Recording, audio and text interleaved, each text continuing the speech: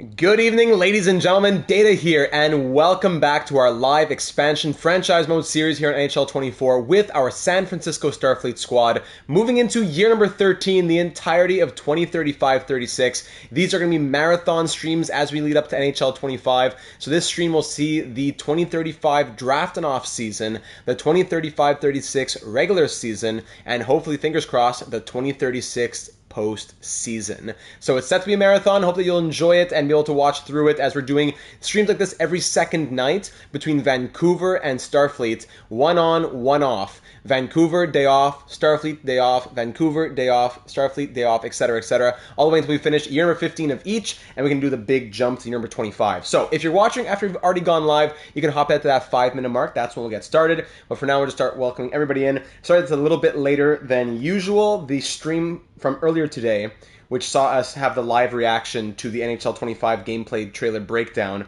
that pushed this one just a little bit, so we were just about 25 minutes late, so apologies for that. Leafs King, welcome to the stream, and we'll get started in just a couple minutes for year number 13 after a very disappointing postseason last episode.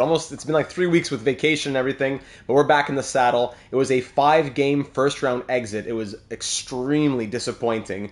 A 53-win team that was number one in the NHL in power play percentage at 35.5%. Hey, Gavin. Jenzy McKenzie, welcome. So it was a team that should not have underperformed as badly as it did, and now changes will be made. Just like as how we're seeing changes made in Vancouver after back-to-back first-round exits, changes will be made in San Francisco. Yes, we've won the Stanley Cup, like 2 years ago, but it's 2 cups in 12 years, and we make the playoffs every year. We're consistently like a 48 to 50 win team. King Turby, all rise for His Royal Highness King Turby. Tomorrow's the big day, right? If I'm not mistaken, King Turby? Glad to have you in here. So it's, change got to be made. We'll look through the comments in the last one, and there's definitely a couple of ideas that are in our mind. Canucks Nate, welcome to the stream. Glad to see you in here tonight after Canucks just a couple nights ago. Very good. Wow, the big day tomorrow, huh? All the best, buddy. If anything, if there's anything we can be, sending our best thoughts for, you just let us know here or in the Discord. We got your back. So 2035-36, yes. Okay, let me just take care of all the usual things. School again today, yeah, makes sense. Makes sense. It's a weekday. It's only been a few years that I haven't had Monday to Friday school. There we go. Let's see. After a very disappointing 5-game loss in round 1, we enter year number 13 with our expansion San Francisco Starfleet squad on NHL 24, ready to make some changes. Join us for our live marathon this evening. There we go. Always gotta type out something for the Twitter world. And there we have it. Let me just put you over here. Season tickets for a hockey team. Who do you get season tickets for? And there we have it. Good. Discord went out. Twitter went out. Thumbnail set. Yeah, I think we're pretty much good to go. And that still gives me about 2.5 minutes. About a minute and a half, actually. Data, what is your biggest jersey pet peeve? Mine's when the logo has colors that the rest of the jersey doesn't, and vice versa. Yeah, that's a pet peeve. I don't know if it's as big for me because I don't have the most artistic eye, maybe. It's more maybe for things like balance, things like symmetry, and like logos on the shoulders if they don't seem to balance. The price, that's definitely a big pet peeve, right? Okay,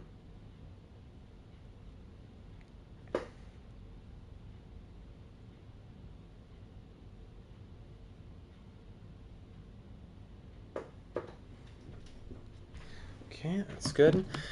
So yeah, when it comes to the extension, how much money are we playing with here? Yeah, we're gonna have 12.5 million to play with, but changes are gonna be made in terms of big top 6, top 9 forwards, top 4D, which will move money out and allow us to be able to spend money on the bigger. Well, pretty much just the big name is Ludvig Eriksson.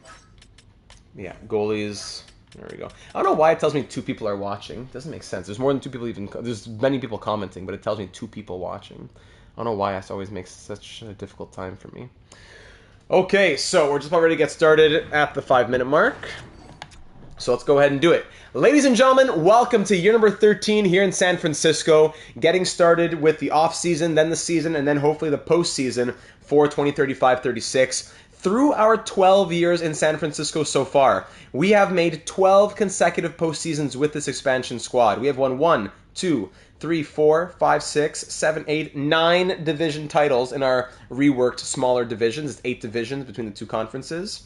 We have won 3, 4, 5 conference titles. We have won 3 President's Trophies. We've won 2 Stanley Cups, but we've been to 5 Stanley Cup finals.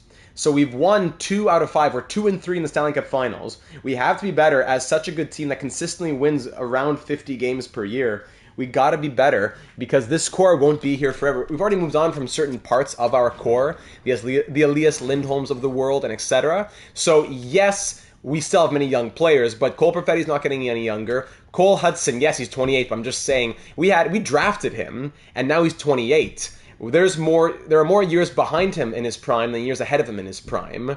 You know, like in franchise mode universe. If he's already been playing for 8 years, in 8 more he's 36, he won't be the same guy. Or maybe we're on that middle point, but what I'm trying to say, same thing for Avery McIntyre, who's 29 now. Nazar's 31, Ramirez 29, Lafreniere 33. Yeah, a few other things to say. But we want to try and win as much as possible with this core while it's here. One person watching it says, as multiple people comment. Why are they saying that? Yeah, the ghosts, I guess. Doggy, welcome to the stream, buddy. So we'll quickly start by going into the comments from the last one. Live long and prosper, my good friend. Thank you, Pat, joining the stream. I'm glad Pat's been doing a lot of the unofficially official, or officially unofficial pre-stream streams with his college football, correct? So always at night in the Discord server, those are always shared. Check those out if you haven't already. It's always a good time. So just quickly looking at the comments from the last one. Remember, it was a 5-game loss in round 1. Starting off with Cheating Heel, who said, I am disgusted. Getting beaten this early is one thing if you play against a solid team and lose tight games, but the way this went, unacceptable. We need to find room for Emlyn in the top 9. You know, he's been our 4th line center for too long, so we need to get him into the top 9, and we also need to get Rask into the top 6. So I think it's time that we need to trade out 2 of Lafreniere, Stenberg, and Nazar. 2 of those 3. On defense, I'm still pushing for Ramirez to go, and if Lieb's demands are this outrageous, he can leave as well. We'll recap who those players are, etc. in just a moment. Trading these 4 players should be enough value-wise to get us 2 better and young D-men. Checks in the mail, thank you.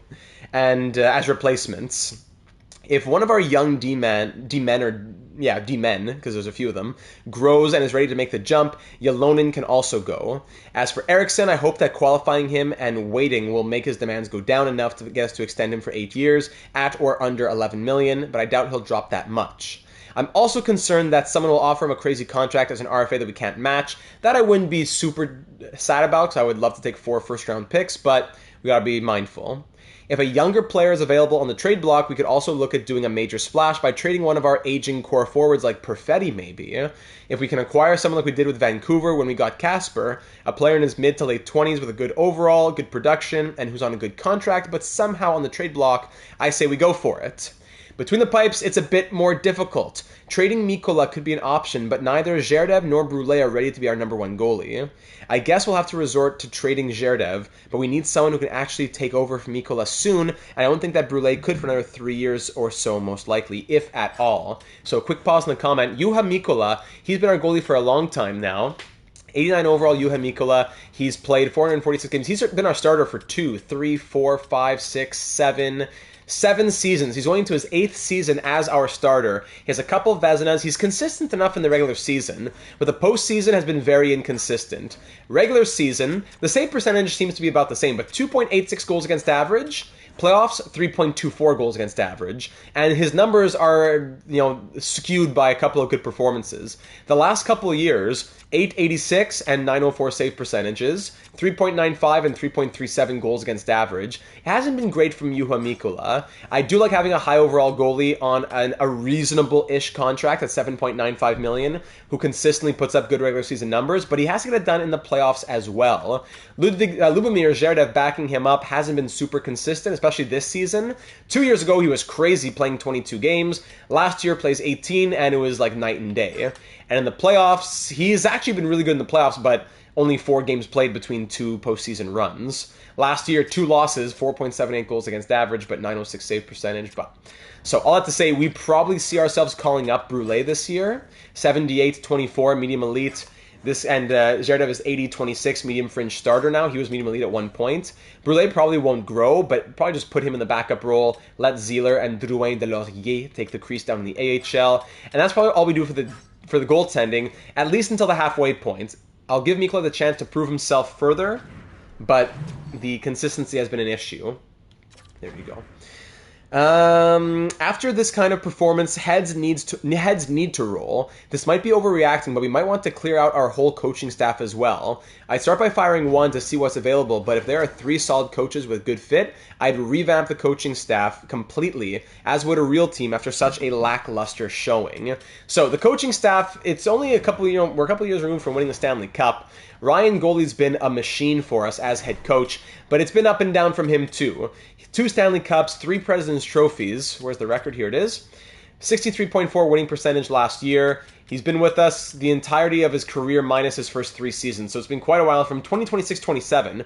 1, 2, 3, 4, 5, 6, 7, 8, 9. He's going into his 10th season as our head coach. So I don't know if I want to fire the head coach with all the A-pluses and everything, but I am kind of concerned with the results. Maybe Cochran with his A+, maybe he's not happy as associate coach. And his morale is actually not bad. It's Sidney Crosby's morale who's really low for some reason. Crosby's an A-, maybe he wants to be associate.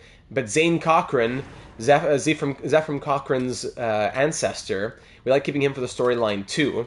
So as much as it would make sense to fire some coaches, I'd want to see who's available first before I just say, let's throw them out and the only replacements are B-rated, just like as Cheating Heel said.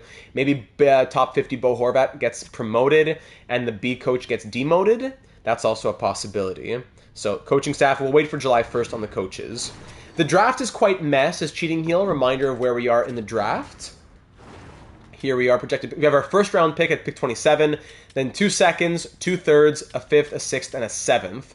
So a late first, a mid-second, a late second, 2 late thirds before the later picks. So it's not like it's that enticing. The draft class itself didn't really speak to us that much either. Of course, the top guys are the top guys. Cheating Heel says, I would just take whoever has the best value within 15 picks of our rank for our first 2, and then don't waste time trying to trade down. We probably need only like 5 picks total to draft the interesting players in our range, so trade the excess picks for picks in the next upcoming couple drafts. Yeah, so not a ton of value out here. Sadly, with the auto scouting, there's not always a ton, but we do have a few guys who we'll be looking at. Late medium elite. This late Miles Pitton, maybe he could be a guy for us. 3-year NHL ETA, but we only have 1 low elite uncovered, which is odd. Ludwig Jensen. There's an Emelin there. Emelin. Low top 6s, maybe one of these guys. 3 years away, 4 years away. Shannon Vagelohahi. Yeah. Desrochers. Alexandre Desrochers. 3 years away, but A- shooting. Yeah, so just throw them in there. Very disappointed, says Cheating Heel, in this team right now, but we still have some young pieces that will be part of our next championship run, so all is not lost. Let's create some opportunities for our younger forwards, upgrade our defense, and give the players new voices behind the bench. We can turn this around. Go Fleet. So thank you, Cheating Heel. The meat of that comment was trading out 2 of 3 of... What about the medium elite Ukrainian at 17? I think I saw that he was a grinder, that's why. But yeah, we can double check that, Gavin. No problem. So Lafreniere, he's been a crazy piece for us, but we got to be honest with what he's becoming now. He's down to an 84. He's spent 4 seasons in San Francisco, just coming off of a career year, though, at 78 points. That's also an issue. Maybe we should trade up for Kapravtsov. Yeah, the Ukrainian's a possibility. No problem, News King. Appreciate you. So Lafreniere might be the guy I'm leaning towards keeping of those 3, because the other 2 who are kind of on the block would be Otto Stenberg, who's making a little bit more at $5.5 million. Yes, he just had 66 points, but in the playoffs, 2 points in 5 games. The year before, he was great. I don't know. It's just... I don't know if it's something that's not clicking for Otto Stenberg at times. He's a bit streaky, I find. He's a great playmaker. 66 points, don't get me wrong. All of our players have good production, so there's not going to be like a big throbbing issue in our lineup where like this needs to change now. So there's nothing like that in our lineup. That being said, something's got to change. So who's it going to be? Stenberg, and even we said, where's Nazar? I pass him. Nazar, he's great. We signed him to be a third-line center, and he's putting up second-line production. 70, 60-some points, 68, 72, 74. Oh, Caleb, welcome to the stream, buddy. Escalators, baby. So Nazar, another guy who's been great, but with the confines of our series, don't forget, we only can put one nationality per line. He's American. We already have Lucic. We already have McIntyre. So having Nazar as an American not only means he can't move up to the top 6, it means he's always, like due to injury, that means he's always on the third line no matter what. So with less than 15 minutes of ice time per night, he still scored almost 70 points. I love Nazar. That's a team Eels. But something's got to change again. And that flexibility on nationality might be a reason to say Frank Nazar is the guy to go. He signed on for 3 more years. I know, there's no one that really stands out. Nesterov is a guy, I love Nesterov's growth up to an 87. Former 6th round pick, that's crazy. It's really great to see growth like that. So if we're thinking about a lineup next year, 1, 2, 3, 4, maybe Lafreniere is 5, then Rask at 6? Rask has 76 faceoffs. So if it's Rask, Lafreniere, Nesterov, McIntyre, Perfetti, Valchevitz, does that really convince us? You're a laugh hater? Biggest number 1 laugh hater. Oh, there you go, doggy. The hate comes out from Lundqvist to Lafreniere. Stenberg should go due to his salary. Yeah, that's another reason to move Stenberg. That leaves the third line as Emelin, Langkow, and, I don't know, Nabokov. But we can definitely look at acquiring some third line bottom 6 pieces or whatnot. Ferguson's pushing, Dvorak might be pushing, Kavanaugh might be pushing. So that leaves room for those guys, while also the possibility of signing someone. Defense 1, 2, 3, 4, 5, 6 in theory, but that is also Yelonen's there. Ferentz might be pushing, Kiprasov might be pushing. So I do think Stenberg's the more obvious one, but because Nazar can't come in the top 6, that's also an issue. Where's, here's Lucic. So Lucic, sorry, back and forwards. So it would be Lucic, Rask, Lafreniere. No, did I count this? Sorry. 1, 2, 3, 4, 5, 6. Oh, yeah, sorry, I missed somebody in there. So Rask would still be third line. Even with Nazar and Stenberg gone, it would still be 7 people in the top 6. So maybe that's where Cole Perfetti goes. I don't know, but then I don't know. Valchevich, Perfetti, McIntyre. Second line, Nesterov, Lucic, and fill in the blank. Who's second line center? Can it be Rickard Rask? Last season, 49 points. He's a sniper, but with 90 passing. Could we have all snipers on that line? Maybe distribute a little bit? How do you deal with so many prospects? I always feel like I have more prospects than I know what to do with. Great question, our Canadian Journal. I try to draft realistically. I don't trade for every single prospect that intrigues me. That's the first thing. The second thing is I try to always also cut loose players who would want to spread their wings and fly. So if I have 3 guys who are good but not good enough for my top 9, I can't play all 3 of them on the 4th line. I got to make some trades. So I force myself to make trades. That's essentially what my answer is. Even the top line would be Valchevitz, McIntyre, Nesterov. Second line, Perfetti, Lucic. No, we can't, because then Lafreniere and Perfetti can't be together.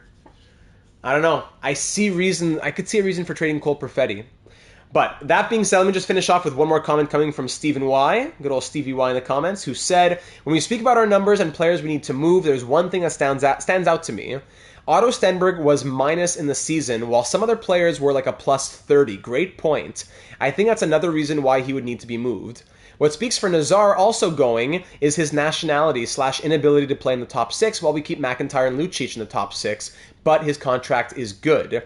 Anyway, if we want to get more chances for Emelin, then both would need to go.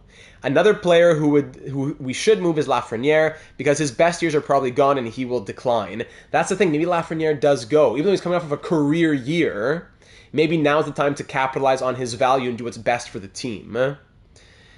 I think Nestrov, who is one of the very few positives of the season, is ready to take his spot. Yeah. In an ideal scenario, we also keep Eriksson as our second pair defensive defenseman, but he was horrible in the playoffs, and he was also one of the few players with a minus in the regular season, and he asks for too much money. If we need to qualify him, shop him, see what happens, we'll see. Goaltending issue might be, trying to address that as well. I consider moving Zherdev out now. Yes, I think we can do that. We can also address it next year and not in the offseason, so basically at the start of the regular season, it could be, or the preseason. Now I regret I did not push a little bit into getting the Hungarian Tanev. We were a Stanley Cup winning team, and he would probably like to switch at that point, but now he has a cup in Nashville without being traded, so it's unlikely we'd probably get him at a reasonable price. Yeah, Tanev would have been a good piece. Yes, as you discussed with Cheating Heel, the most probable change after this shameful performance in real life would be the head coach too.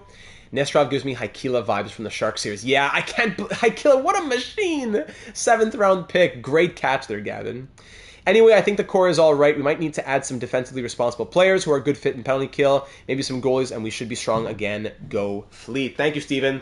So if we're doing some massive blockbusters where our top 6 is now Valachevitz, Perfetti, McIntyre, Nestrov, Lucic, and Rask, where Lafreniere, Nazar, and Stenberg all get traded, we'd have to get a good young third liner. So the third line could be Emelin, Langkow, and somebody else.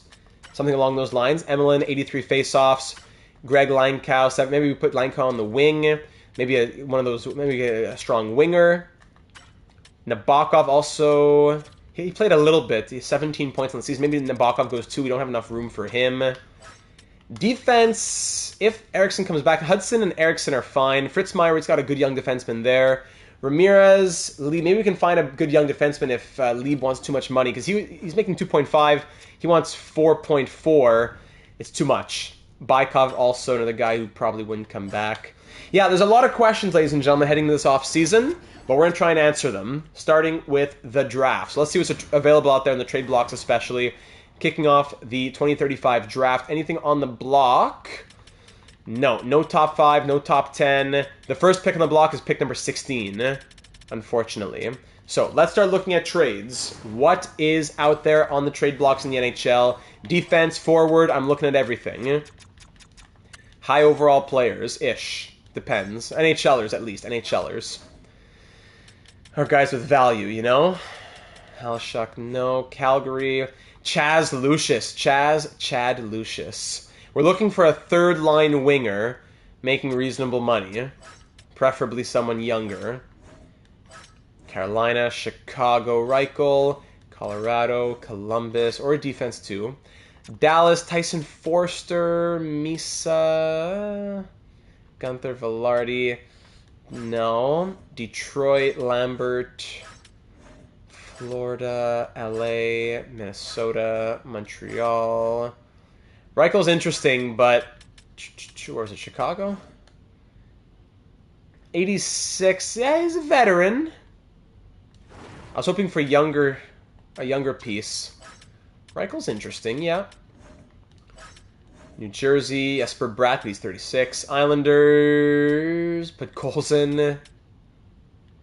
Misa was interesting as well, but he's an 87. Is that too good for the third line? Rangers, let's just make a lot of money. It'll be a lot of money for that third line. We need to save money for these RFAs. Seattle, St. Louis, Paraskak. He's gonna want big money. He's an expiring UFA. Tampa Bay, Toronto, Vancouver, Quinn Hughes, there he is. Vegas, Washington, Luke Hughes. Yarventi? Yarventi, 54-point guy, sniper, 30 years old, 1 year left at 2-point-something million. Yarventi might be the guy. Yarventi could be a guy there. And Winnipeg, McGrody's making a ton of money. I could be interested in Yarventi. Emil Yarventi, 7th round pick of the Penguins in 2023.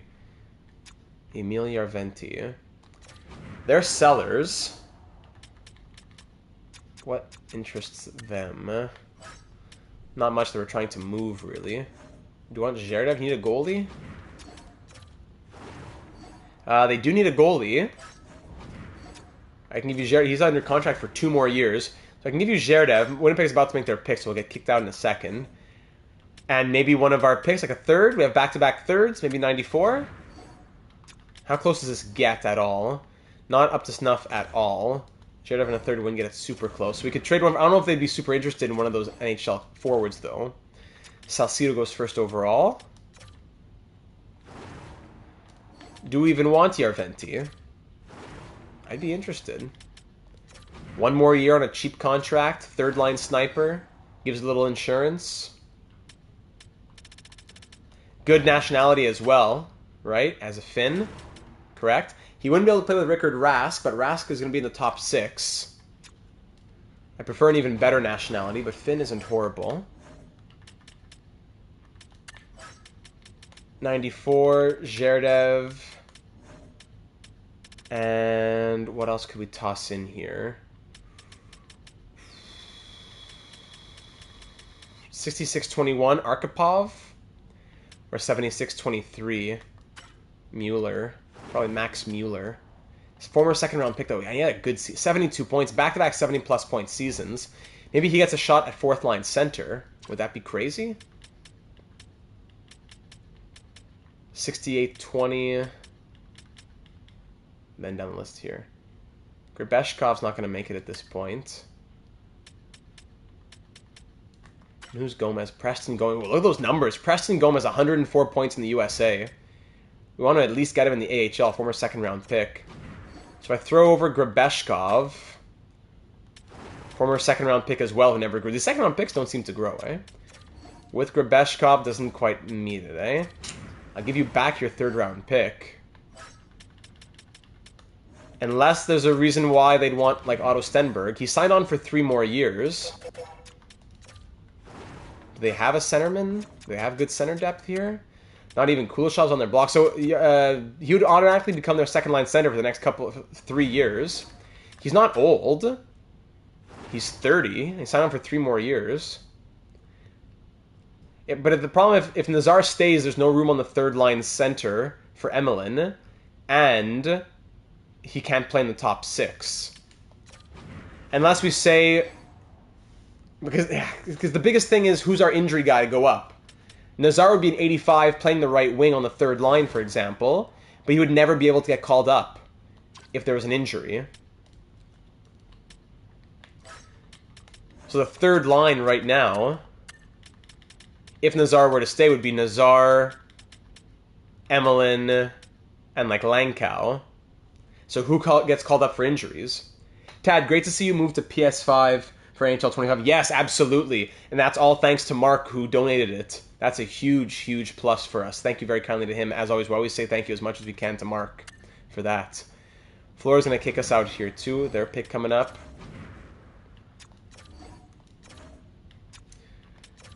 But what if we offer Otto Stenberg and try to take something back from the Capitals? It gives them a second-line center.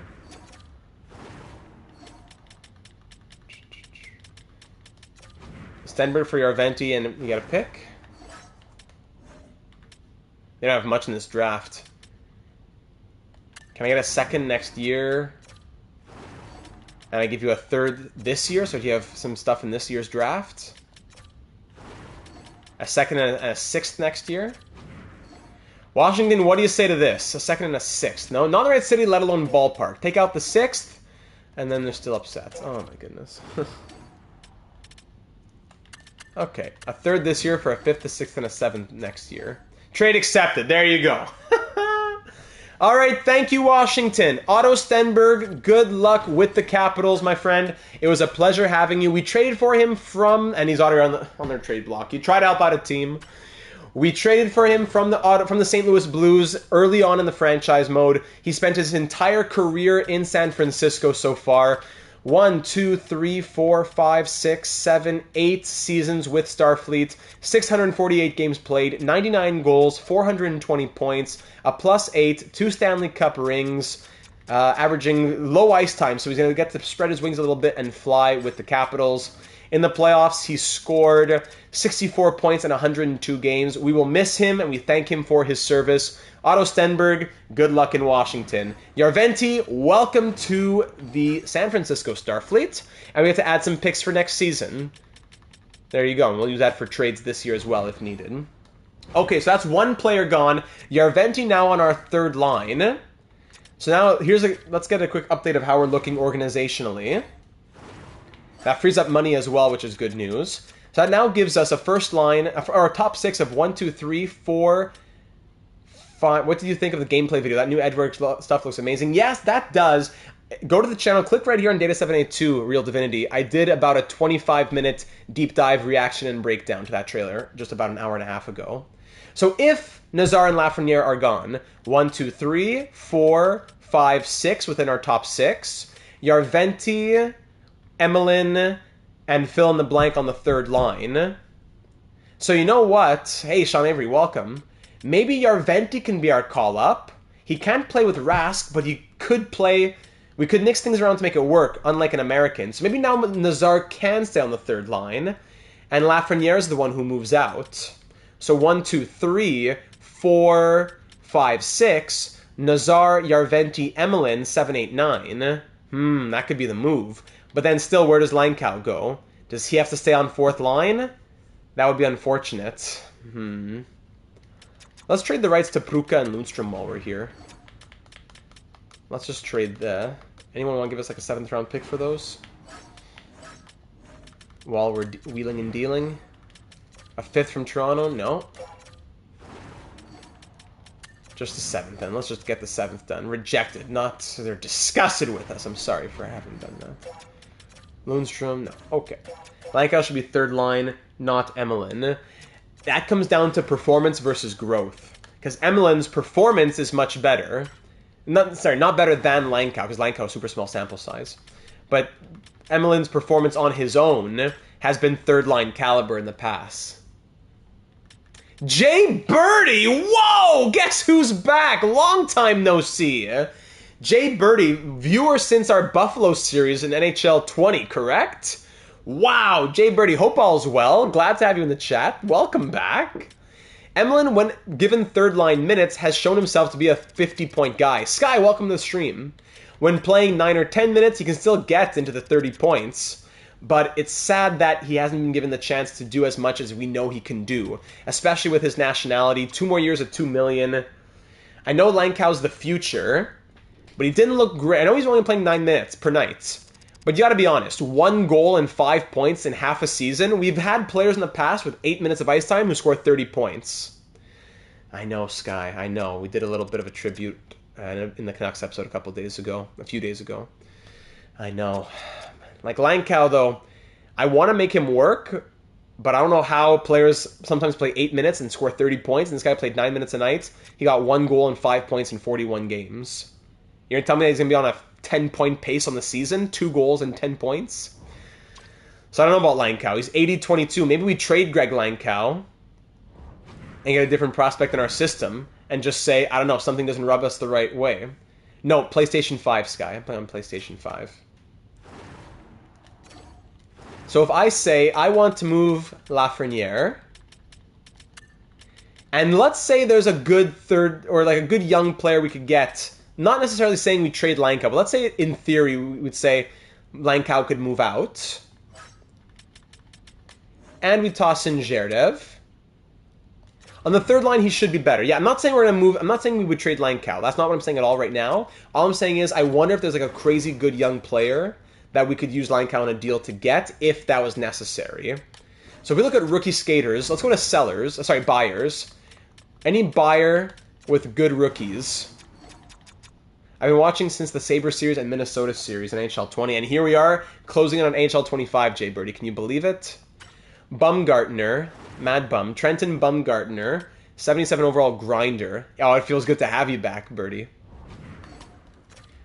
How about Columbus? O'Coin. No, these are defensemen here. Looking at buyers. Maybe even conservative buyers. Combs. No, not so much. Conservative buyers. Who's this guy? Orr. Oh, they just drafted him, didn't they? Yeah, they just drafted him. 2nd overall. Elliot Orr. Never mind. Peluso, no. Sorry, buyers in LA? Not so much. Conservative buyers.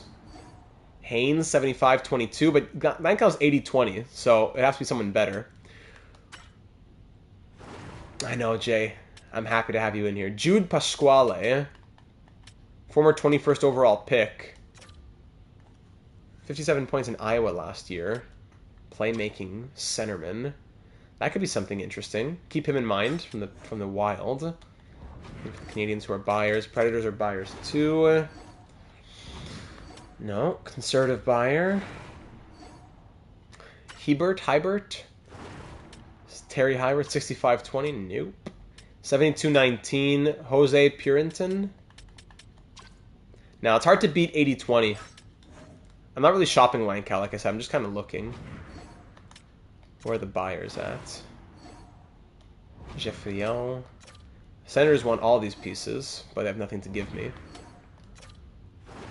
Flyers have this guy, defenseman, Sumal.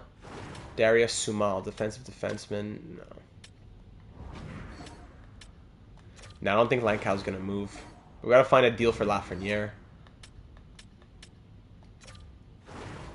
Maple Leafs. Ugh. Better late than never. What did I miss? So far, Hobbsy, we traded out Otto Stenberg in a deal that brought in Järventie.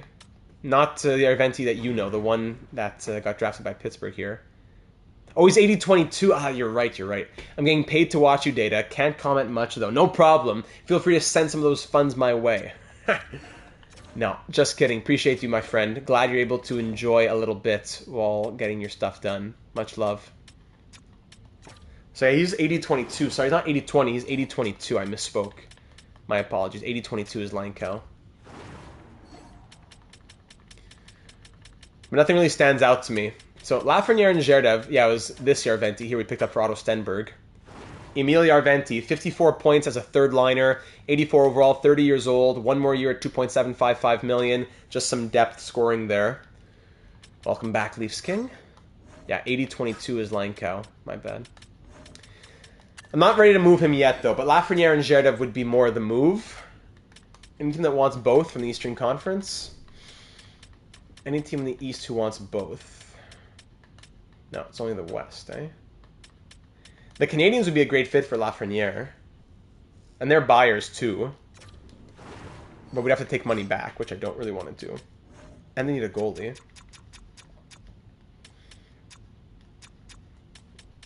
They have Zegras on an expiring contract, huh? Who's this guy? Mathot. Pascal Meteau. Mathot. Doesn't really speak to me. And Lang, Brett Lang. Sniper, former first-round pick. 87 points in WHL. Brett Lang. Canadian sniper. Like Ibert without the accent over the E, but still have... still having Bert sound like bear. I don't know. Ibert? Oh, like that you're saying? I don't know. I'm sure if you ask a few different people, they'd tell you a few different things. Meteau. 77-19. Yeah, I think there was a 77-19. Canadians aren't really interesting me here. Who had the 77-19? I gotta fly through it again.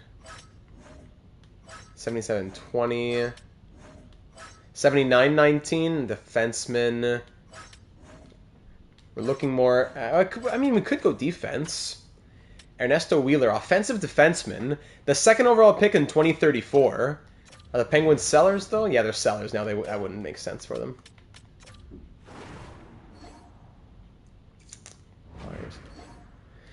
Oh, where was it? Back to the drawing board. Can't see why Lankow can't produce as well as the former Damon Lankow, of course. By the way, I haven't been in live stream for a while. Well, I'm glad you're able to get it in here tonight, Tad. Buyers or conservative buyers?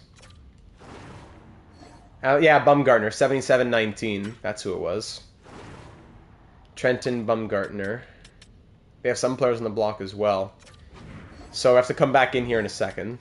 Let's exit and come back.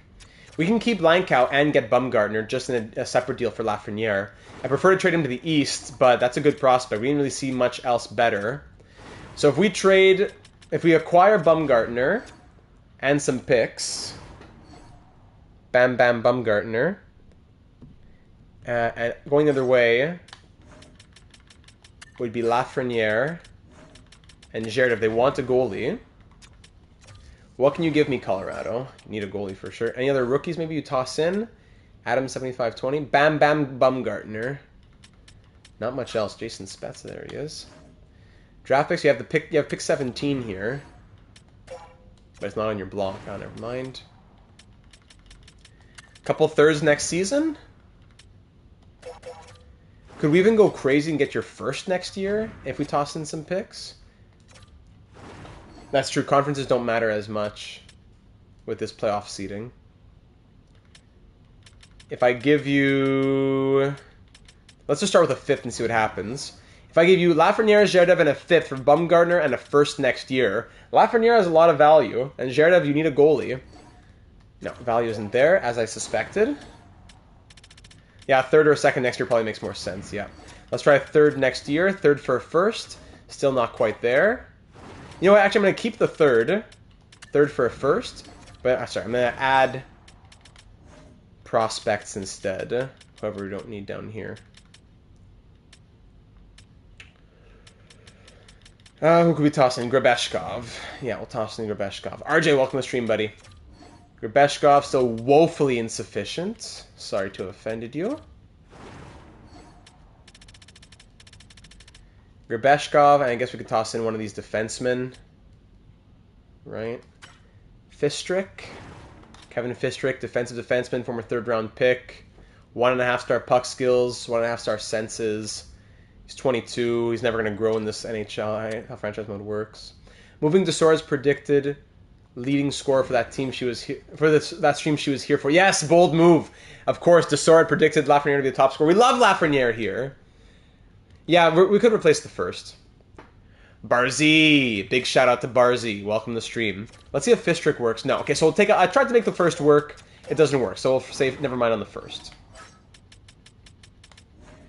So give me a third and a fourth next year.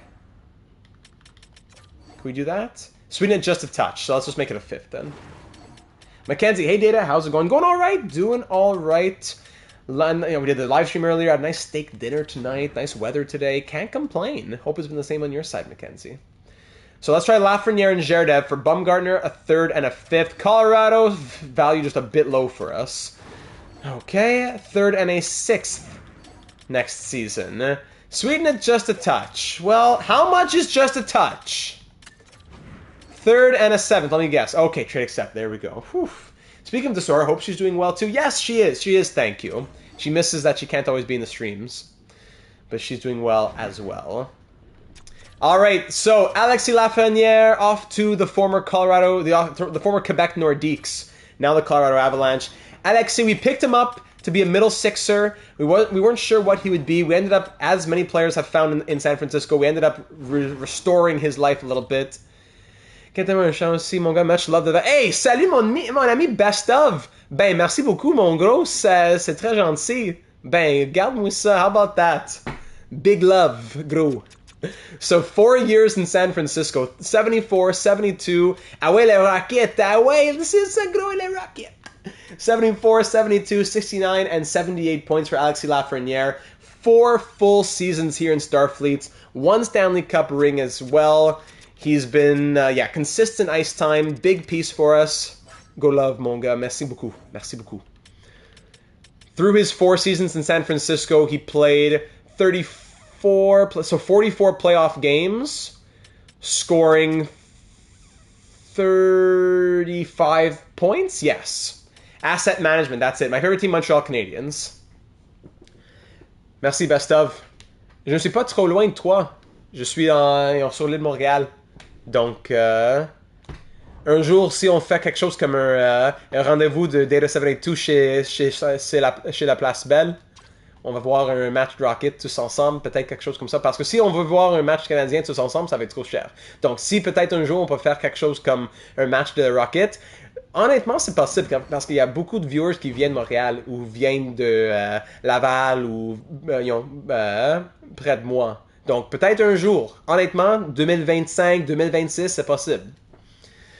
Okay, so that's the big deal there. Alexis Lafreniere, potential future Data 72 Hall of Famer as well.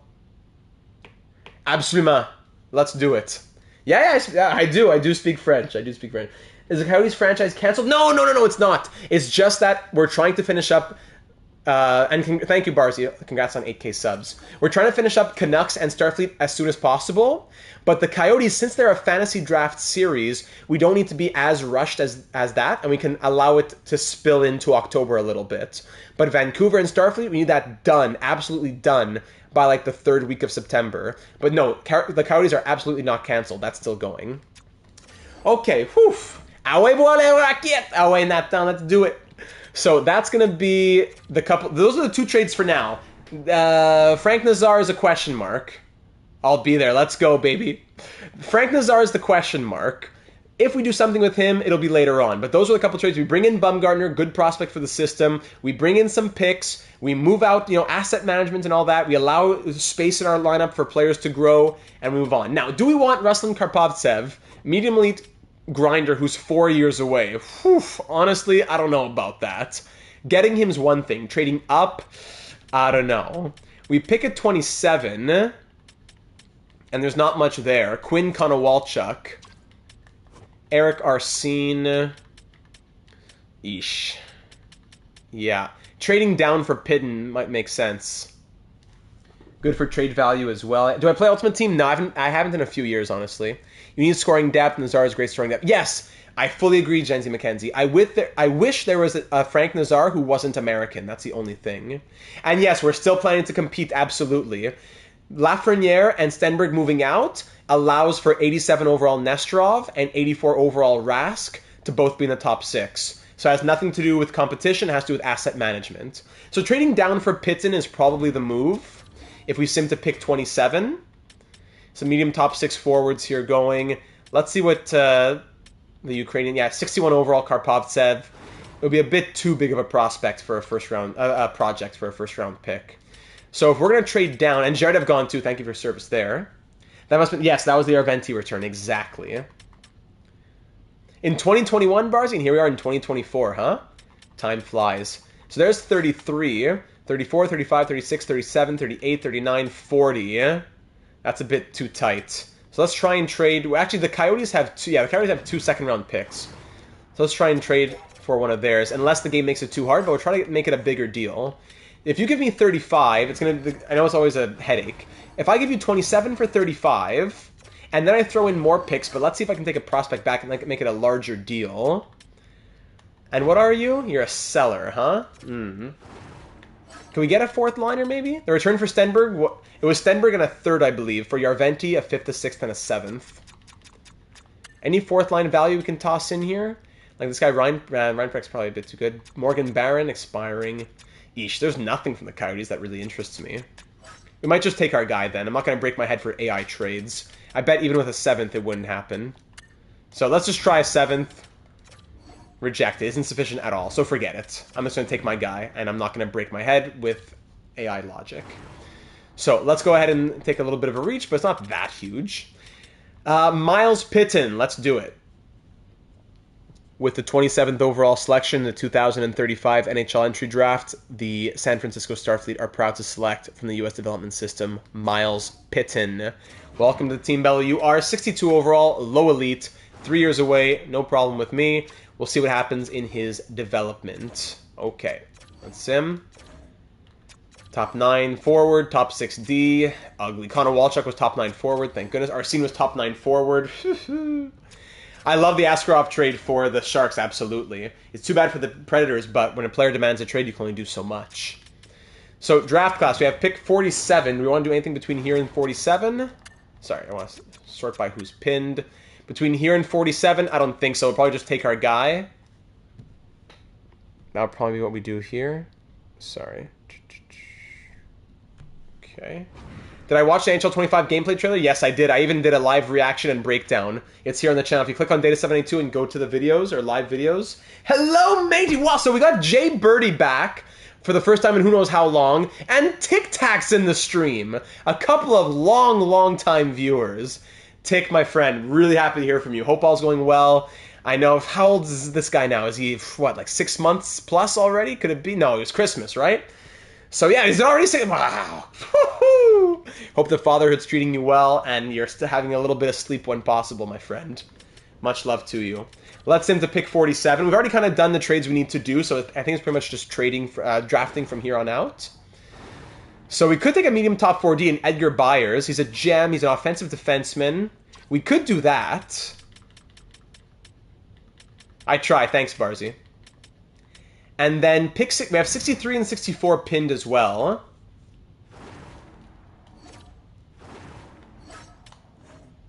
We have 6. Okay, so we can take a guy at 60. Yeah, Byers and then a guy at 60. Yep. Easy. Easy. There you go. Edgar Byers. Edgar Byers, welcome to the team. 62 overall, medium top 4 offensive defenseman. You never know how these guys might grow. Perfect. 8 months. Whew. In UK currently doing... currently introducing her to the friends and family. Wow. Wow, that just puts a smile on my face. We're putting the band back together. Yes, Hobbsy. Just puts a smile on my face, my friend. Wow. So in the UK, what time is it over there? That's it's 2 in the morning? I'm well, thanks. Things are going very well on my end. I'm blessed. Work's been good. Found a contract for this year. As if anybody's been watching in the recent streams, that was a big question mark. Found a contract of work that's going to give me about 9-10 months of full-time work. Things are going well in the channel. The engagement, the wedding planning, the house renovations. Things are really moving along. It's crazy. God's good. So 3 years left. 3 years away is De Rocher. 3 years away for Vajilaholahi as well. Eileen De Rocher as a good old QMJHL boy. 1:14 a.m. I love watching you. You're so good. Thanks, Barzy. Hey, much love to you too. Sorry, I'm looking at Lutzer here. Sorry. De Rocher, 17 goals, 18 assists in a C League. And then 5 points in a B League. But true. I'm not thinking about nationalities. Just the numbers don't really impress me. But A- shooting. They're both A-. Actually, he has B-. Yeah, okay, Shannon's the guy. There you go. Shannon, welcome to the team. 63 overall, low top 6. Shannon Vajiholahi. I would just call him Shannon, because that's going to be a tough one. And then, hold on, let's see what the other guy was. So Shannon, there you go. Sky, welcome back. Lutzer, no, I don't want to trade for the pick. My apologies. Some one more. De Rocher was 62, low top 6. Shannon, 63, low top 6. So, hey, why not? Okay, next pick at 93. Sorry, next pick at 93.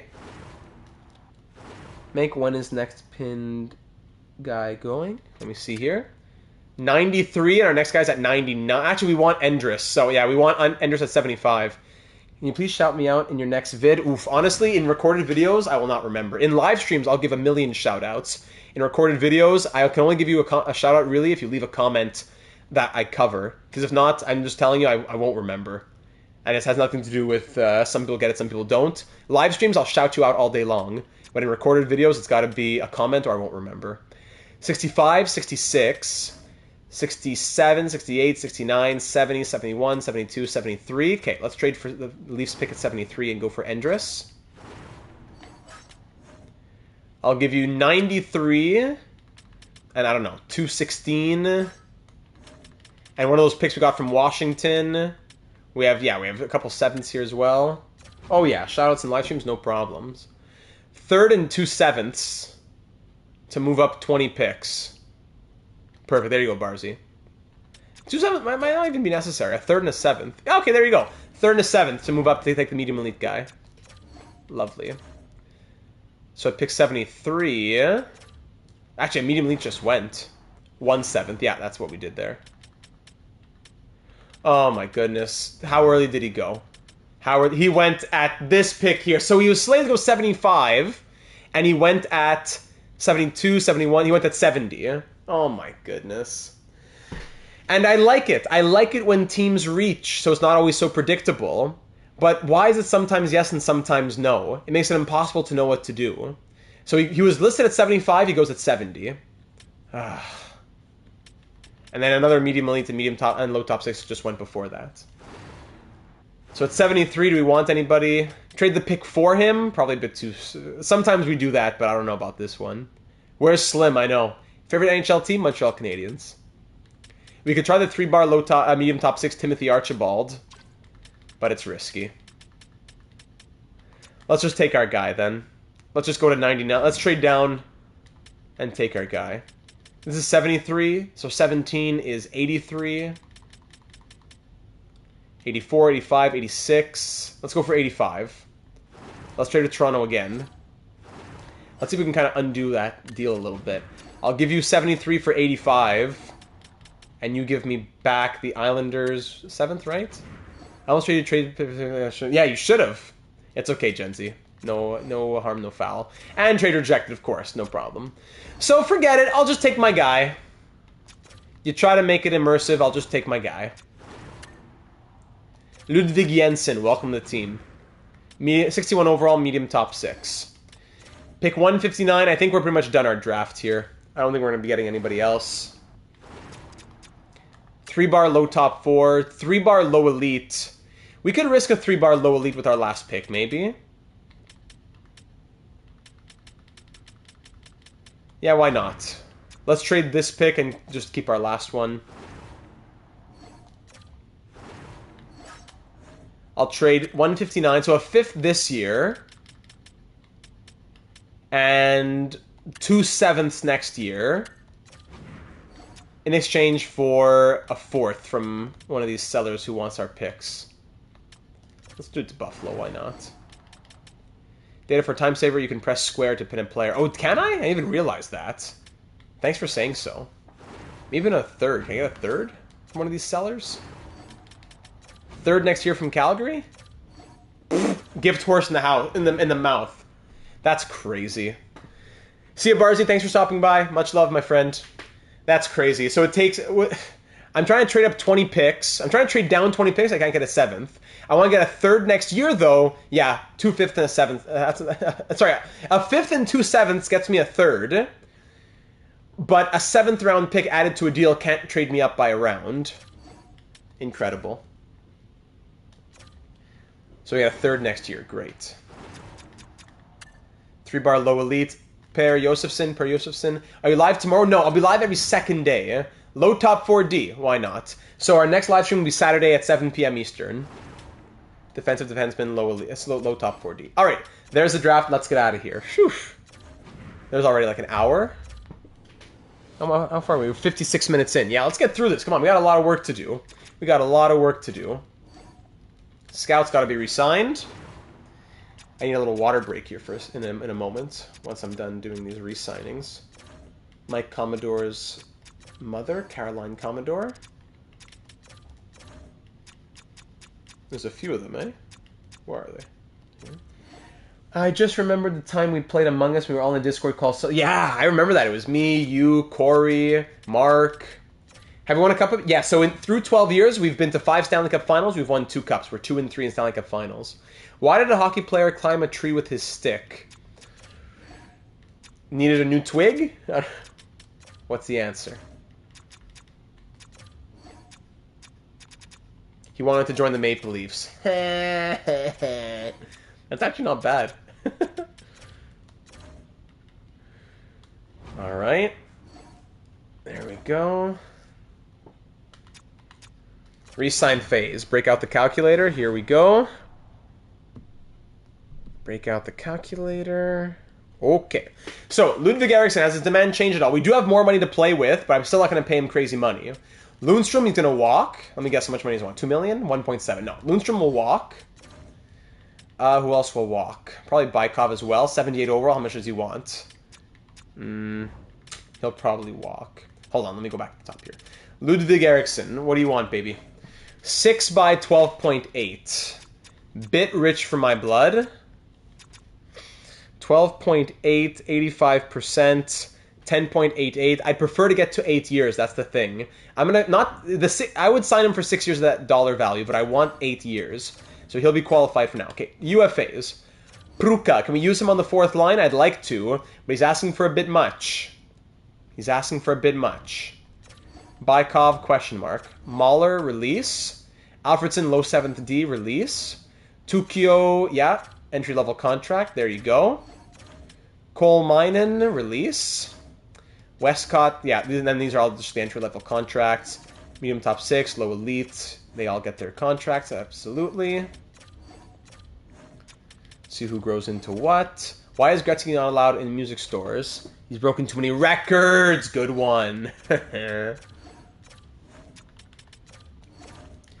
UFAs. Okay, RFAs. Lieb to come back as third pair defenseman. Ooh, 5 by 6.8. No, but the good news is we can qualify him. Worst case, we just trade his rights, or we get to keep him for 2. Yeah, we'll see. Qualify him, but there's no way. One more year, maybe we keep him, but that would be it. Nabokov wants 2 years at 1.7. 1 year stays an RFA. So you know what? He could be a fringe guy in the NHL. So I'm okay with a 1 year deal. Keep him as an RFA and see what happens. 1 year at 1.45. 4.25. What a time. Yalonen, what would you want to stay here? 3 years at almost $3 million as a 78 overall. Incredible. Khalil Funk hasn't really grown. And they want, of course, their big money for some reason. Qualified. Grabeshkov, we never got to trade him, really. 76-24. I don't know if there's room for him in the AHL, actually. Hey, they all want their big contracts, so everybody gets qualified. Let's see who needs contracts, actually. Seneca's out 6 to 8 weeks with a fractured foot. Landon in shambles. Goalies. Brule needs his contract, yes, to be NHL backup. 1 year stay as an RFA, because he's still definitely a question mark. And so 1 year, 1.1 on Brule. I probably could have qualified him, got him for cheaper, but don't need to always do that. Okay, advancing a day. Suchanek ruptured ACL, out 8 months. Gone. I'm going to get a little water while we press OK on all these buttons.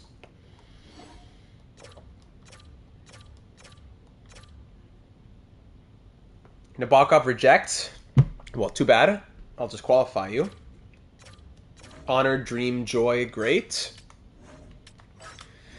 UFAs leaves us with Pruka. So we have enough money for Pruka. It's a bit much, but he's a solid 4th liner. He was with us, he left, he's back. Former 3rd round pick. Went to Columbus for a year, came back. 5-star physical, 4-star defense. Alright. Have to clean my mini fridge. Pff, brutal. I gotta clean mine too. At my work, there's one in the office, and the freezer's not looking pretty. 1 year, 1.7 to be on the 4th line. In 2035 makes sense. World Junior Legends, Suchanek. And Bykov is 7th D. I mean, it's not bad. How much did he really play? Did he even play this year? He never even played. In the preseason, not even. Bykov never played. But he has 95 shot blocking, 5-star defense, physical. I'd be down to keep him for 1 year. No, it's actually only shared by myself and the person I share the office with. So it's just us two in that room. In that room in particular. There's a staff room, but where my office is just shared with one person. So 1 year, 1.1 on Bykov if he wants to do that. If not, see you later. Nabokov qualify. Just qualify all these guys and we'll figure it out. Brule signed. Good. Okay. Advance another day. Reject from Pruka. So we'll see. Job reveal at 10k subs. I don't mind revealing a bit more as the world goes on. There's a few things I'd probably never do. Like, some of you have seen my face from, like, I used to have, like, drum cover videos and stuff like that. That does not disturb me in the slightest. It's just I don't want my face to be associated with the Data brand or whatever it might be. I want Data to be Data, and I want me to be me. If you ever saw my face, you know how my face looks, I don't mind. Hope you liked it. But I just don't want the two to be connected together as one. You know what I'm saying? Like, I don't mind. Like, if people were to call me my name, I wouldn't mind it. But I think that Data is Data and me is me. I like keeping the two things separated. I find that's just, it's a nice way to have. It also goes into the escape. Not the escape, just like the unplugging from the real world. I like that element of it. So advance to the first start here, to the first day of July, I should say. We'll see the staff free agency too. Hey, thanks, Bobby. All right. Your event, yeah, he looked good in the playoffs. You can mention that.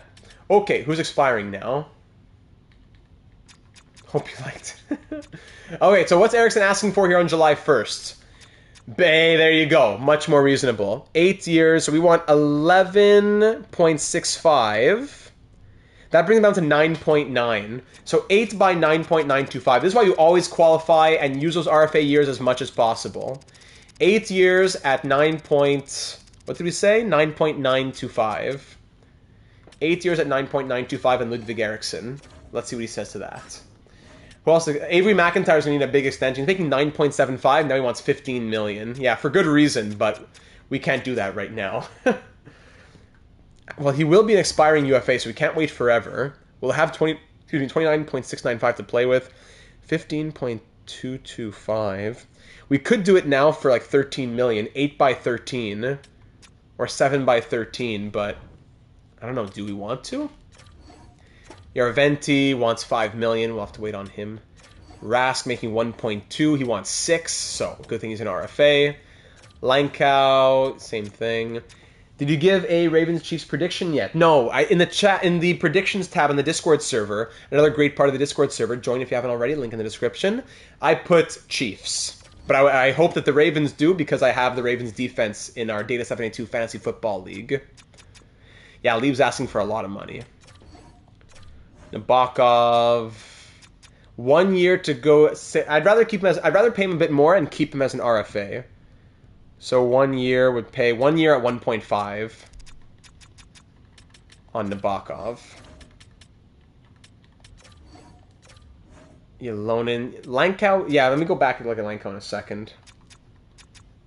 Yolonin, even if he's 7th D or whatever, 1.55 for 1 year isn't bad. With how much money defensemen ask for. 1 year at 1.55 wouldn't be bad. And then the rest of the guys will get figured out over time. Lankow wants how much? My Discord name is just Data782, but the Discord server, the link for that's in the description. If someone wants to copy paste it from the description, if not, I can do it, but let me know. Discord is where you want to be. 1.35 brings it down to 1.15. 1.15 for 2 years on Lankow. Yeah, I wouldn't mind doing that now. That would be a good idea. Even Willie Ferguson? You didn't hear it? Just Data782. Just my channel name.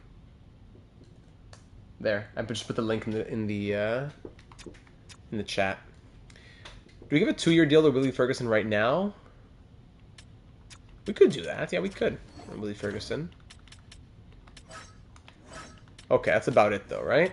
Yes. So they're the contracts. Before we look at free agency, just look at hire staff. Who are the coaches out here? There's a couple of A-plus coaches. Oda and DeMarkey. Claire Oda, 62% fit. Nicholas DeMarkey, also 62. Different fits, but both 62.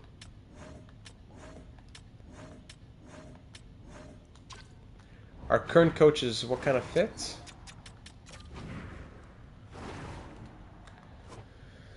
Goalie, Ryan Goalie, 55% fit. Yeah, there's been a bit of some struggles with the fit. What if Ryan Goalie stays as a... Maybe we just got to fire him. It's been 9 years. We've had a lot of losses. Is it just time to let go of Ryan Goalie? And Cochran either gets promoted to be head coach. No, we tried him as head coach, didn't we? He was 1-0 as head coach. We could demote goalie. Didn't we already do that before? But would that make a lot of sense? Sidney Crosby's the one who's upset. Maybe we fire Crosby. He has chemistry with Willie Ferguson, which does nothing for us. Everyone loves Willie Ferguson. Maybe firing goalie makes Crosby happy, though. But something's got to give, you know? With Ryan Goalie, What's it been? Like 2 Stanley Cup final losses and 1 Stanley Cup victory? Is that it? Or 2 cups? He's won 2 cups. He's 2-2, I think, in Stanley Cup finals, Ryan Goalie. If I'm not mistaken. His first playoff with us, 2026-27. That was year 4. So no, Ryan Goalie, yeah, he's 2-2. Mini Sticks League. What's Mini Sticks League? Maybe make Crosby head coach? I don't know, though. Revamp the coaching staff and get the 262% fit. Maybe you get both of them? It'll be tough, though. Actually, no, you could hire one and demote them. Yeah, that's true. I like keeping Cochrane for the storyline because in Star Trek, Zephyr Cochrane is the person who discovers warp speed. But how many times are you going to find a Zed Cochrane, right? Crosby, I don't know if he's ready, though. With the C penalty kill and C teaching, I don't know. Fire Crosby and promote Horvat to assistant? I think we need bigger changes than that.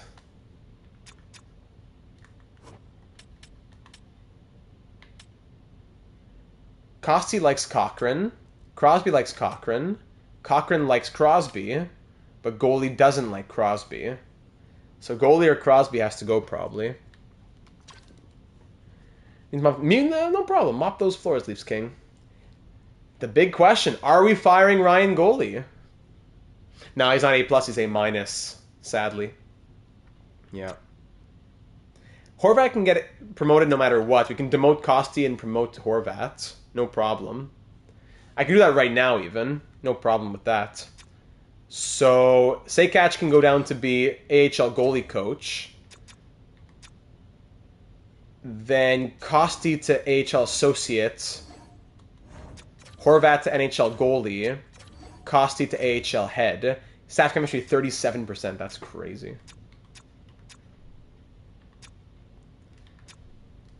Perfect. I'll add to that later on, Sky. Thanks. Gen Z says keep goalie. Cheating heel, do it. We need a new voice. He's been here for so long. In franchise mode logic, I think goalie could stay. In storyline logic, which we like holding to, I think goalie goes. Either way, we're getting an A+ head coach. So I'm going to say we do it. Ryan Goalie's going to be fired. And Cochrane, does he get fired too, making his $9.9 million? He has a lot of A+ in here. I think those are helpful. If we made him interim head coach, but don't worry about that. We just extended him. We extended him to 8 years. The contracts and the money for the coaches are because of the broken coaching system. Don't worry about those. Interim head coach Cochrane. 50%. No, he can't be head coach. So 50% fit wouldn't be good enough. But now the question is, and now Crosby's a lot happy. 84% staff chemistry now. Now the question is, do we keep Cochrane and hire Oda or DeMarchi, or even there's goalie. Sorry, never mind. I lean Oda because of the age. The first woman head coach in NHL history, maybe. But A+ teaching. No, A+, but DeMarchi gets the edge with the A+ teaching. So I'm going to offer a contract to DeMarchi to be AHL head coach, and we'll see what he says to that. Let's go 8/6. That really doesn't mean anything. Nicholas DeMarchi. What's his record here in the NHL? He's been with Chicago for a long time. One of the two had good chem with Valchevitz and McIntyre. Yeah, I think DeMarchi's was a little bit better, huh? Yeah. So there, DeMarchi will be the one. And I'd prefer to keep Cochrane if possible. The staff chemistry's already gone up a lot. So in a perfect world, we do, but we can always make changes later. Gibbons to AHL associate. Sejkac to AHL assistant. And there you go. Okay, we'll wait and see for the head coach. DeMarchi will get the offer, and we'll go from there. Ryan Goalie, it's been a pleasure. It's hard to find a good coach we can keep for a long time. It's nothing personal. Just something had to change after 9-10 years. 2-2 in Stanley Cup Finals. That first round exit, something had to change. 2 top 6 players or top 9 players traded. Head coach gone. Big changes made. Who's out here in free agency now? Next question. If we look at the UFAs. Oops. UFAs who are out here. Koroliuk. Who's this guy? Vladimir Koroliuk, former first overall pick in 2026. Russian. but never more scores more than like 70 points. Yeah, it's really bad in the... That's because we just fired somebody, that's why. Or no, because someone got demoted. We demoted the head coach, or whatever it was. It should bounce back. But we'll reevaluate at the start of the year. So Korlick, that's a vanity overall. I would rather have an AHL goalie coach than an AHL associate coach. Okay, we can bump him down then. Again, we'll reevaluate when the season starts. Cole Eiserman would be great, but another American, so it doesn't really work. Levshinov wanting $18 million, incredible. Moore, another American there. Older players. Who's this guy? Fitzpatrick. Quinton Fitzpatrick. I don't think we're really doing anything. If anything, we're looking at the fourth line. So let's make sure we're looking at, yeah, I guess UFAs we'll stay at. Jack Eichel out there? This is Jack Eichel? 38-year-old Jack Eichel. So we're looking at fourth liners. Zadina, 35, guys like that. Low elite Sogis. This Greek player, Swiss. Dallas Sogis. Grinder with 90 shot blocking, 5-star physical. A lot of pony minutes though? Yeah. Okay, that's a possibility. Marcus Breland, who just eliminated us with the Penguins last year. Do we bring Marcus Breland back? He was crazy in the playoffs. He actually had a good year. Do we bring Marcus Breland back to be a full-time player for us? But decent points and a grinder is interesting from Sogis. Marcus Breland's a power forward, which wouldn't be bad either, though. Noel Gunler, legend. Fabian Lysell, legend. Man, how the mighty have fallen after his mighty, mighty years in Starfleet. 75, 72 points, 40-point guy with the Canadiens, and then just fell off a cliff. Too bad. What a machine. I should just be looking at forwards. What am I doing? I don't know if we like, if you like one of these guys more, perhaps? Yeah, again, that was asset management, trading Lysell. It was too bad. And you know what I'm going to do here? I'm going to just move the microphone for a second. Because I got to come a little closer to the PlayStation. If you still hear me okay. Because I need to put the charging... I need to get my charging wire in. Because the controller's about to die. So I'll put the microphone back here. I'll have to, I'm sitting super close to the screen, but just for a couple minutes to charge up the controller a little bit. Okay, sorry, back to what we're looking at. So Sogis, very interesting. Former Starfleet officer, Konsta Helenius. Who's this guy? Kuznetsov. Vitaly Kuznetsov, sniper though. I'm looking more at those two ways, grinders, power forwards. Any other grinders? Then there's Pruka, right? Pruka. Karamaki, interesting option. Just he would bump Lankow out of the third line. That's the problem. Karamaki. Yeah, affordable. Very affordable. Because he's getting buried, that's why, in Vancouver. The disrespect from the Canucks. Only problem is, he would bump Lankow out of a third line role. There wouldn't really be room for Jonathan Karamaki. As much as I would want to sign him. That's too bad. That's a great opportunity right there. That's a great opportunity. But where would he play, right? We got Yarventi to be the third line scoring. For me, I think it comes down to Bishop and Sogis. You're saying he can play fourth line? I don't know. Karamaki, a 82 overall sniper with 2.5-star defense, 2-star physical. I'd prefer someone better defensively. So Sogis wants a little bit more, but he's a higher overall than Pruka. Pruka was great. So 90-90, 91, 90-90 on defense, and lots of 90s in the physical. But hold on, 1-star skating. Ooh, that might be the killer. 1-star skating, while Breland 90-94 on the shot blocking and stick checking. Yeah, I don't know if it works like that in franchise though as much though, Jency. That's the problem. Daniel Sprong roll. 2-star defense on the fourth line. I think that's just asking for problems. 99 strength from Marcus Breland. So I think it comes down to Breland and Pruka, actually, for the fourth line signing. 92, 93.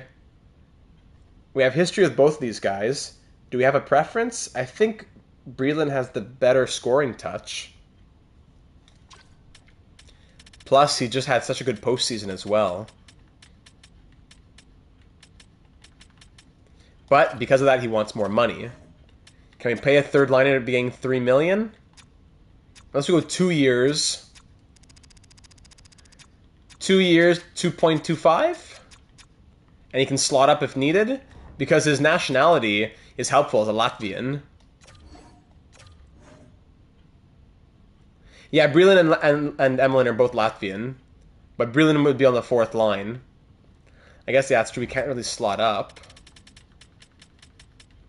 But how often do we need him to slot up and not somebody else?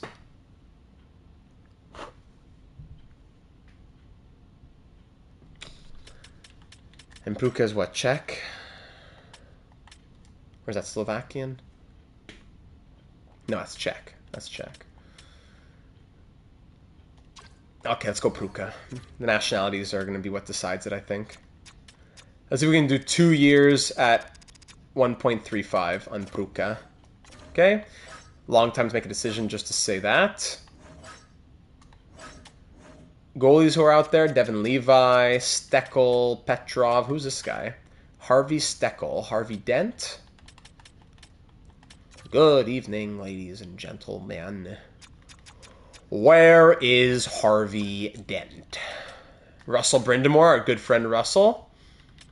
She loves... No. So now I just want to look at the AHL. Do we need some names for the AHL? I think we're pretty much good to go for the off-season. Forwards in the system. 1, 2, 3. They got signed. So 1, 2, 3, 4, 5, 6, 7, 8, 9, 10. That's 10. So a couple forwards could be helpful. Oh, I could do a whole read through, no problem. I hated my father. 1, 2, 3, 4. Yeah. 5, 6, 7, 8. So a couple of those RFAs might not even get... Sorry, Eriksson doesn't count. And Lee doesn't count either. Maybe not even Yalonen. Yeah, sorry. Because main roster... 1, 2, 3, 4. So, okay, so Ferenc Rita 1, 2. In the system, 4, 5, 6, 7, 8. Okay, yeah, we're fine. Maybe a couple forwards, though. I hate you, my father.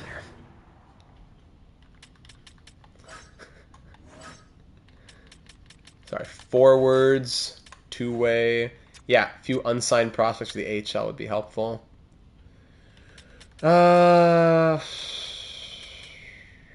Entry-level contracts for some low top sixes and see what happens. For IBF, why not? Kickoff NFL season has officially begun. Perfect timing. Data and NFL at the same time if you like that. Oh, our own that we have. Oh, let me see. Vorobiev, I sent him as a low top 6, but there's a medium top 6.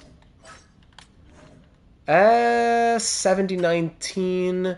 Brody's with... No, he wouldn't be able to play. This guy, he's a 68 overall at 20. Okay, let's go. 68-20, let's sign him. We should sign Holden, too. And he signs right away, very good. Yeah, we should sign Holden, too.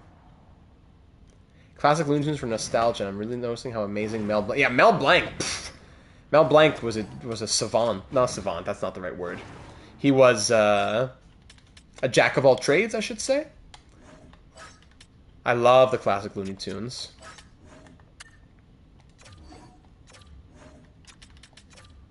There you go, Holden. That should be it, ladies and gentlemen, for the off season, pretty much. We just gotta wait to see what happens with the coaching. We can make sure the settings are medium for drafts moving forward. Since we're going through them more quickly. Medium, yes, very good. Alright, let's start going through it then. Let's sim a few days and see what Pruka and the rookies and the coach say. My sources tell me your staff chemistry is excellent. There you go. Nicholas DeMarchi, welcome to the team. New head coach of the San Francisco Starfleet. Chemistry at 72. He's happy. A+. Yeah, we'll go. Yeah, we should. Well, in a week we'll look at RFA demands. Any of you guys good at goalies? Or have their style balanced out? No, none of them are really into the goalies, eh? Sikach is already not happy, but I'll put him as goalie coach. Sorry. To help out the goalie if that does anything for it. And we can still sign an AHL assistant, actually. AHL assistant. Teaching A+ with D, A and D. Yeah, let's do this guy. Veronica Malik. She'd actually be better suited to be the goalie coach. So you know what? I will hire her as the goalie coach then.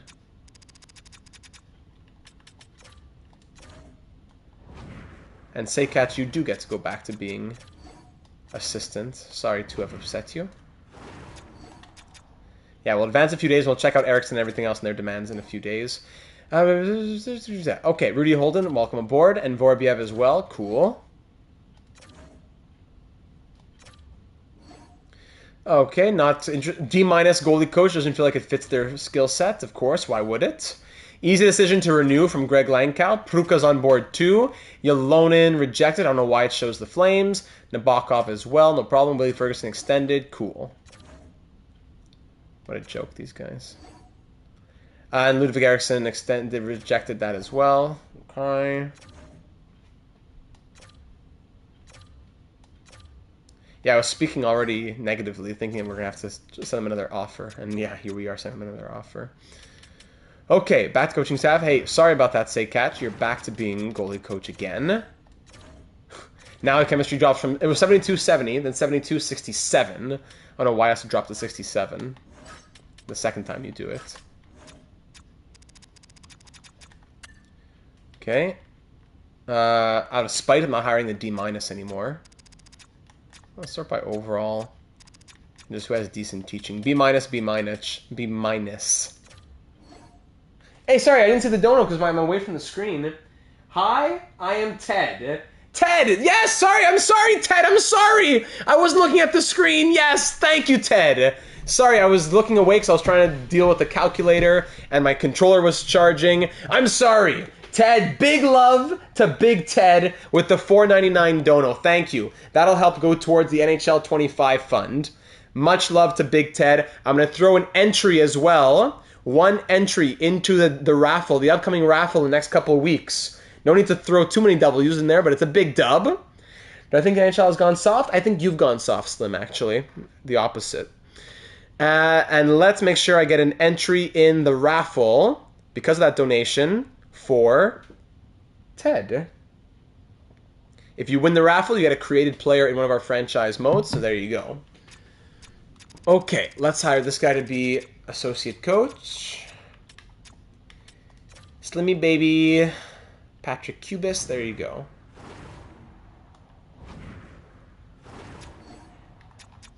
I like donating. Keep it coming, Ted. Keep it coming. Much love to you, and it goes a long way as it's going to be helping to pay for things that we have on the channel.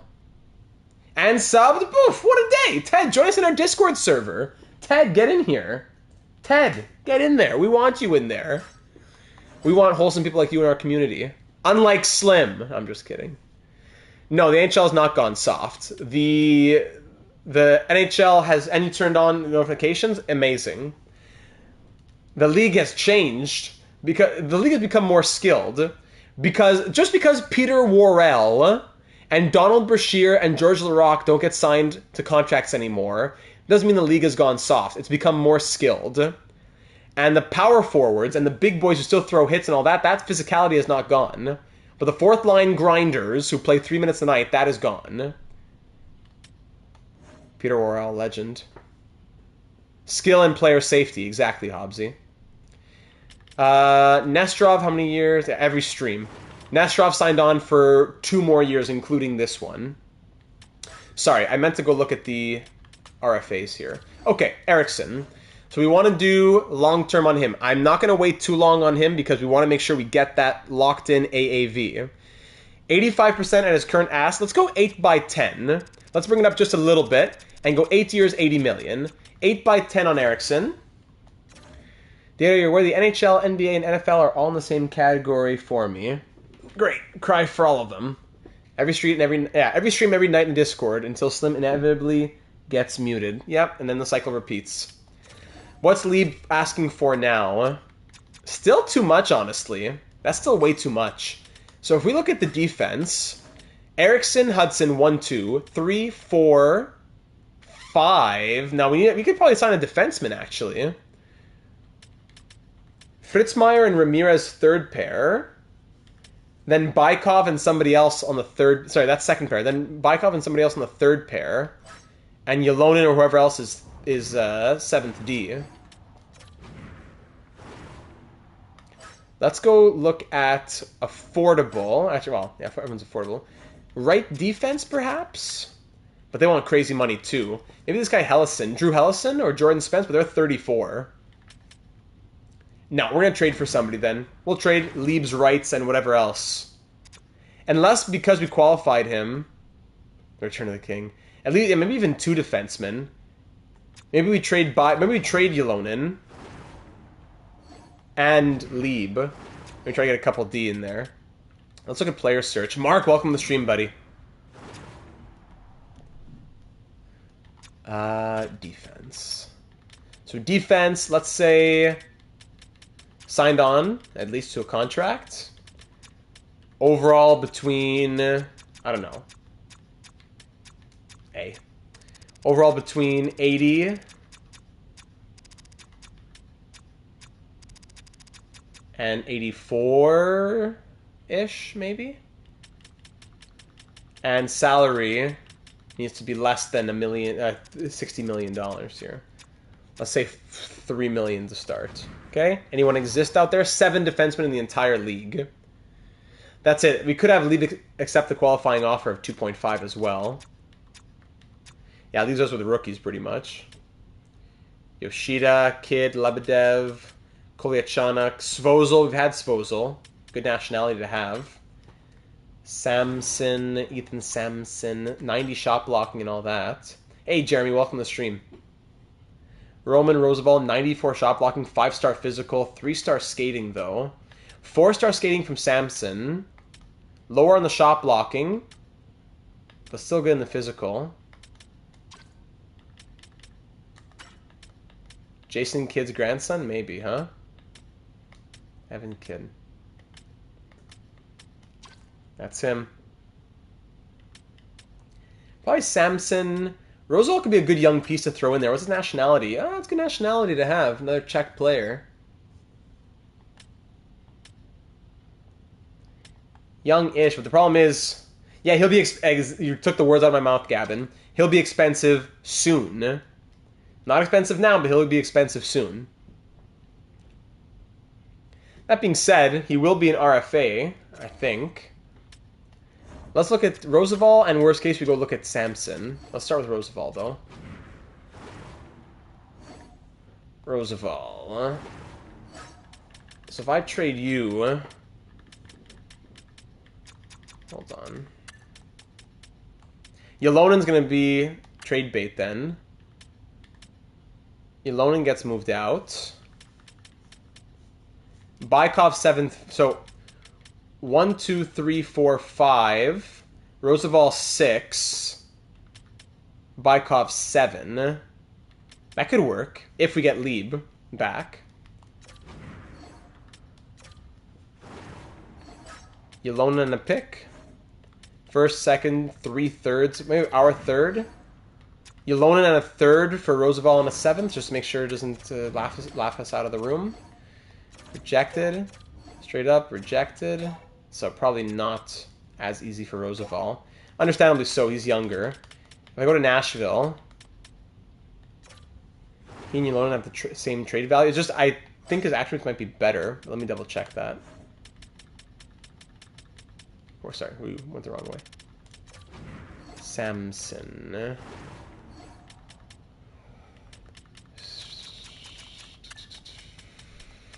Bykov, 95, 91 on the shot blocking, stick checking.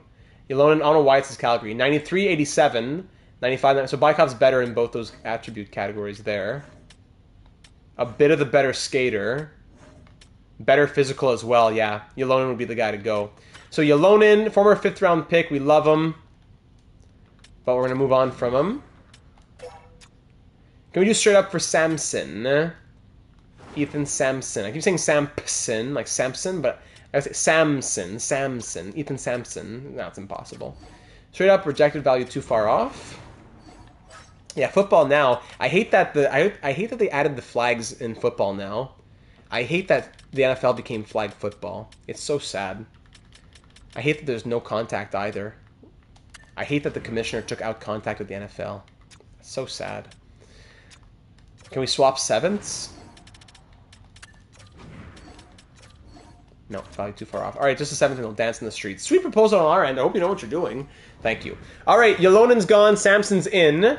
That gives us a defenseman, and we're going to wait to hear back from Lieb. And we'll keep on going. Hopefully Eriksson signs on as well. But the role's already filled. What? Forget it. Forget it. Forget the coaches.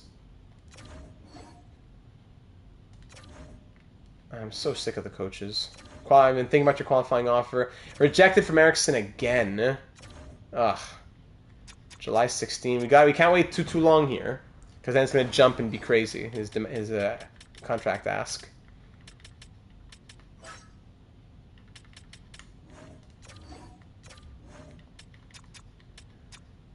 $8 by 10.35. We can't wait too much longer here. If you wait until like late July, he'll want 1 year $8 million.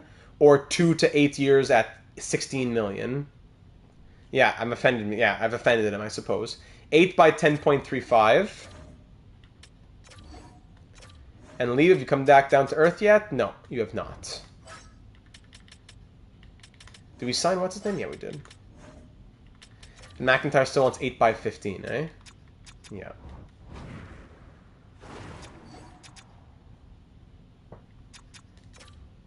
We gotta get this season started. My goodness, we gotta get this season started.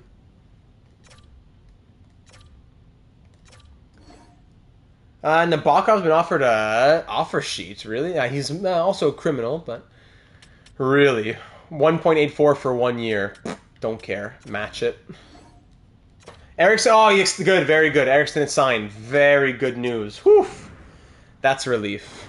We're going all night long, baby. That leaves us the 8.83 million. And when it comes to the extensions, we'll only have... Oh, yeah, we still have 29.295. Oh, wait, no. Wait, I thought he did. Because it didn't say Calgary, I thought it was a yes. Oh, it was still a no. Oh, wait, no. Wait, he signed his... Oh, that's why. He signed his 1 year... What? Why would the game do that? I'm in the middle of negotiations. And he signs his 1 year qualifying offer? Oh, come on. And then it'll be an expiring UFA. Oh my goodness. That's going to be a disaster. On January 1st, he's going to have to sign for $12 million now. Oh my goodness, I hate this game. Just move on, whatever. Just sim the rest. Broken game.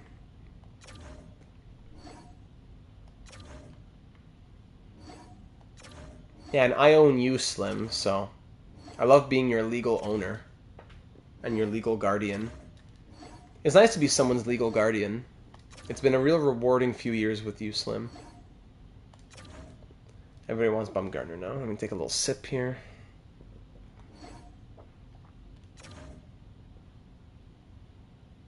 But for Lieb, he won't sign his qualifying offer. For Eriksson, he'll sign his. But Lieb won't sign his. What a joke.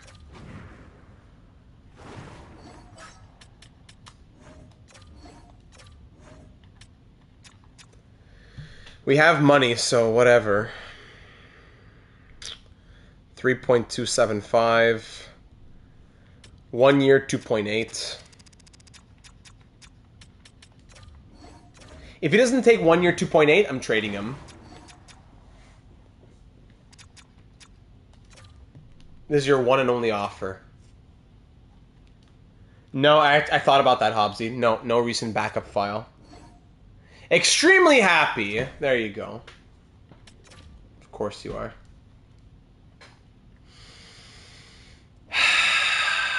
All right, off-season growth. What did we get? Line Langkow to an 83. That's big. Yes, let's go. Greg Langkow to an 83. That's literally it, though. Defense, Fitzmeyer to a 90. Good. And that's it. Goaltending, Brule to an 82. Nice.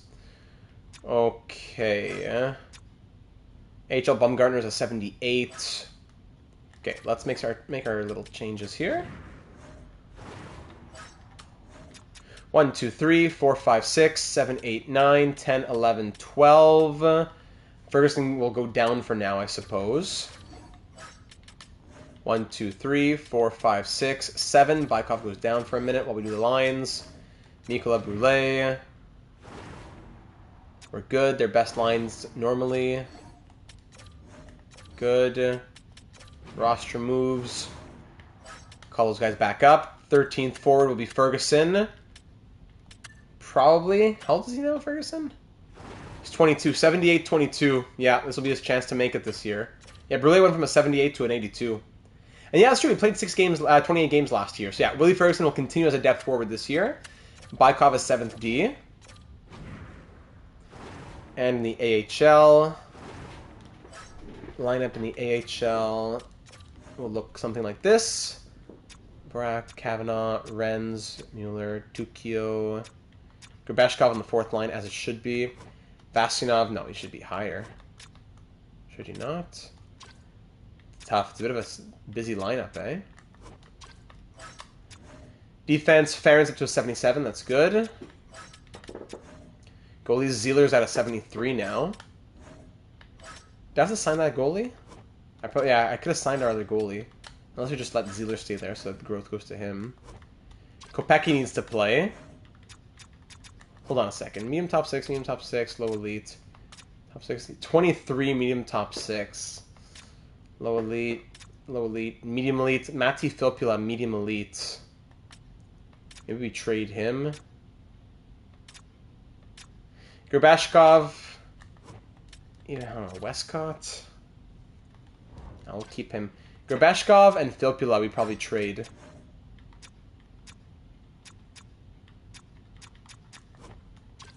Yeah. Medium elite, though. That's good value. Maybe just a little draft pick swap of sorts. Move up from a 2nd to a 1st with Filppula to help us out. I don't know. Ooh, he has a lot of trade value. I don't know if we can do that. Maybe he'll grow. Maybe maybe I'll put him in the top 6 then. You know what? Maybe he'll grow.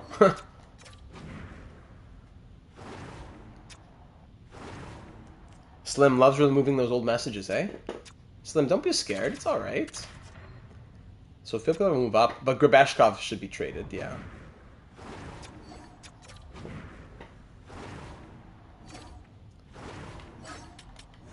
Grabeshkov. Anybody want him?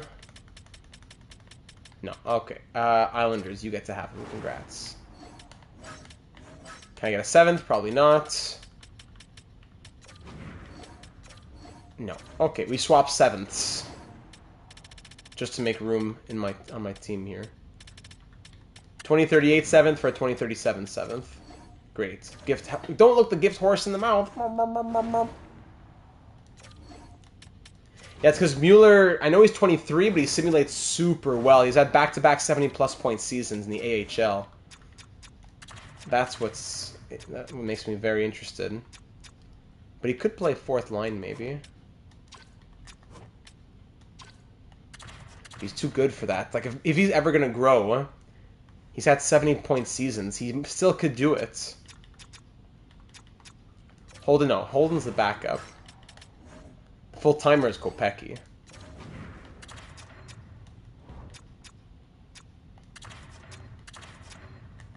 Medium elite versus low elite.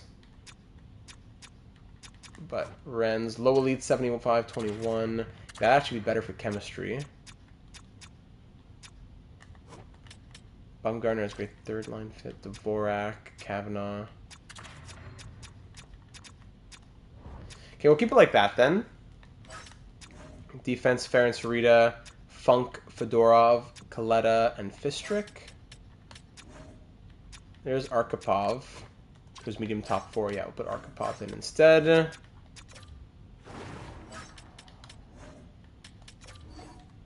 Does it take away the -3? No, it does not.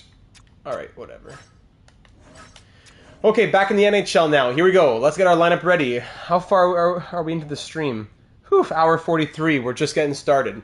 Valachevitz, Perfetti, McIntyre, maybe. Nazar third line, because second line's Nesterov, Rask, and Lucic. We'll say that for now. We could always put McIntyre at center here. Now with only one Canadian in our lineup, Perfetti could go second line center, no problem. But it would be no +4. That's the thing. Alrighty, the controller's getting low. Yarventi here, Nazar here. But then we wanted Langkow on the third line. And then look at this! Emlin's back to the fourth line. We didn't want that. But it might be necessary. Oh, I'm sorry, Emlyn. Perfetti and McIntyre can't play together? Why is that? You're saying, like, philosophically? Oh my goodness. I wanted Emlyn on the third line, but Langkow grew to an 83. Nazar ended up staying. Yeah, Langkow's a Canadian, but on the third line, too. Rask getting a big chance here to be our second line center. Former 7th overall pick of the Blue Jackets. It's a full sniping line here. No, Perfetti Canadian. It works. Defense, Hudson and Fritzmeier. Lieb and Samson gets a -1, but Lieb's left-handed, so it's okay. Eriksson, Ramirez, then Fritzmeier and Hudson with the +2. We could put Ramirez top. No, then that's 2 Americans. We can't. +2 and 0. I'm not sold on the third pair, but we'll see as time goes on. And Mikula backed up by Jacques Brulé, former 4th-round pick. Bykov and Ferguson as the healthy scratches. Excuse me, there we go. Power play. McIntyre goes here. Perfetti goes there. Valachevitz. Only 5 power play goals last year. You know what? Let's put Valachevitz on the second unit as the finisher then. Nesterov's going to go here. But he has crazy shooting attributes too. I don't want to make Nesterov the finisher on the second unit. How's Nazar in 84? Wish I could tell you, eh? Broken. What if Valachevitz does stay first unit then? I don't know, what if... Okay, let's put Nesterov... We can mix it around as time goes on. Rask goes there. Langkow 79 face-offs. Rask 77. So what if Langkow goes center on the second power play? Yarventi doesn't have... Okay, Emlyn's going to come off, actually. Hudson's on the first unit. Maybe Fritzmeier on the second unit for defense? 5-star shooting, 95 passing. No reason why he shouldn't be with 95 passing. So Fritzmeier can go there. Rask, Valachevitz. But we can put Lucic instead of Yarventi, probably. Unless Lucic is the finisher, too. With his 99 shooting accuracy, right? Shouldn't Lucic be the finisher, technically? McIntyre, 58 goals last year, 13 power play goals. What if McIntyre here at center, Perfetti here playmaking, Nesterov here, Lucic the finisher, and Nazar playmaking here? That could be it. But then Langkow there, Rask... Yeah. Yeah, this could work. Valachevitz kind of gets relegated in the ice time a little bit, but... Unless we put him back first unit. So the choice, do we want Nesterov as the finisher on unit 2? And it only gives the first power play a +2 as well. If Valachevitz comes back, gives it a +5.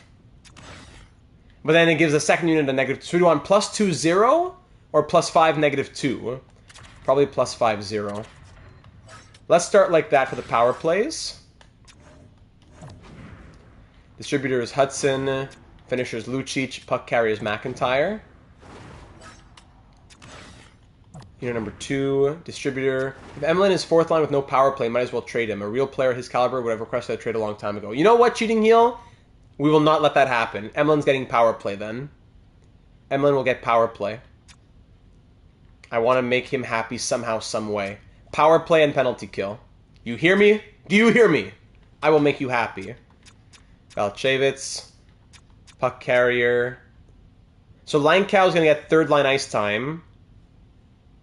But probably no power play. No, he needs to play over Nazar. So Lankow can go... Is he right-handed? He is. Yeah, he's only being paid $2 million, but he could be a 5... He's a 50-plus point player. We got to do right by our players as well. Emlyn's going to center the second power play unit, and we'll see where that goes. He fell off last year, but look at his ice time. 9-10 of ice time. You know? So we're going to give him second unit power play, fourth line, but second unit power play, and we're going to give him penalty kill as well, and we'll see where it goes. If it doesn't work out after 20, 30, 40 games, we can always make changes. We got to do right by him. At least to start. That's good. Nazar... Nazar has great face-off, so Nazar could center this. Let's put Nesterov there. Your Venti, you're depth scoring. I'd rather give it to Skylar Lucic. And this is going to be Fritzmeier. -3, of course, with X factors and everything. -3, what a joke. Okay, penalty kill. Let's start with the big dogs. Let's go Perfetti with... Nazar's too good. He has to be a centerman. How's Lankow's defense again? No. Actually, no, Pruka could stay. Pruka's a machine. With this 92 shot blocking, 93 stick checking. Let's start Perfetti, Pruka, Eriksson, Fritzmeier. Second pair, Hudson, Sampson, both with X's. That's not good. McIntyre, yes. How did you come across Lucic? I believe he was a free agent signing for the AHL, because he was drafted by Seattle. I'm 99.9% sure we just signed him as a rando to be in the AHL. The stream's going well so far, Mark. Thanks for asking. What if Ramirez comes here? Still -2. Lieb, -1. I don't want any negatives, though, on the penalty kill. So Eriksson will play with Ramirez. Hudson, oh, no problem for being late. Hudson with Fritzmeier. And Lieb with Samson. Okay. Valchevitz, I don't know. Nazar definitely goes center here. Who has some good defense? Perfetti's in. Nesterov, is he... Yeah, I don't know. 82, 87. Need by comp... Does Lankow get ice time like this? 85, 91.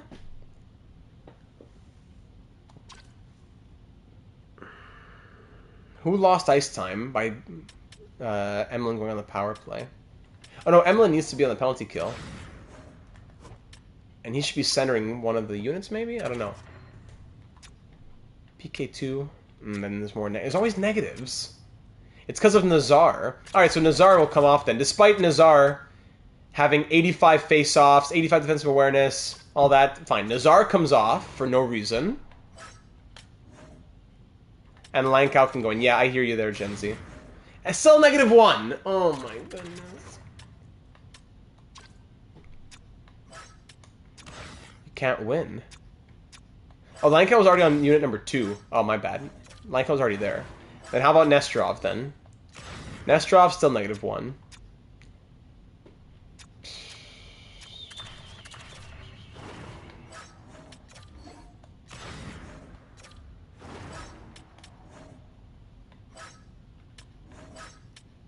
Maybe...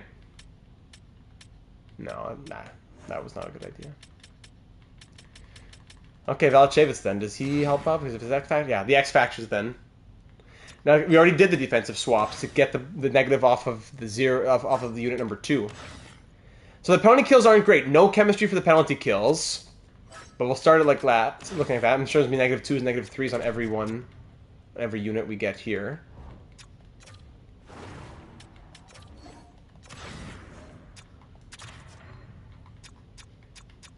Yeah, can't do anything. Extra lines, Perfetti, Valchevitz. No, we'll go McIntyre, Valachevitz. 4-4 line 2, Perfetti, Nestrov. No, Perfetti, Lucic. And Nazar with... No, actually, yeah, Rask and Nestrov. That makes sense. Yeah, because he needs his ice time. 3-on-3-1. McIntyre, Valachevitz, and Hudson. 3-on-3-2, Perfetti, Lucic, and Fritzmeier. 3-on-3-3, Rask, Nestrov, Eriksson. Yep. Valachevitz is on the first one, right? Sorry. Yes. Final little touches here. Shootout. 95-95. Actually, we already know. Hold on. Nazar's coming off. We want Nestrov and Lucic. Are they already on it? Yes. No, they're not. Nestrov and 88, 80. Yeah, Hudson. What is Hudson doing there? And Lucic. Okay. 99, 99, 98, 98, 96, 96, 88, 90. Yeah, 95, 95. That's going to go there. Oops. McIntyre, Perfetti swap. Great.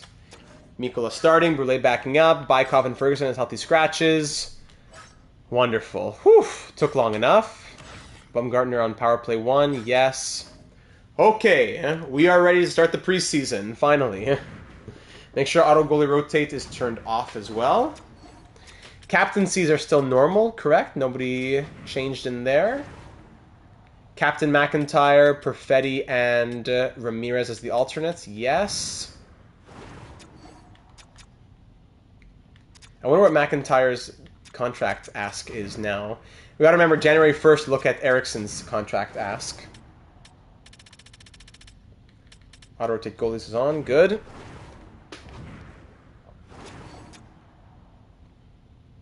Get some sips. Sim the first game of the preseason.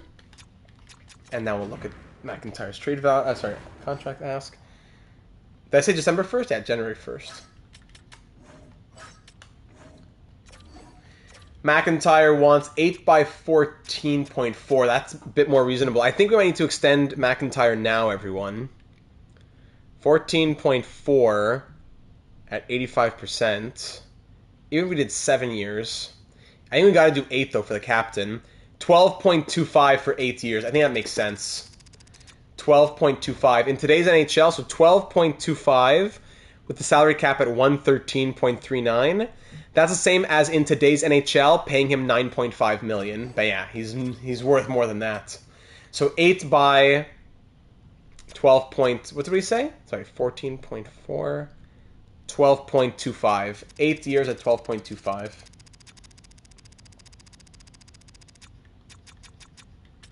All right, let's see what he says to that. Eriksson, we'll have to look at him later. Oh yeah, we'll have to look at everybody else at a future time. Hold on a second. Whoa, hold on. Are Lieb and Samson the same nationality? No worries, RJ. I appreciate you just keeping the tab open. Hold on. Estonian, Latvian, Czech, American, Canadian, Finnish, yes. Well, hold on a second. We might have a disaster on our hands. Oh my goodness. Lieb and Samson are both Canadian. Okay, we probably trade Lieb then. Lieb's the guy who's not going to be here beyond this season, most likely. Samson, I could see him extending a bit cheaper. Let's trade Lieb for a left D then. Who hopefully fits penalty kill and stuff like that. Oh my goodness, just when you thought you were ready. Just when you thought. Lieb the dweeb. I hear you, RJ. Left D. Making less than $20 trillion.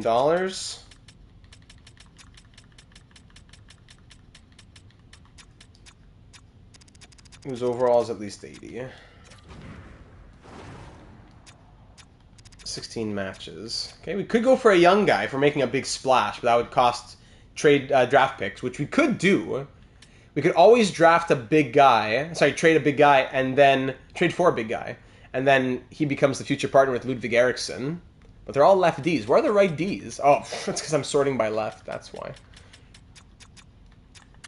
Or we just take whoever makes sense and move on. This guy could be interesting. Medium top 4. Corbin Fox. American. Offensive defenseman. Former 10th overall pick. Tjarnstrom. 80 overall. Johan Tjarnstrom. Swedish. That could be helpful, yeah. Defensive defenseman to go with a two-way D.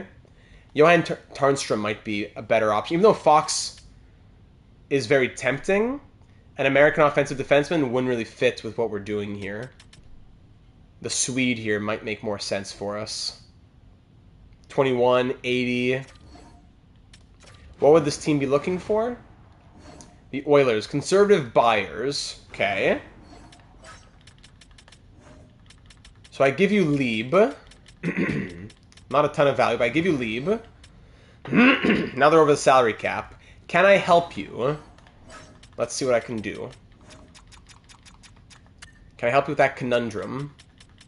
Owen Beck, former Starfleet officer Owen Beck, making 1 year, $5.325 million for 1 year. Or maybe we even take like a Jan Mysak. An expiring Jan Mysak might be a better contract to take. And he's on their trade block. So Mysak, I give you Lieb, returns from and Mysak. But what do I have to send you back? A king's ransom, right?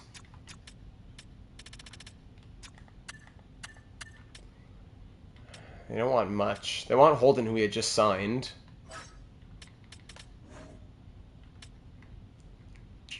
Fistrick's a healthy scratch down there. We can throw Fistrick into it. And one of our... How close does this get? Kind of close. They should be happy to move Mysak, though. That's the thing. I don't want to trade Mueller, though, Gen Z. He scores 70 points a season in the AHL.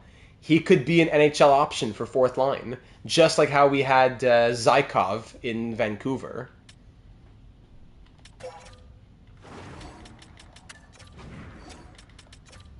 Fourth? No. No, that's not really going to work. We might just have to trade a bigger pick. We have 3/3. Leaving a third for Tarnstrom. He's a good young 21-year-old defenseman, so it makes sense that they want value. Might have to take back or Beck's $5 million. I don't know. In the real world, yes, but I don't think the game realizes that. Whether it's Mysak or Beck, I don't think the game realizes that we're helping them. Okay, third and a fifth is no good. Third and a fourth aren't where you need to be in value offered. Third, a fourth, and a fifth. Bit off in value. A third and a fourth this year, and a fourth next year. I bet that gets it done. Let's just make sure we throw in a seventh in case they're laughing at us. In case they're laughing at us. No, okay. Third and 2/4, trade accepted. All right, there you go, ladies and gentlemen. Welcome, the Swedish left-handed defenseman. Welcome to Starfleet. Lieb, too many headaches with you. Goodbye. You're off to Edmonton. And that'll be our one move before we can finally start this season. Tarnstrom, -5? Hold on, let me exit the... Oh, what? Great fit anywhere, but except for the third pair. You're kidding me. Oh, my goodness. Do we just go for the offensive defenseman, then? Oh, my goodness. -3, actually. But still, do we want to have a -3 on chemistry?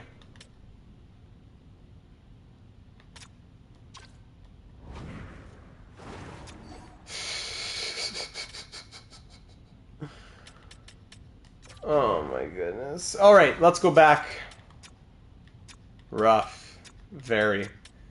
Left-handed D. Making whatever, 4 million, 6 million, whatever it is. Hey. And then it... Okay, I thought it canceled everything. Salary max. With 1 year minimum. There's gonna be 1,000 people. Yeah, for Corbin.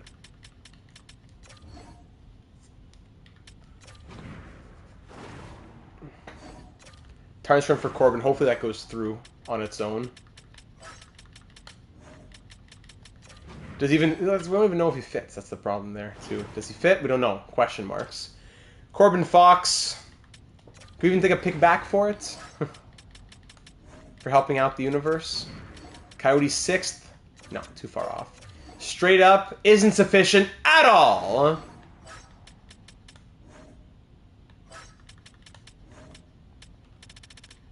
Give you back your 7th. Trade accepted. What a joke.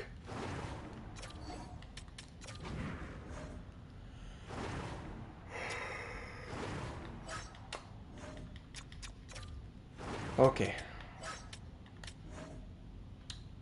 Oh, because Meshach's here. I gotta send down... Actually, could we trade Meshach? No, gotta put someone in the lineup first. Could we flip Meshach somewhere?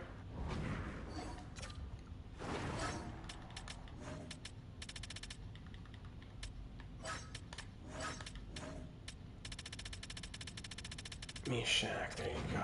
Anybody want him? Oh, actually, yeah. The Ducks want him. Can we trade him? Yeah. How about Buffalo? Buffalo wants him. Buffalo wants Meshach. For a 7th Buffalo? Rejected. Sorry to have offended you. How about I add a 7th and you add a 6th? Like I give you a 2037 7th for a 2037 6th. That could have done trade. Not gonna look like a gift horse in the mouth. So you trade a 7th for a 6th. There you go. Meshach gone. Edit lines. Man, I'm really sorry about how long this is all taking. The season will fly by a bit more quickly, hopefully. We're already 2 hours in, with still a season and the postseason to go. Oh my goodness. Roster moves, roster moves. Come on, please, menus. Do it, do it, do it. Fox up, and that's it. I don't care. Negatives now? I don't care. We're taking any negatives if we have to. Our 3rd American defenseman, which is not ideal. -1. Beautiful. Great. And he fits perfectly on the top pair, which would be good for the future, maybe. Corbin Fox, 10th overall pick in 2031. Offensive defenseman. Making his NHL debut this year, too. So that's nice. And there you go. Penalty kill 0-0. Please 0 as well. Good. Okay. Let's get this season started. Corbin, welcome to Starfleet. Let's get this preseason over with. It's only 3 games, so not much room for experimenting.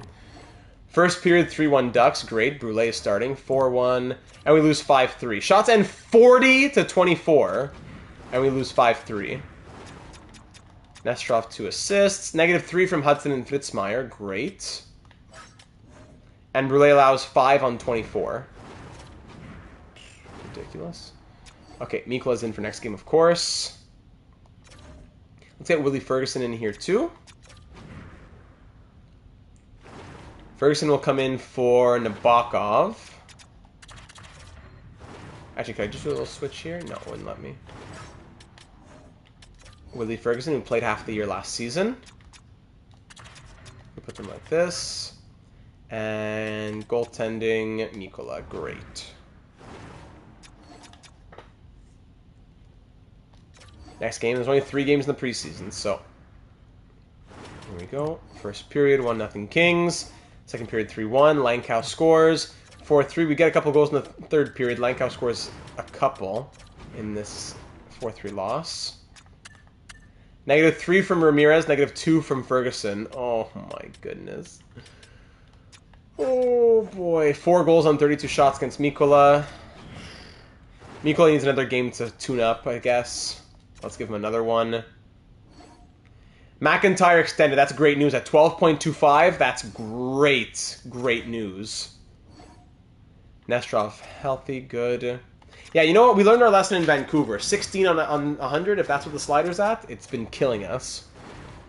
15. So, yeah, we said we'd bring it down to 13. So especially with it being a full season sim, let's try and cut down on the injuries a little bit. Willie Ferguson did not look good. I know it was only 1 game, but sorry, that's showbiz, baby. That's showbiz. Bakov back. And Mikkola starts again. For the last game of the preseason.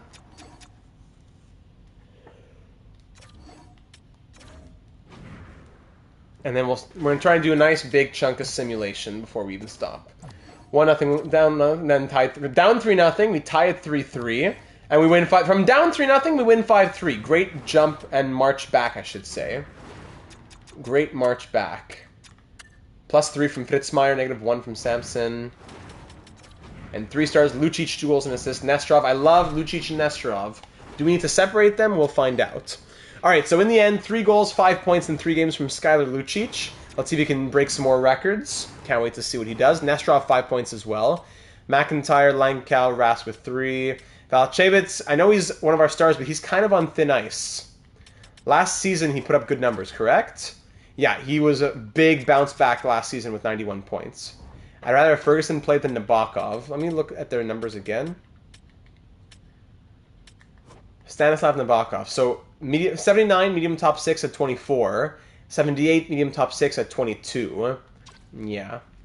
Ferguson did play last season as well. Nabokov, did he play last season? Yeah, he played almost the whole year. 17 points in 79 games. Versus Ferguson, who scored 6 points in 28 games.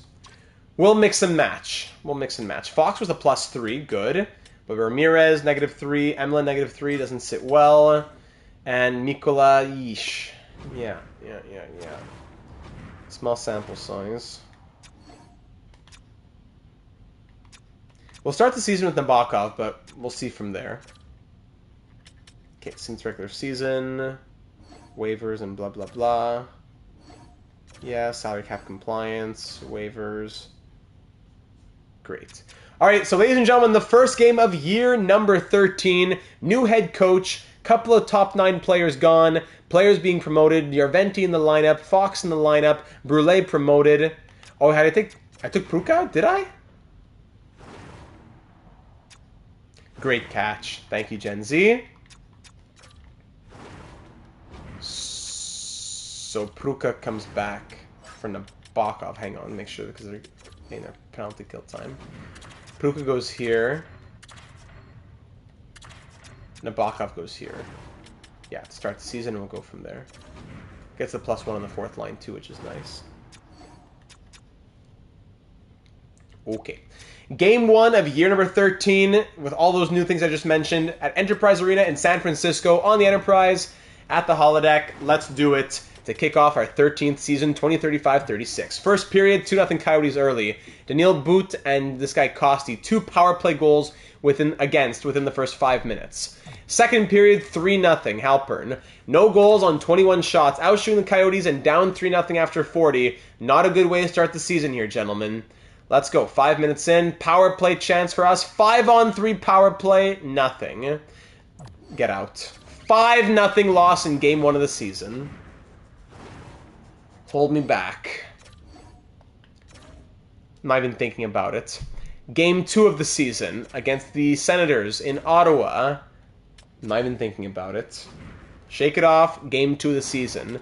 First period, 2-1. Lind opens it up. Emelin, there he is, ties it. Then Drysdale, 2-1. Second period, 3-2 goal apiece. Nesterov ties it, then Stützle on the power play. 3-2 Senators after 40. We're down by 1, but at least we scored 2 goals in 40 minutes. Nesterov with a shorthanded goal. Thank you very much with his second. Power play Starfleet. This time killed off by the Senators. Outshooting Ottawa 28-25 halfway through the third period. Power play Sens. We kill that off with 5 minutes to go now. Shots even, score even. Nesterov gets the hat trick, and Yarventi adds 1 more. From down 3-2 to a 5-3 victory. That's a big win right there. There's some passion from this Starfleet squad. Nesterov with the hat trick and an assist. 3 goals and an assist from Nesterov. 2 assists from Eriksson. Thank you very much. Yes, come on now. All right, off to the calendar. Got a little block of simulation in. Let's do that. Yeah, good thing it's a video game. Go Fleets, says the Sens fan. Thank you. Let's just sim a bunch. Let's just get simulating and see where we go. Auto goalie rotates turned on. 6-5 win, too close. Samson sprained ankle already. Oh my goodness. Bykov's going to replace him. Blues, we beat them 6-1. Ducks, we lose 3-2 in the shootout. 4-3 loss against Vegas. 4-2 win against the Kings. 6-2 win, there you go. 5-3 loss, 4-3 overtime win. Samson back. Bykov, how did you do? I wonder if it's a good mix with the offensive-defensive. No, it's just a 0. Bykov, 6 games, 1 assist, and a +4. Samson, 4 games, 1 goal, +3. Okay, so no reason to take out Samson. But Bykov, looking good. Thank you for... Now it says -1. Oh, yeah, it was always -1, sorry. Brule and Nicola both there. Yeah, we have Bykov in Arizona, too, for real. 3-2 loss there, 4-1 loss. Eee. I mean, Bykovs everywhere. Zykovs and Bykovs. Replace. 7-3 win to break that losing streak. Good. Hey, more injuries in the AHL. The Sliders at 13 on 100, for goodness sake. Let's go see... We traded with the Maple Leafs, did we not? No, where did Stenberg go? Stenberg went to Colorado. And Lafreniere... Or was it Lafreniere to Colorado? Yeah, Lafreniere to Colorado. Where did Stenberg go again? Washington. So none of those games are here. Let's just keep simming. Top 6 AHL forward is injured until January. That's true. So top... Was he top 6? Yeah, could be. 2-1 shootout win, 6-4 loss. Let's double check that all is well in the AHL. 18 points in 15 games from Avery McIntyre. Only has 5 goals, but 18 points, we'll take it. Somebody's scoring goals. AHL Bumgarner, Dvorak, Kavanaugh, Kopecky. No, that's fine. Everything's fine here. It's Holden. Yes, Arkhipov. Archipov's a... Oh, it's Renz. Renz was second line, right? Could it be? Or third line and Holden is here now? Either way, that's okay. To turn off injuries since we're trying to get through... Yeah, you know what? I would be justified. And maybe I will. Let's go down to 10 on 100.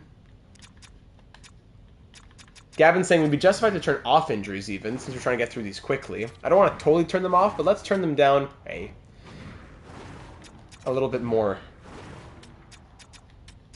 Because they're a real nuisance with how, you know, make it easier to fix. Go back to preset 1, whatever it is, and I'll happily do that. I'll happily put injuries at 100 on 100. I mean, give me injuries every day, no problem. 1-day injuries that take 2 seconds to fix, no problem. All right, let's keep on going. Anaheim and Toronto back-to-back. 2-1 loss, 3-2 win. Okay. Archipov's healthy. Good. Where does Arkhipov come back in? What kind of ice time was he getting? He was... Oh, he's a defenseman. Yes. For Fistrick, yeah.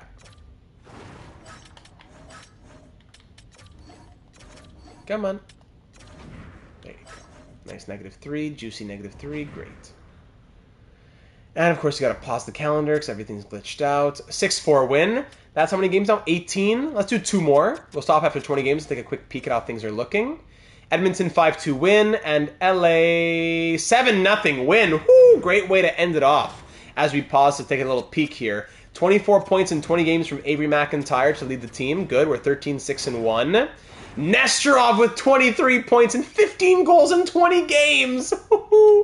Perfetti 23, Lucic 21, Rask 18, love it. Valachevitz 14 points, -1, keep an eye on that. Look at Emelin. This guy needs ice time. 12 points in 20 games. I love him. Langkow, Ramirez +8, good. Fritzmeier, Yarventi 7 points in 20 games. Okay, Nazar is really low on ice time. That's understandable. But he's depth scoring now. Nabokov, Pruka 5 points. Eriksson, good. Fox 4 points +7. Bykov, good. Goaltending, both goalies holding their own. Solid. Nothing that's concerning me through 20 games. Let's get back to the calendar simulation. Come on now. There you go. Back to the calendar. We said Colorado and Washington. I don't see any of those here, so let's just keep on going. In Calgary, 6-3 win. Canadians and Golden Knights, 9-4 win, 4-2 win. Woo! That's what now? That's hold on, 6-3 win. That is a 1, 2, 3, 4, 5, 6, 7, 8-game winning streak. Nice. Very nice. 8-game winning streak in Tampa. There it is, 4-1 loss. All right. Winnipeg, 4-1 win. We're back on the horse. 18-7-1's the record. In Carolina, 10-2 win. Oh my goodness. Yes, January 1st. Thank you, Gen Z. Let's go right to January 1st. 3-2 shootout loss. In Vancouver, he was already healthy. Back-to-back 3-2 shootout losses. 6-4 win. Mueller's back in the lineup. So Vorobiev will come out. Filipino's already grown to a 70, so medium elite. Might mean something. Mueller back in. Renz is still out. Okay. Gotta pause and go back and forth. In the AHL, we have identical records. No, okay. We're 21, 13, and 3 in the AHL. 3 more games. Here we go.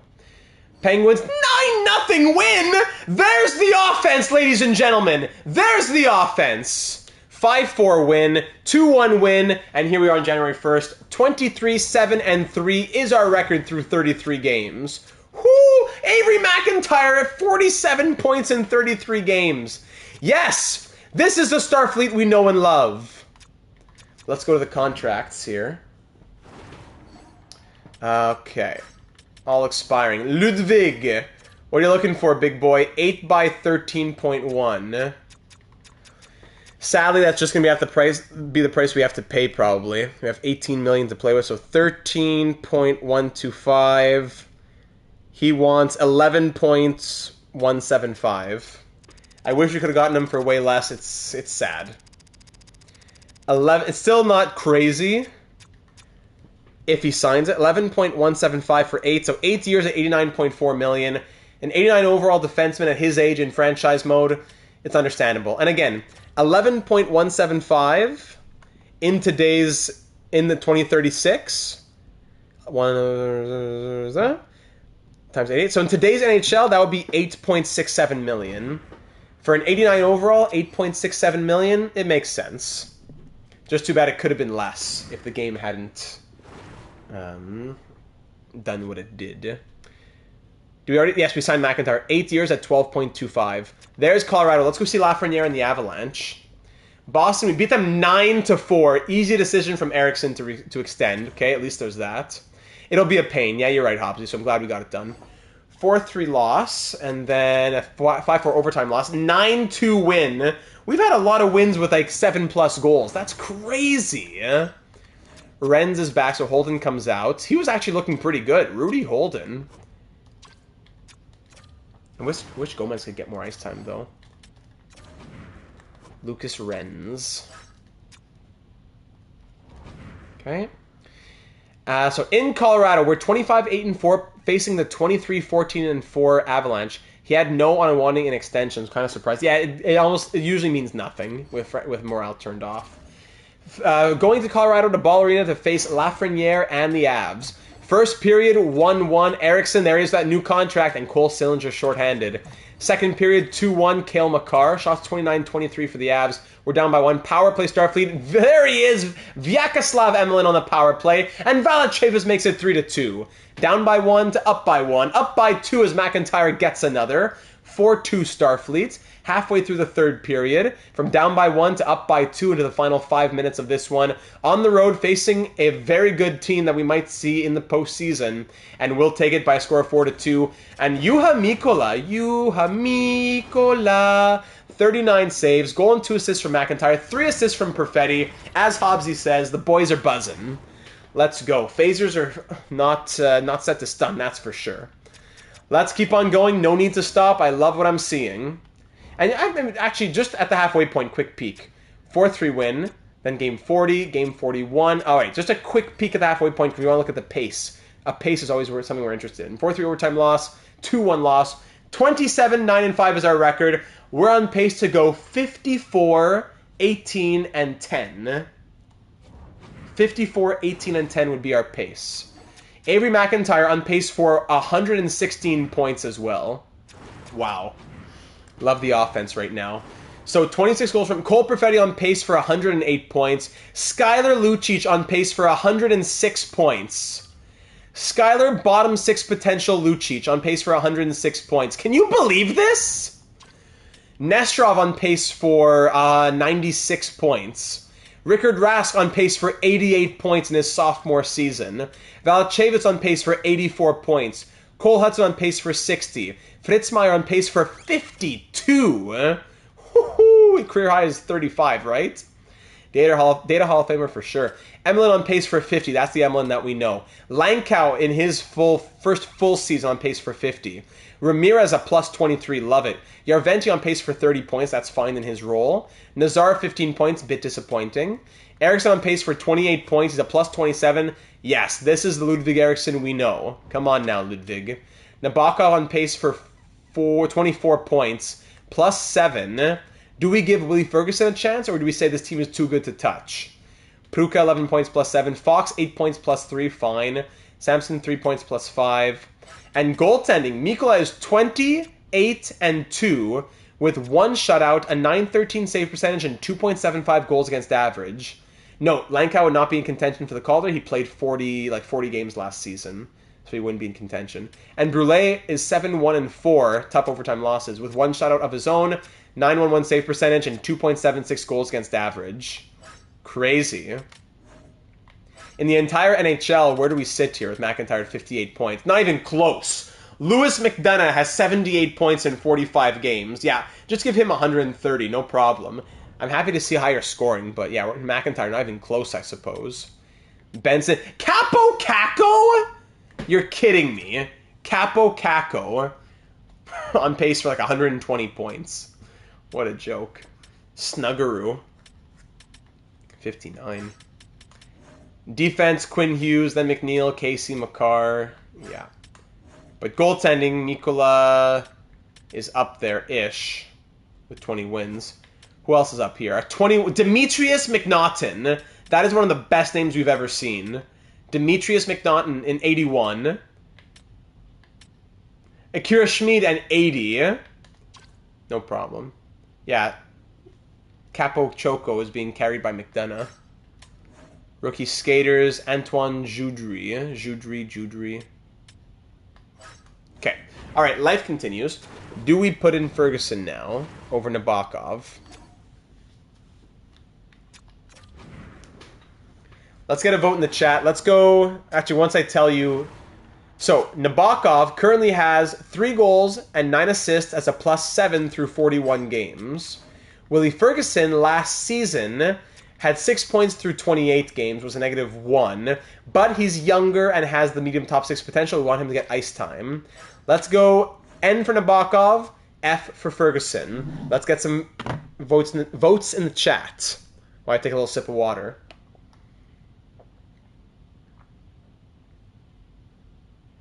It also might just be that even if Ferguson is the better choice, the team just can't be touched right now. But at the same time, it's the 4th line.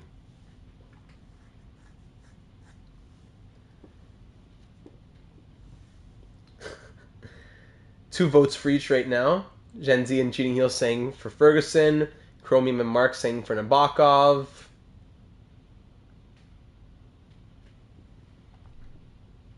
Golden for Nabokov.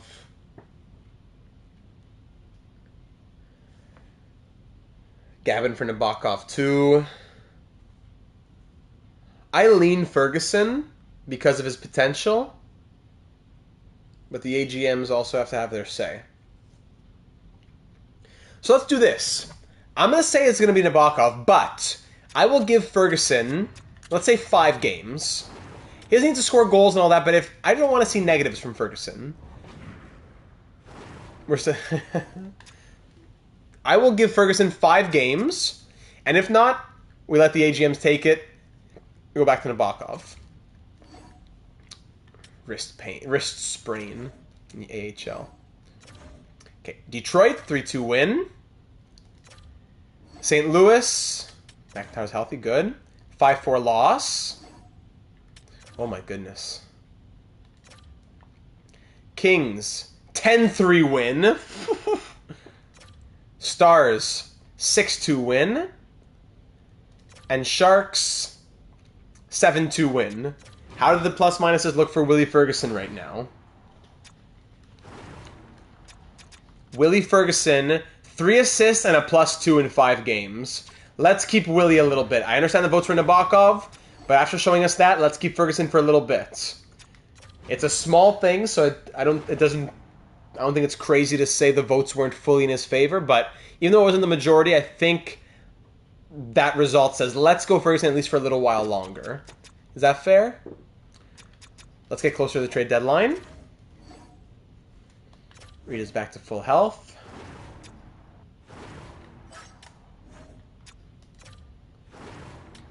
There you go, up to a 77 as well. Good. 3-2 win. Correct? No, 4-3 loss. Great, because why would they show me the correct numbers? 4-3 loss in Pittsburgh. The Maple Leafs have fired their head coach. Sharks 6-5 win. Devils 2-1 shootout win. Hurricanes 7-3 win. Sharks 5-2 loss. Kraken 4-3 win. Flyers 4-2 loss. Kings, let's keep going. Yeah, let's keep going to the back-to-back here, maybe. Kings 6-2 win. Flames 6-3 win. Sharks 7-2 win. 2 more for 40. 5-2 win. Here it comes. Devils fire their head coach. Could this be it? Hayden Hobbs. Sorry, Hobbsy. 8-4 win, and that's win number 40. We're 40, 13, and 5. May as well get to the deadline here. 2 more games. Jets 8-2 win. And then, I think it was a 5-4 loss against the Coyotes. Was Cam Beats a part of the Starfleet coaching staff? It could. Yeah, you're right. You're right. He was at one point. Gen Z, you have a great memory. He was at one point. This team is scoring 4.5 goals per game. It's ridiculous. This is one of the highest scoring teams I've ever had. Uncle Hayden, I'm sorry, Hobbsy. Okay. What's this guy doing playing half the games? Datsyuk. Get Zeeler playing. Oh my goodness. Baumgartner has 39 points. What? Okay, because Holden's replacing. So let's move everybody up while they're getting replaced from injury. Actually, no, Dvorak is back. What am I saying? Dvorak's back here. Both of our last wins against... Yeah, our last 2 wins against the Sharks were both 7-2 affairs. Sheesh. We're 42, 22, and 2 in the AHL. Wow. NHL and AHL's killing it. 6-4 loss against the Coyotes there. Yeah, so we're 41, 14, and 5.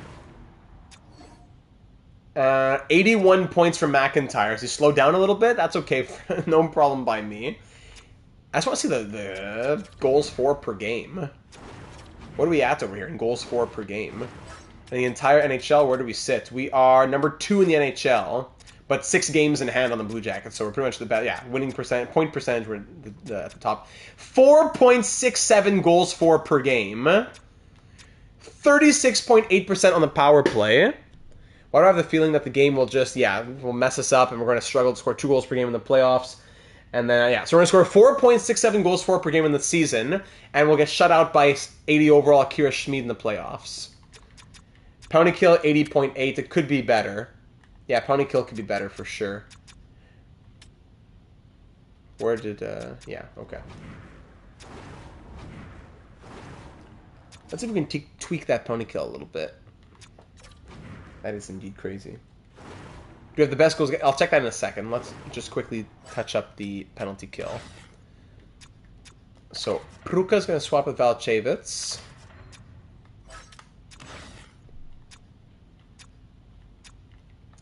Fritzmeyer's going to swap with Ramirez. Now it's -2, though. Maybe Ramirez can swap with Samson? No. There's no winning with these lines. No, I can't touch the defense then. Ridiculous. Okay, that's the one thing I'll change. Just instead of it being Pruka on the first unit, let's get a better player on that first unit. That'll be it. Yeah, sometimes it's just one of those lines getting buried, so that's it. No way to tell, though, exactly, Jones. So are we the least... Are we being scored against the least as well? For goals against? Oops. Entire league. Goals against per game. 3rd best. The top 3 teams are the top 3 lowest teams being scored against. Makes sense. All right, let's keep on going. What a season this has been, ladies and gentlemen. What a season. Sim through the deadline. I'm not going to do my due diligence. There's nothing to even look at, honestly. This team is incredible. The scoring is incredible. We have a 13th forward. We have a 7th D. We've already traded picks for other stuff. I want to keep on going. I'm not going to get bogged down by looking at trade blocks when we don't even really have anything to do if we even wanted.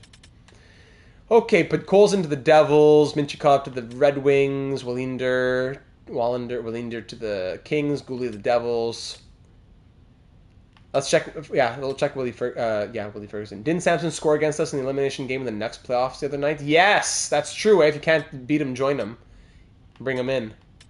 Siliev to the Hurricanes. Keller to the Flyers. Sveshkov to the Ducks. Sveshkov's on the block for a long time in both of our series, I think. How's Willie Ferguson doing? In the first 5 games, he had 3 assists. And since then, a goal. Hey, so he had 1 goal in the last 14 games. Yeah, Seamus Casey was traded too. Yes, he's a top. Yeah, good catch. Seamus Casey had been traded. Okay, so Ferguson's going to come back out. Nabokov's going to go back in. 1 goal in 14 games after 3 assists in 5 games. Thanks for reminding me there, Golden. All right, let's keep on going. Can we beat the Sharks 7-2 again? Let's see. Here we go. Ryan Suzuki on waivers. 78 overall. Pass. 4-1 win, not 7-2. We'll take it. Then a 6-3 win, 5-2 win, 3-2 shootout win, 5-1 win, 6-5 overtime win, 3-2 win. Woo! My goodness. Do we send him down so he plays? Does he have to go through waivers? Let me check that. 5-1 loss. We can pause here. 5-1 loss. And then a 3-1 loss. Back-to-back losses after that streak of wins. That was what? That was a 1, 2, 3, 4, 5. That was a 7-game win streak. 48, 16, and 5 is the record. 92 points from McIntyre. Will he crack 100? Absolutely. Clinch the playoffs? Yup. Can we send down Ferguson? Yes, we can. Do we send him down to play? So if we send him down, who comes up as 13th forward? Oh, we could have gotten Ryan Suzuki then. Maybe this is where Mueller comes in. Mueller. This is where Mueller gets a chance to come up. Let's do that. Because you gotta make room for him in the AHL lineup too. Ferguson's still 22. It's not over. He's still 22.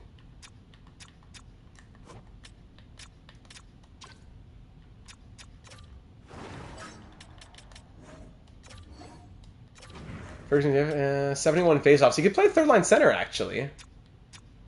Wouldn't be a bad idea. Dvorak's been crazy. We kind of got to do that, I think. Tukio, what number is 72 points from Tukio? What? Wow. Bumgarner only has 44 points compared to the rest of the team. Oh, he's a grinder. I forgot that he's a grinder. Yeah, I keep forgetting that Trenton Bumgarner is a grinder when we trade for him from the Avalanche. Maybe Tukio moves up then, and Bumgarner can play second line. Maybe that would be helpful. Kopecky, what's he again? Kopecky's a sniper. Sniper. We have a couple grinders in that middle 6. Okay, let's try that. And Nabokov will get to play. And if needed, Max Mueller will get called into action.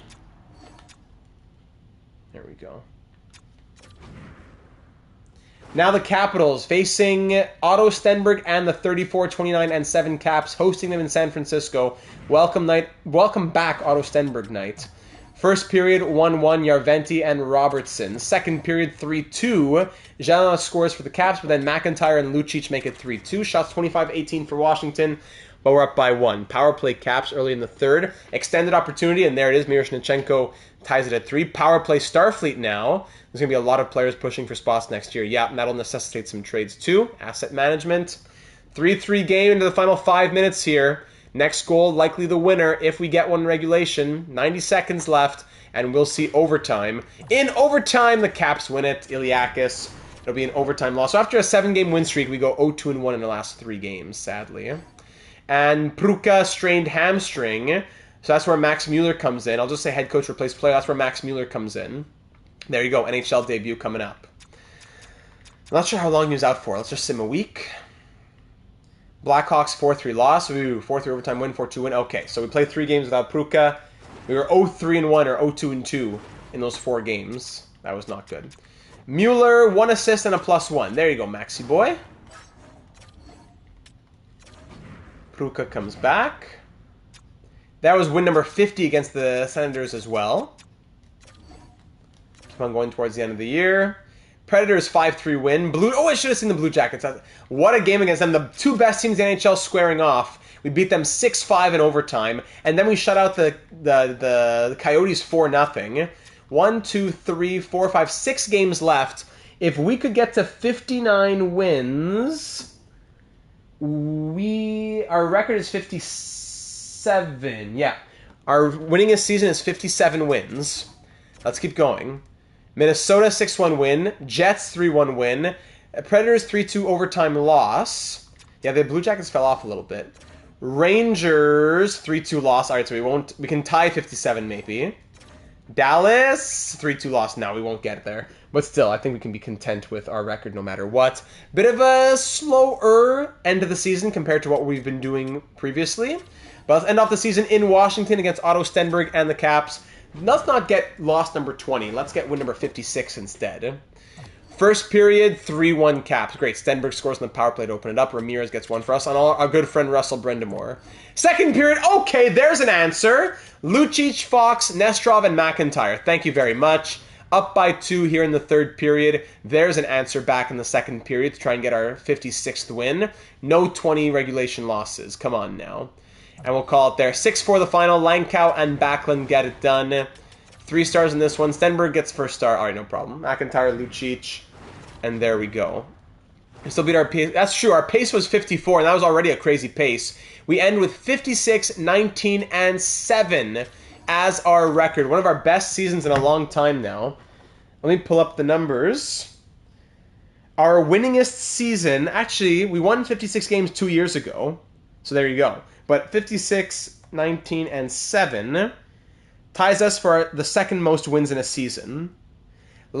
2 years ago, when we won 56 games, we went on to win the Stanley Cup. So, just saying. Let's make sure everybody plays game 82. Yes. Do we see 100 points? Yes, we do. 110 points from Avery McIntyre. And in game 82, he got goal number 50. Love it. All right, so in the entire NHL, is this going to be our fourth President's Trophy? Yes, it will be, by quite a margin as well. So let's just put that. Yes to the playoffs. Yes to the Hollywood Division. Yes to the Alpha Quadrant Conference. And yes to the President's Trophy. 56, 19, and 7. 4.43 goals for per season. Highest in the league by half a goal. 2.87 goals against. Tied for the lowest in the league. Power play 35.8, somehow beating last year's 35.5. 35.8. Penalty kill improved a little bit to 81%, identical from last season. So the power play went up by 0.3%, and the penalty kill stayed exactly the same as last season's numbers. There we go. Let me just put that there in the sheet. Perfect. But last year we lost in round 1 in 5 games, so does it mean anything? That's always the question. So as I go through the numbers now, let me just come a little closer to the screen again so I can plug in the controller for a little bit of battery, because it's not going to last much longer. I don't know what happens when you're live streaming and it turns off. Point totals now. Let me just take a quick little look. Ooh! Wow! Wow, what a year! Wow, what a year! Avery McIntyre, the captain, scores 50 goals and 110 points with his new extension. Scoring, is that a career high? Yes, a career high from Avery McIntyre, the highest scoring season of his career. A plus 35, playing big minutes. The captain leads by example with a career best season, with 6 point per game plus players as well. Yes. Cole Perfetti, at 34 years of age, scores 105 points, his second best season of his career, his third 100-plus point season as a Starfleet officer as well. 24 goals and 81 assists, 102 points from a bottom 6 potential player. Good job, EA. Yeah, exactly. Cole Perfetti, well done to the 34-year-old. Skyler, oh my goodness gracious, Lucic, scores 50 goals and 102 points in a career-high season as well. Bottom 6 potential, a 76 overall we signed in free agency, who grew like crazy, who scored like crazy. We put him in the NHL as a 76 overall, and the rest is history. 204 goals and 358 points in his 404-game career so far. Skylar, the sky's the limit, Lucic. Listed as a second-line forward, the GOAT. One of the greatest of all time. Reach for the sky, Lucic. Artem Nesterov, in his second full season. Last year, in his first full year, he scores 41 goals and 78 points. Now he follows it up, but with 49 goals and 93 points. 1 goal shy, playing 17 minutes tonight. What? 1 goal shy of having 3 50-goal scorers. But regardless, we have 4 45-plus goal scorers as Michal Valachevitz scores a career high in goals. Could it be? A 6th-round pick as well. The 6th-round pick in Artem Nesterov, yes. First ballot for sure. Valachevitz, career high in goals. 45 goals and 83 points from Valachevitz. That's what we want to see from him. Very well done. Rickard Rask, in his first full season as a top 6 forward, his second full season in the NHL, 16-27, actually no, his third full season, but gets the ice time and he shows us what he can do when given the ice time. 83 points in an 82-game season. Wow. Cole Hudson slows down a little bit to 59 points, but we'll still take 59 from Cole Hudson, playing 25.5 minutes per night. Greg Lankow, who scored 1 goal and 5 points in half a year last season. This year, 17 goals, 58 points. That's much more like it. Thank you. Leo Fritzmeier, we got him from the Maple Leafs thinking he could be a 30, 40-point guy. Career high 54-point season in his second year here in Starfleet for the 23-year-old. Well done. Vyacheslav Emelin, 48 points, 19 power play points. Yup, he can do it when given the opportunity. That's why we're not going to trade him if we don't have to. We give him the ice time, he's happy. Frank Nazar, 43-point season. Makes sense, playing 11.5 minutes a night. It's okay. Yarventi, 24 goals as depth scoring. Thank you very much. 4 game-winning goals. That's value right there. Jalen Ramirez, 33 points and a plus 45. Whoa. What a year from Jalen. And what a difference from that year where he was a negative 16 in 21 games and we pulled him. Jalen Ramirez. Ludwig Eriksson, 23 points and a plus 43 from him in his new extension. Vaclav Pruka, 19 points in 79 games. Fox, 17 points and a plus 21. You know what? Corbin Fox is an offensive defenseman. He was good in the end. It worked out that we didn't keep the Swedish guy. Nabokov, 15 points in 63 games. Samson, 12 points and a plus 23 in 76 games. Mueller, 1 assist in 3 games. Bykov, 1 assist in 6 games. There you go. Goaltending. Mikkola ends 41, 14, and 4. 1 shutout, 909 save percentage, and 2.87 goals against average, while Jacques Brulé goes 15, 5, and 4 with 2 shutouts of his own, 915 save percentage, and 2.69 goals against average. So that should be the Jennings since he got to 25 appearances. That should hopefully be the Jennings for Brulé and Mikkola. In the entire NHL, we know that crazy guy there, McDonough, 139 points. But McIntyre ends second in league scoring, and McIntyre in 4th. So there's something to say about that. Even Skylar Lucic down here in the top 10 of scoring. In defense, none of our guys are up there, no problem. And for goaltending, Mikkola ends as the winningest goalie in the league. Minimum, let's say, 40 games played. Keefe is there. So tied for the 3rd best save percentage is Mikkola, and 2nd in goals against average. So I don't know about the Vezina, but that should be some Vezina votes for Juha Mikkola. Well done. And if we look at just the AHL quickly, has Willie Ferguson done anything? In the AHL, 79 points from Tukio, Kavanaugh with 70, Dvorak 60, Bumgarner 51 with 100. As a grinder, it makes sense. Fedorov has done well. Kopecky, good. And where is Ferguson? 5 points in 8 games. That's nice. There you go. And Zeeler. Bryson Zeeler with his medium league potential. I don't know. Okay. What a year. Incredible. What do I even want to say? Output? Performance? Showing up? Passion? To exponential levels. Well done. Now comes the postseason, though. So first we got to see the wild cards, and we'll face one of the wild card teams. So we're going to face either Nashville, Winnipeg, Edmonton, or Philadelphia. Let's see who makes it through. both going to a Game 3 in the wildcard round. The Oilers are through, and the Predators are through, and we will face them. The Nashville Predators, who finished 41, 34, and 7. Also, they were 7-1-2 to end the season. They took down the Oilers in... No, was it the Oilers? No. I forgot who. They won the wildcard, the Jets. They took down the Jets in 3 games. So we faced the 16-seed Predators. Yes. Very good. Here in round 1. I just can't get over those scoring numbers. I can't get over them. In the AHL, what's up over here? 4 games, 4 points. What's up? We won 3... No, we're up 3-1. Okay. So, let me unplug the controller now. I think I got enough battery to survive for the postseason. Let me go back to where I go. A little further away from the screen. Have we played Nashville? I believe we have. Let me see our history against the Predators. The Nashville Predators, we faced them only once before. Ooh, more parallels. More parallels.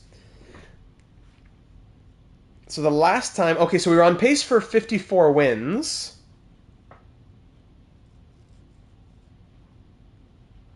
Oh, no, so the only... Yeah, so no, I was thinking parallels to last season. So, the last time we faced Nashville was in the semifinal, round 3 of year 11, 2 years ago, when we went on to win the Stanley Cup.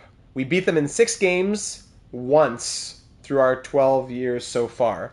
Now in year 13, we face them again now for a second time. All right, that's the story with Nashville. Let's see what their lineup looks like.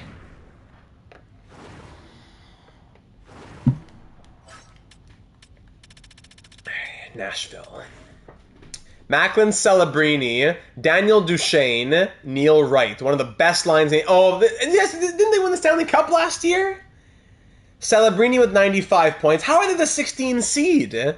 Duchesne 104 points. Waite with 99 points. Sheldon Tanev with 68 points. Okay. What? Philip Roberts 90 overall, 66 points. And Jay Walton 43. Okay. But how is this a 16 seed? Their bottom 6 is all between 74 and 79 overall. Okay, I get it, but still. Huh? So weak bottom 6, crazy top 6. On defense, Carey Karttunen, 56 points this year with Oliver Bonk. And then so the rest of their defense is between 77 and 79 with 190 overall. Whoa, and goaltending, it's Demetrius McNaughton. There he is. Was it two? Oh, let me see, Robert. 39, 24, and 6 was Demetrius. 890 save percentage and 3.43 goals against average. 2 goals, 64 assists. I didn't catch that. Wow. And right now with a 914 save percentage and 2.35 goals against average, of course. Randy Sheveldave backs him up. Ryan Betts is injured. And Kimmo Ylonen, yes, he's in Nashville.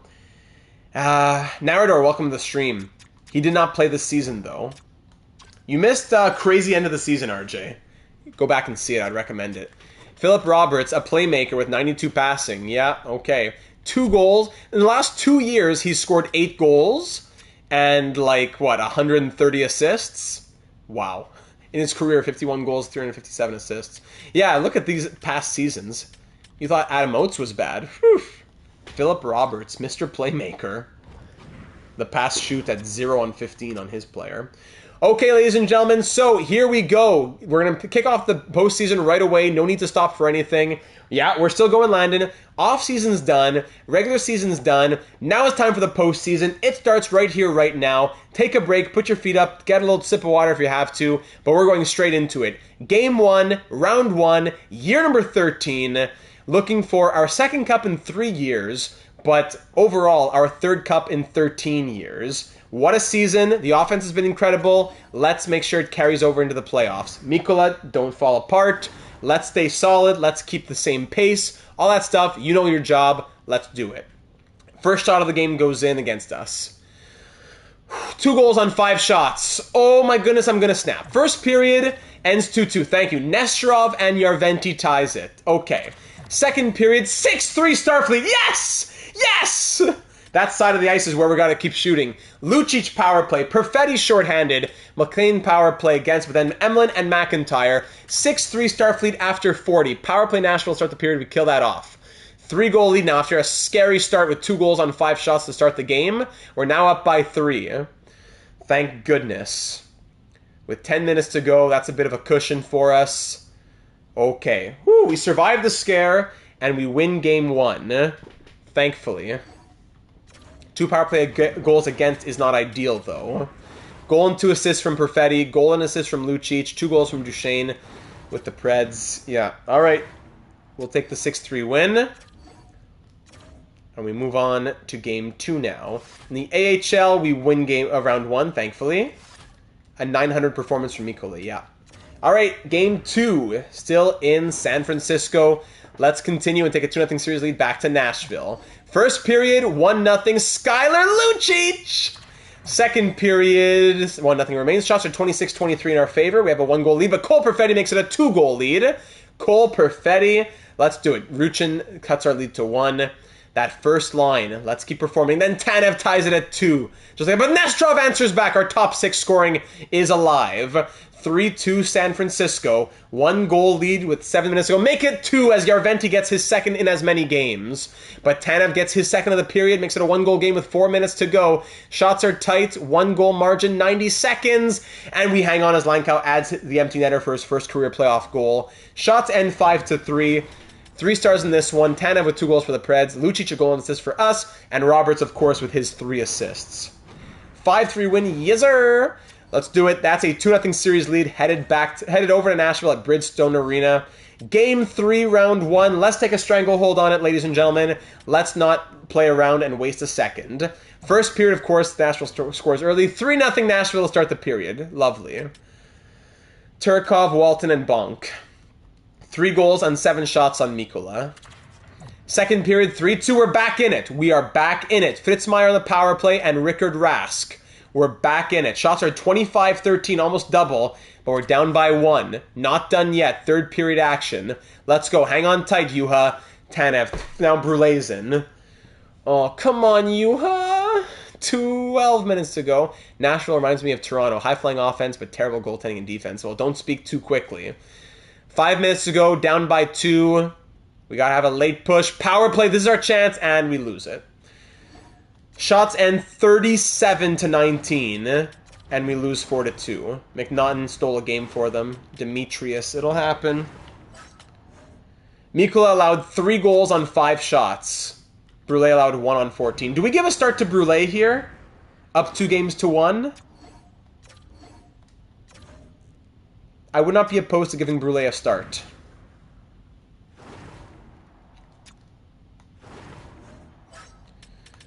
Mikola, through those 3 games, has an .865 save percentage and 4.13 goals against. I would not be opposed to Brulé getting a start. Those are ugly numbers, though, Genzi, you gotta admit. Brulé, for sure, he had a better and he had better stats in the regular season. That is true. He did. He appeared in 25 games. It wasn't like 15 games. He appeared in 25 games. Only had 1... Nah, I don't know about that. A 900 save percentage is not enough from Juha Mikola as an 89 overall. 1 horrible game, but 2 other so-so games. I think we're going to go Brulé. I'm going to make a little bit of an executive decision here. Gavin agreed. I know not everybody might, but I'm going to go executive here. Game 4 in Nashville to go up 3-1. First period, 1-0 after 20. Avery McIntyre shots 22-7. The captain leading by example. Second period, 1-1. Tanev scores 1 goal and 17 shots. That's acceptable. But we have only 1 on 28. We got to add to that. Third period, let's not allow the series to get tied up. Power play Nashville. You can't take these penalties and expect to win. Let's go up 3-1. Who's going to score the goal to put us up in this game and in this series? Final 10 minutes. Shots 35-28. 5 minutes. There's Vaclav Pruka, the 4th line grit. There's that 4th line passion. And Ludwig Eriksson adds an insurance marker. Thank you very much. Shots end 38-30. Brulé makes 29 saves, gets first star honors, and will take the 3-1 series lead. Jacques Brulé. I'm very glad to see that.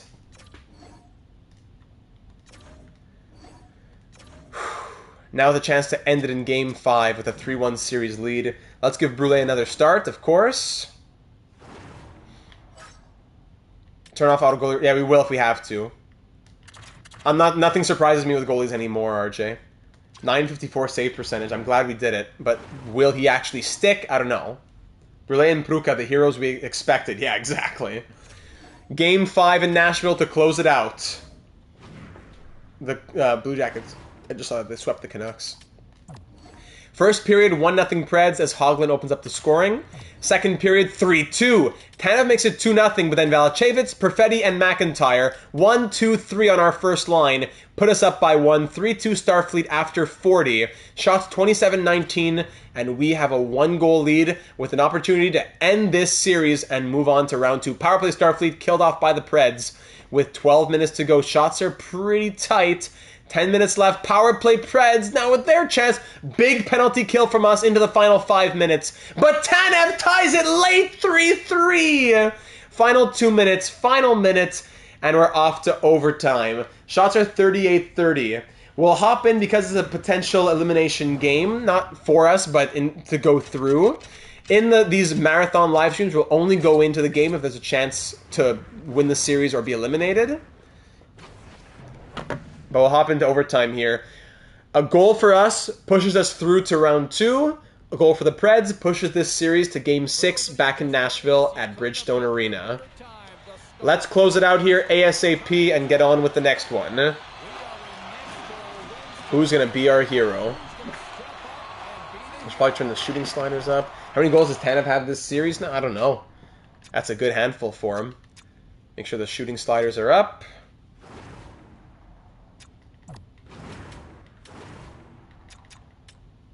Yeah, 73 goaltending. It's crazy for Nashville. There we go.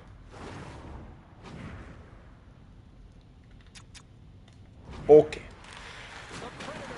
Big hit behind the net there. Bonk is bumped. Bonk is bonked by Valancievich. To McIntyre. Valancievich. Hudson! Oh, a bit of a wonky shot. Look at McNaughton's pads. How about... Oh, he was on the Blackhawks, that's why. Preds helmet, but Blackhawks pads. All up the draw with simulations. Yep. Tanev with 10 points in these 5 games. Offensive zone draw. Leave a like if you haven't already for good luck and get your predictions in. McIntyre loses that draw. Bonk. Kartinen. Here's Waite with a 2-on-2 for the Preds. Waite loses it to Hudson. Now back up to McIntyre. Leading the charge, the captain, Avery McIntyre. One time, oh, what a glove save from, what's his name? Cornelius? Demetrius? What a glove save from Demetrius. Demetrius Aurelius, we'll call him. Wow, what a save on that one-timer. The series right there. Another offensive zone draw now for McIntyre. This time he wins it back to Hudson. Oh, passed off to Fitzmyer. Can't make it through traffic. Oh, another sprawling save from Demetrius Aurelius Cornelius Maximus Viridius. Wow. Trying to keep his team in this. 40 seconds into overtime only. Preds win that draw. McLean over to Millen. Are they going to get it out? No, they will not. McIntyre. Perfetti in tight. Oh, almost slipped it through. Almost slipped it through. McLean. Duchesne. Now here's Tanev. The Hungarian. Sheldon Tanev. Over to Walton. Finds... Oh! Had space. Did a deke and got hit off the puck. Shouldn't have done that. Valancievich now. He does the windmill himself, which doesn't lead to anything. Roberts. Let's get that second line out. Yep. Tanev. In front. Broken up by Fitzmyer. Well done. Tanev pinned. Millen along the boards. Over to McLean. Tanev just wide. Rask bumped off the puck. Tanev, need a line change here. Big blocker save. Yeah, change up. Let's get the second deep pair out. There goes Skylar Lucic. 2-2s never lose. Let's go. Okay, here's Nestorov in space. Lucic scores! Skylar Lucic wins it in overtime! And the San Francisco Starfleet are through to round number 2. Who else but Skylar? Great way to win it. Who else but Skylar Lucic to end it in overtime?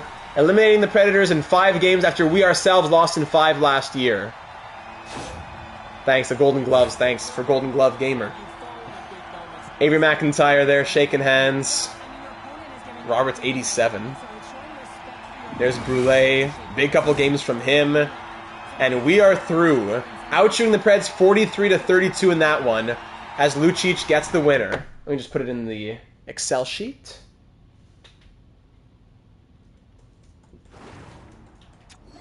Very good. That's a win there in round 1.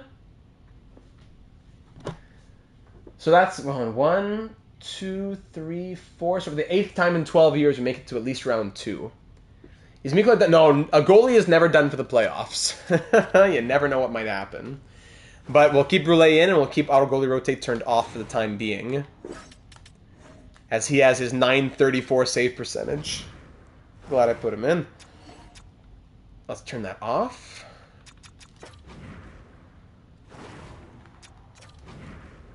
As we're off to round number 2 to face our next opponent.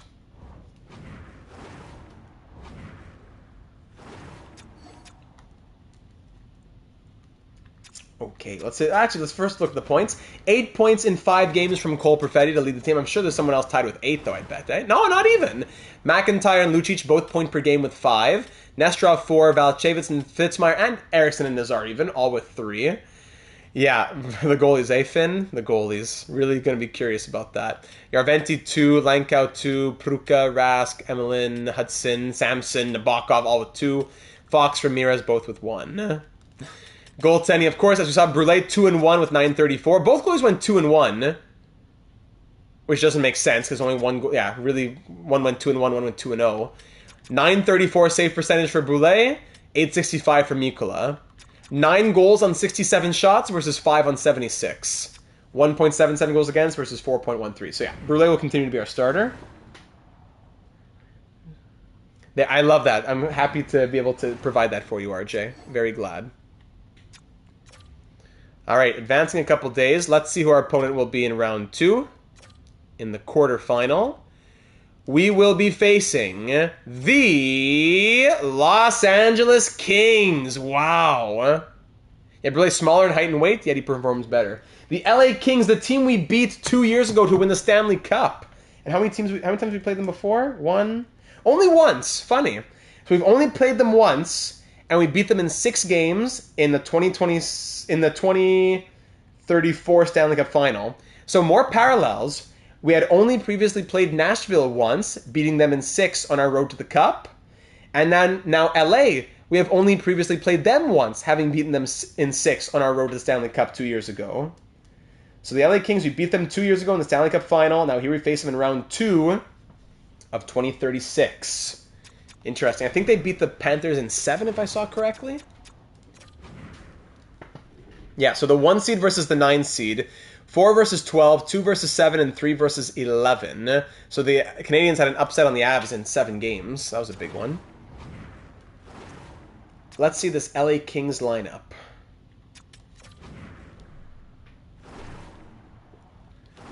Los Angeles Kings. Who do they have here in 2036? All right, Quinton Byfield. Of course, Lewis McDonough. Of course, I forgot about these guys. Lewis McDonough, Capo Caco. Oh my goodness, this is going to be tough. Roseyan, Tarasov, Nugent Hopkins, Hewson, Kuparainen, Crowder, Bystedt, Ogren, Holloway. So really it's that top line. Byfield had 9 points, McDonough 8 points, Capo Caco 9 points. Remember though, McDonough led the league, 139 points, 74 goals in 82 games from Lewis McDonough. Just bonkers. Cuckoo bananas, as the kids like to say. Dickinson and Addison on the top pair. Kemppainen, and Wallini on the second pair. Hunt and Richardson on the third pair. It's Fred Stepan, 88 overall, backed up by Alan Giftopoulos, a 63 overall. Fred Stepan on the year had an 897 save percentage with 3.34 goals against average, winning 33, 21, and 5. But in round 1, and all 3 of their losses were in overtime. 4-0-3 with a 913 save percentage. 2 of his 4 wins were by shutout. Okay, and scratches Antila Romano and Noah Hannafin at 39 years of age. So former Starfleet officer Capo Caco and this top line here in Los Angeles, that will not be an easy line to beat.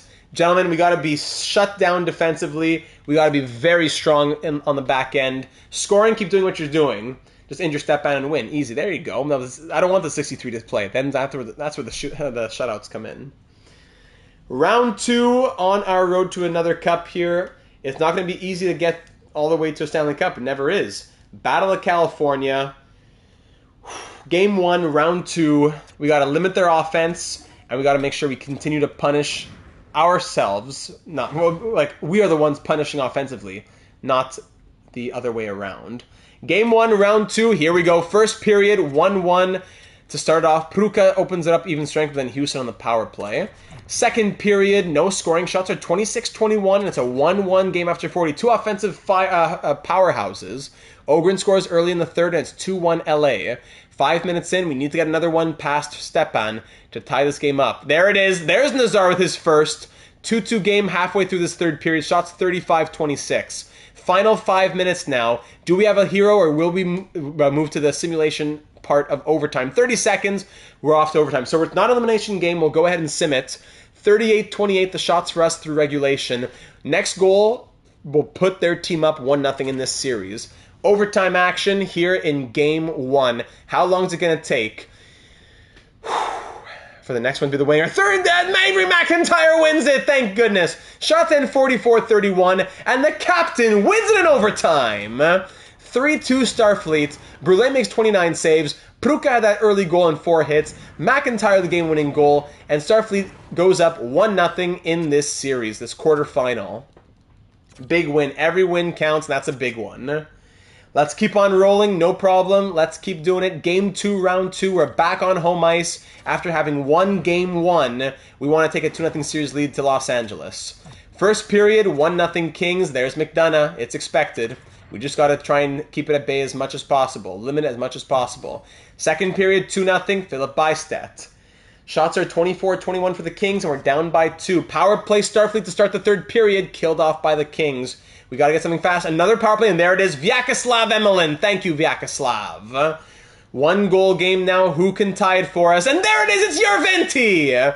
Yarventi ties it to, and Nesterov puts us up 3-2.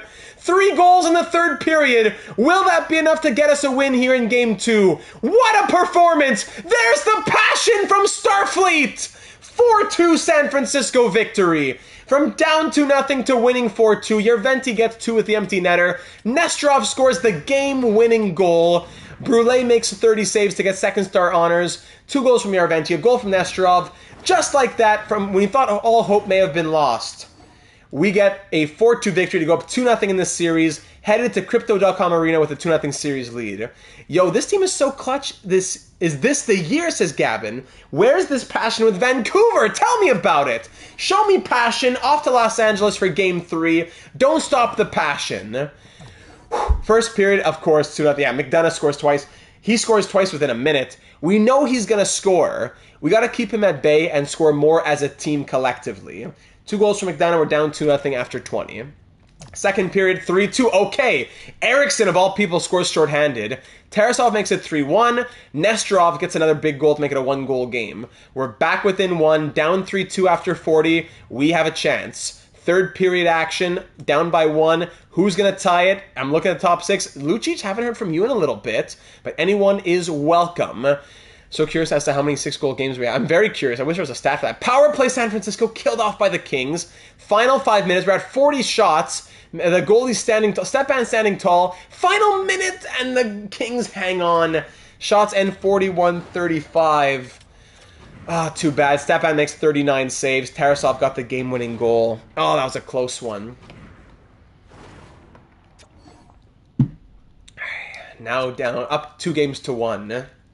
With a tight 3-2 loss. Down in the AHL, we lost to Iowa. 12 points in 12 games from Kavanaugh, and we lose in the quarterfinal. All right. Game 4 in Los Angeles. Let's take a 3-1 series lead back home and try to end it Don't let it get tied at 2. It's a classic conundrum. Don't let it get tied at 2 and become a best of 3. Let's go up 3-1, and let's have a little bit of a cushion for ourselves. First period ends 1-0. Cooper Ryan scored early. Shots 14-10 for Starfleet, and we're down 1-0 after 20 minutes. Second period, no scoring. Shots are 25-22. Stepan is really dialing himself in. Down by 1 through 40. Final period. Let's see something in this. No power play. We're going to have to get it done even strength. If we can't get it done power play-wise, get it done even strength if we have to. But no scoring through 50 minutes, and there's McDonough making it 2-0. Brule can only hang on so long. As we get 40 shots on net, but nothing goes through Stepan. Wow. Wow. We win both games at home and then lose both games on the road. Outshooting San Francisco 39-34, but we lose 2-0. Hey, Liam, welcome to the stream.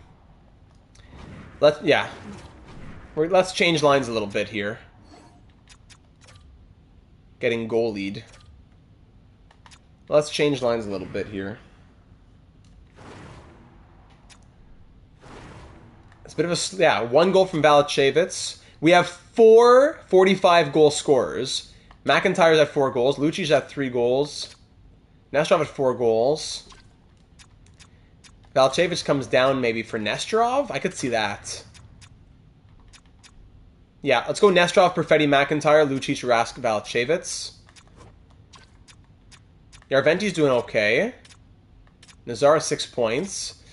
-3s on the 4th line. Nabokov 2 assists, -3. Yeah, not enough points from the top 6. 2 assists, -3 from Nabokov. Let's give a chance to Mueller. Let's go crazy and give him a chance. Defense, +1, +4, +2, -2, +5, +6. Mr. T! There he is!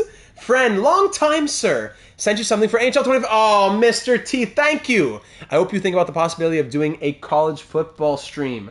Think it'll go big. I think it could too. The problem is I know very little about football. I know nothing about college football. If the voices are loud enough, I'll do it. But it would take some time to learn, absolutely. Mr. T, let me make sure you get your entries. Thank you for that kind donation. Let me go ahead and pull that up in my Data782 email. And no message attack because the message came here. Exactly.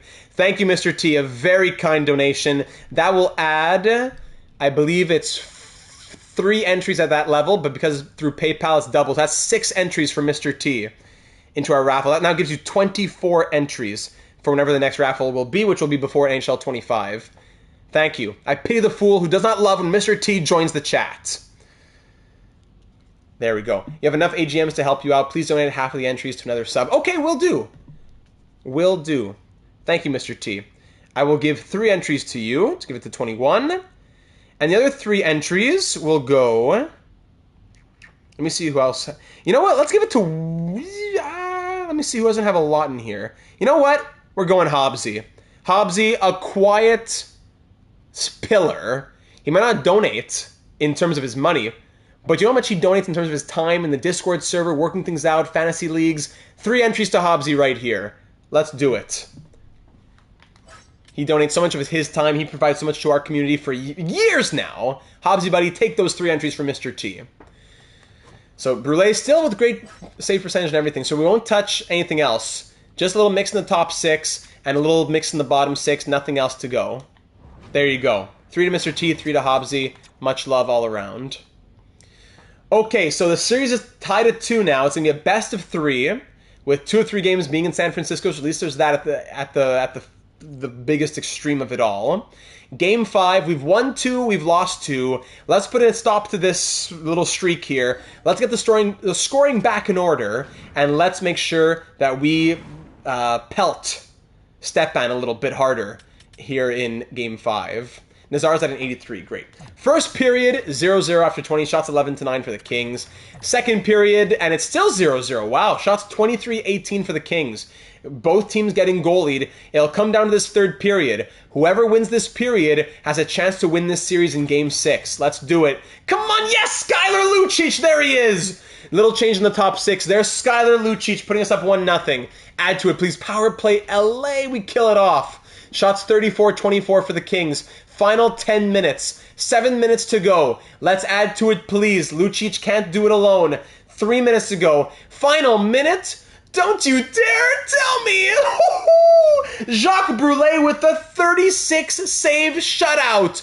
The first shutout of his NHL career. Postseason shutout of his NHL career. And he does it at a time that probably couldn't come better. Lucic scores the game winner. Sampson adds the empty netter. And Starfleet, after getting shut out 2-0, wins 2-0. Brule with a 36-save shutout. And Stepan 29 saves. Now, we only scored 1 goal at even strength, though. Do we change lines again, as Gen Z McKenzie says? Part of it is Stepan, though. Stepan's a beast out there. Like, 2 goals on 20 shots is one thing, but... Do we try McIntyre center and Lucic the top line, maybe? Nestrov, McIntyre, Lucic. No, but they can't be together. Lucic can never be there. So maybe Rask. Oh, yeah, we'll give it the +4 to the second line. So you know what? Maybe Rask can come up then.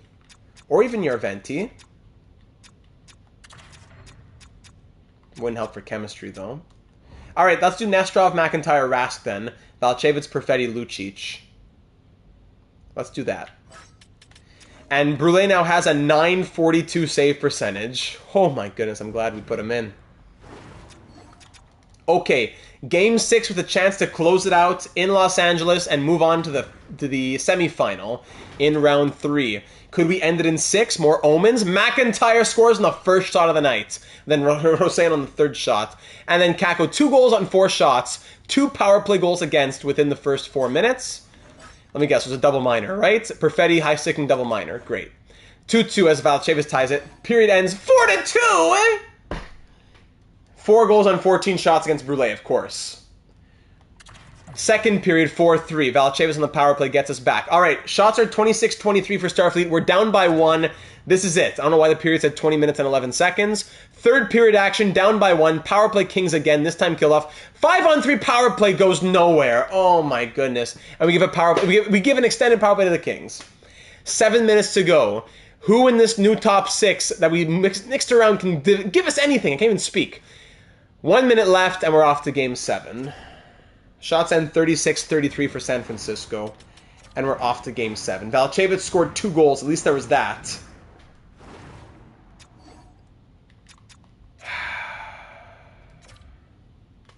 That first period killed us.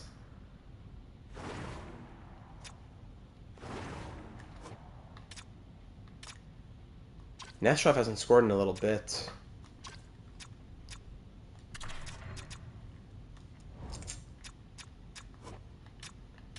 Not much depth scoring here.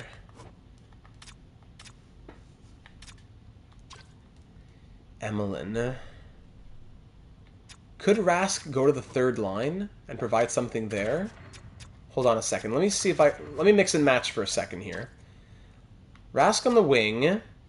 But then it's 3 play. Oh, Rask is technically a sniper, but he sims like a playmaker now, so that wouldn't really work. So yeah, Yarventi staying where he stays probably makes the most sense. Langkow 93 passing. What if Langkow comes in the top 6? Perfetti here, McIntyre here. Nestrov, Perfetti, McIntyre. Valchevitz, Langkow, Lucic. Yarventi, Rask, Nazar on the third line. We could do this. Yeah, this could work. Unless Lucic goes on the top line and McIntyre comes to the second line. We could do that too. Where Lucic goes up here. And maybe Nestrov joins him even. They played well together all season. Langkow... Valchevitz, McIntyre? Yeah. I want to get Lucic on the top line. I'm feeling that top line. 0, +3, +3, -1, +7, +8. That third pair is ridiculous. With the -1, doesn't matter. And there's our lineup, ladies and gentlemen, for Game 7. I wish we could make changes. Should we make changes to penalty kill? But who goes, you know? Do we give it a negative? Just to say we changed it? So Eriksson, Fritzmeier. Okay, Langkow won't be there. We're going to purely sorting by... Actually, Nestrov can go here. -2, don't care. And third pair, Emelin Pruka can stay. The PK is hurting us bad. Okay, ladies and gentlemen, Game 7, Round 2. It ends here, or we're off to the semifinal here in year 13. Game 7, Enterprise Arena. Gentlemen, you've shown me your passion all year. You've shown me flashes in the postseason. Do not stop for Game 7. Keep that passion going. First period, 1-0 Starfleet. Nestrov on the top line, yes. 1-0. Being outshot 16-7, and we're up 1-0 after 20. Second period now, 1-1. Of course, Kalen Addison ties it. Shots, where's the passion? Shots are 27-15, and it's 1-1. It all comes down to the final period. 20 minutes to decide who's going home and who's off to the Final Four. Third period in San Francisco. Next goal's huge. Frank Nazar makes it 2-1. Thank you, Frankie. 2-1 Starfleet with a lot of time left to go. It's not done yet. Halfway through the third period with our 2-1 lead. Final 5 minutes. Kings are pushing, and there's Nugent-Hopkins on the power play, of course. When else but on the power play would they score? Final 35 seconds, and it's off to overtime. Shots end 35-27. Who took this penalty? Perfetti hooking. Perfetti, back-to-back games of Perfetti killing us with penalties. Shots end 35-27. And it's 2-2 after regulation. Off to overtime. Next player to score pushes his team through to the Final Four. But what more can we really scramble the penalty kill with? We already have some of our top players there. Do we put all of our bottom sixes? Time for a Data 782 legendary speech before we go to the live stream. Well said, Mr. T. Well, let's look at the lines, push up the sliders, and give a little speech here. Let's give a little speech. Gentlemen, especially for those of you who have been here longer, you know what this team's reputation has slowly become, unfortunately. A team that has become regular season monsters and postseason performers at times, but too many conference final exits, too many Stanley Cup final losses that we've lost 3 times out of 5. A great team year in and year out that continues to fall just short for one reason or another. This year we seem to have the goaltending. We have the scoring in theory. 4 45-plus goal scorers. 6 point-per-game-plus scorers. We have the defense. We have the plus-minus. We have the goaltending. The only thing we seem to be lacking is the power within. Yeah, that's right. The power within. You ever look within yourself and think about that tank that doesn't get fueled by food or by photosynthesis or by pats on the back? How about the tank inside of you that gets filled by you and you alone? Before you go out on the ice, how about you fill up that tank, believe in yourself, give yourself that passion, go out there and be the one to score this goal to push us through to the Final Four. Let's do it, gentlemen. Game 7, Round 2. Skylar Lucic skating in. Skylar, show me your passion. Skylar? Short angle shot, that stopped. Addison, over to Byfield. Bumped off the puck. Oh, Skylar Lucic going after Byfield instead of going after the puck. Classic. Dickinson, there's 4 guys. Okay, Perfetti to the point. Tears in my eyes. Let's see that passion. Yes, Gavin. Perfetti. Fritzmeier. Cole Hudson from the point. That's stopped by Stepan. There we go. That's the type of generation of offense we want to see. Leave a like if you haven't already for some good luck, please. And, of course, leave your predictions for the OT winner. Offensive zone draw. Lucic, Perfetti, Nesterov. Get it to Nesterov for the winner, perhaps. Fritzmeier. Hudson from the point! That makes it through traffic. Stopped and turned aside. Nesterov. Perfetti. Wonder scores! Fritz Meyer! Danke Shane! Fritz Meyer from the point! And Starfleet is through to round 3! From the point, there's those news NHL 25 one-timers. That's all we care about. Fritz Meyer! The German sensation! Danke Shane! And we are through. From the point, great passing, big one-timer from the point. Oh my goodness, we did it. There's that passion we asked for. Passion, baby! Yes, Gavin. Shots end 35-31 for the Kings. Another 33 save performance from Brule. And we're through in 7. Off to the 3rd round or further. 1, 2, 3, 4, 5, 6. For the 7th time in 13 years. For the 7th time in 13 years. We are off to the conference final or further. Let me make sure I got that in my sheet here. Very good. Wow, what a feeling. What a winner from Leo Fritzmeier.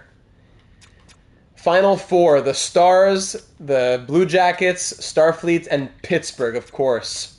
Let's look at the points before we see our opponents for round number 3. Well, there you go. Let them know that Fritzmeier is their... they should have posters of Fritzmeier in their room. Perfetti with 13 points. Nesterov and Lucic with 9. Valachevitz 8. McIntyre, Nazar, Fritzmeier, and Rask with 7. Yarventi 6. Eriksson 5. Emelin 5 as well. Lankal 4. Pruka, Samson with 3. Nabokov, Hudson, Ramirez 2. Fox 1. Mueller with no points in 3 games. Okay. And goaltending, Brule is 6-4 with a shutout, 935 save percentage, and 2.09 goals against average. Great catch from Hobbsy. Perfetti with 22 penalty minutes for some reason is shocking me. How many penalty minutes did he take in the regular season? 41. So half as many in 40 games worth of penalties in 12 games. Ridiculous. Come on, Cole. Relax. But 13 points. So let's see who our opponent will be in round number 3. We'll be facing the Columbus Blue Jackets. At one time, the best team in the league.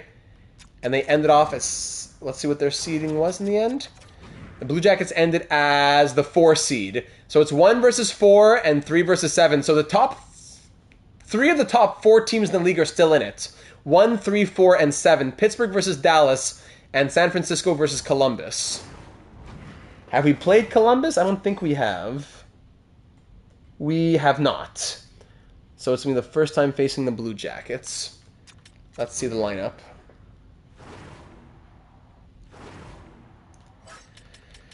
Columbus Blue Jackets. Let's do it. Gavin McKenna, Kent Johnson, and Victor Samsonov. Big overalls here. Yeah, Kira Schmid is carrying Pittsburgh right now. What a joke. 15 points in 9 games from Gavin McKenna, 16 points from Kent Johnson, 9 goals and 15 points from Victor Samsonov. Woo. Second line, Martone, Fantilli, and an 80 overall Roman Linter. Petrov, Daikus, and Bobby Brink on the third line. Paros, Gord Wakabayashi, distant relative of Data 782 Hall of Famer Jace Wakabayashi, and Zach Ostapchuk on the fourth line. Defense, Ken Warrener, former 3rd overall pick, alongside Pasi Yalonen, yeah, the first overall pick in 2025 who went to free agency not long ago. So a 89-95 overall, +5 probably first pair. Keeler and O'Coin on the second. Jared McIsaac and Jet Wu, veteran pair on the third. Goaltending, it's Yaroslav Askarov, of course. 923 save percentage. 906 in the season. But a 923 save percentage and 2.34 goals against average. 8-1 through 9 games with a shutout. Yeah, this is definitely a team a bit top-heavy. Martindale backs them up. Giftopoulos there. So their top 5 forwards are ridiculous. Their bottom 6 is okay. Not great. And their defense is not crazy either. It's more that top pair. Definitely top-heavy for the defense. Shout out to Jarrett McIsaac. Yeah, let's do it. Shout out, baby. Nova Scotia. Yeah, shout out Nova Scotia. True. Jared McIsaac. Good catch there, Brennan. Contracts. What am I saying? Contracts. I'm not doing contracts. Okay, so let's do it, ladies and gentlemen. Let's keep on rolling because it's going to be bedtime soon enough. It's almost 11 p.m. Eastern. We're past 3.5 hours. Let's do it. Game 1, Round 3, Enterprise Arena in San Francisco. Let's continue the road to the Cup, coming off that big 3-2 overtime win. Don't forget to fill that tank. Let's go. Show me the passion, gentlemen. First period, 1-0, Artem Nesterov. Who else? 1-0 after 20, a late goal there with 16 seconds left. Second period, 2-1. Lintner, 6 goals from the 80 overall now, ties it. Then Greg Lankow restores our lead soon after. Shots 26-25 Columbus. Early power play for the Blue Jackets. Killed off now with 5 minutes into the third period. Hanging on to our 1-goal lead. Power play Columbus once more. There's Fantilli scoring as that power play expires. 10 minutes into the period. Power play Starfleet. Killed off into the final 6 minutes now. Shots are even. 5 minutes left. Next goal's likely the winner. 2 minutes left. 90 seconds. 30 seconds. Off to overtime. Shots 35-32 for the Blue Jackets through 60. And we're off to overtime here in Game 1 of Round 3. Power play Starfleet early in overtime. Extended opportunity to win it. Killed off by the Blue Jackets, but then we answer back and Lankow wins it with his second of the night. Shots end tied at 37, and Starfleet wins it in overtime. Lankow scores twice. Brule makes 35 saves. What a machine. And Nesterov a goal and an assist as we win Game 1. Greg, let's do it. Back-to-back 3-2 overtime wins. Big game right there. Lucic healthy, good. Ooh, let me grab a sip here before we head into Game 2. Oh, yeah, that's good stuff. Love that water. H2O, baby. Okay, Game 2, Round 3 with home ice advantage. Can we win both at home like in the series against LA? Close overtime game. Is Brule the next Hunter Jones? We'll see. Similar storylines in some regards. First period, 1-1 game. Lintner, now his 7th goal. The 80 overall has 7 goals on the second line. Climbing the rankings on my favorite fictional Gregs. Then McIntyre ties it. Shots 13-8 after 20. Second period, 3-3. Tied again. Valchevitz scores. Then McKenna ties it. Lintner again puts Columbus up 3-2. But then Valchevitz with his second ties it again. What do you do if you woke up in a Minecraft world? Start building a house. Shots 27-16 through 40. 3-on-16 on Brule isn't great, but we're all tied up. Final 20 minutes. Can we go up 2-0 in this series, or will we tie it and make it a best of 5? Can Columbus tie it? That would be the question. 5 minutes into the period. It seems like every goal really seems to be of huge import. There's Lankow on the power play. Lintner's trying to be Lucic, exactly. Lankow, his 3rd goal in 2 games. Could it be enough to push us through? Greg, yes it will be! Valachevitz adds the insurance marker, which is also a hat trick for Valachevitz. And Greg Lankow, back-to-back game-winning goals. Greg the Ledge, let's go. Not Greg the Leg, Greg the Ledge, legend. Whoo! Let's go. Shots end 36-23. Lintner being carried. 3 goals and an assist from Valachevitz. A goal and 3 assists from Lankow. And a goal and 2 assists from McIntyre. Bang! 5-3 Starfleet win. We have a 2-0 series lead with those home victories. Now we go on the road to Nationwide Arena, trying to go up 3-0. That would be huge. Let's do it. Let's end it. Not end it, but let's have the best chance possible moving forward. Don't give them a second to breathe. First period, 1-0, Vyacheslav Emelin. Second period now, 4-1, Lucic, McIntyre, and Valachevitz. And then Lintner again? Who is this guy? Lucic, McIntyre, 2 goals from Valachevitz and McIntyre on the power play there. 4-1 after 40. 3-goal lead. Will it be enough? Brule, hang on tight. Keeler makes it 2-on-20 past him now. That's the max. 2-goal lead with 10 minutes left. Let's make it a 3-0 stranglehold and have a chance to end it. Here in Columbus, they're fighting hard in front of the fans, but Lankow scores another. 4 goals in 3 games from Greg Lankow. Power play insurance marker. 5-2 the final, and we now have a 3-0 series lead. Doesn't that feel good? Greg, what a machine. What a machine. Valachevitz now with 15 points in 15 games. Let's end it at Nationwide Arena, Game 4, Round 3. Let's end it with a sweep, ladies and gentlemen. The Skylar Lucic scores in the first shot of the game. Eriksson, 2 goals on 2 shots to start the game. There's that passion tank we spoke about. First period ends 2-1. Samsonov scored on the power play for the Blue Jackets. Shots tied at 7. Second period, 5-2. Perfetti, and then 2 from Vyacheslav Emelin.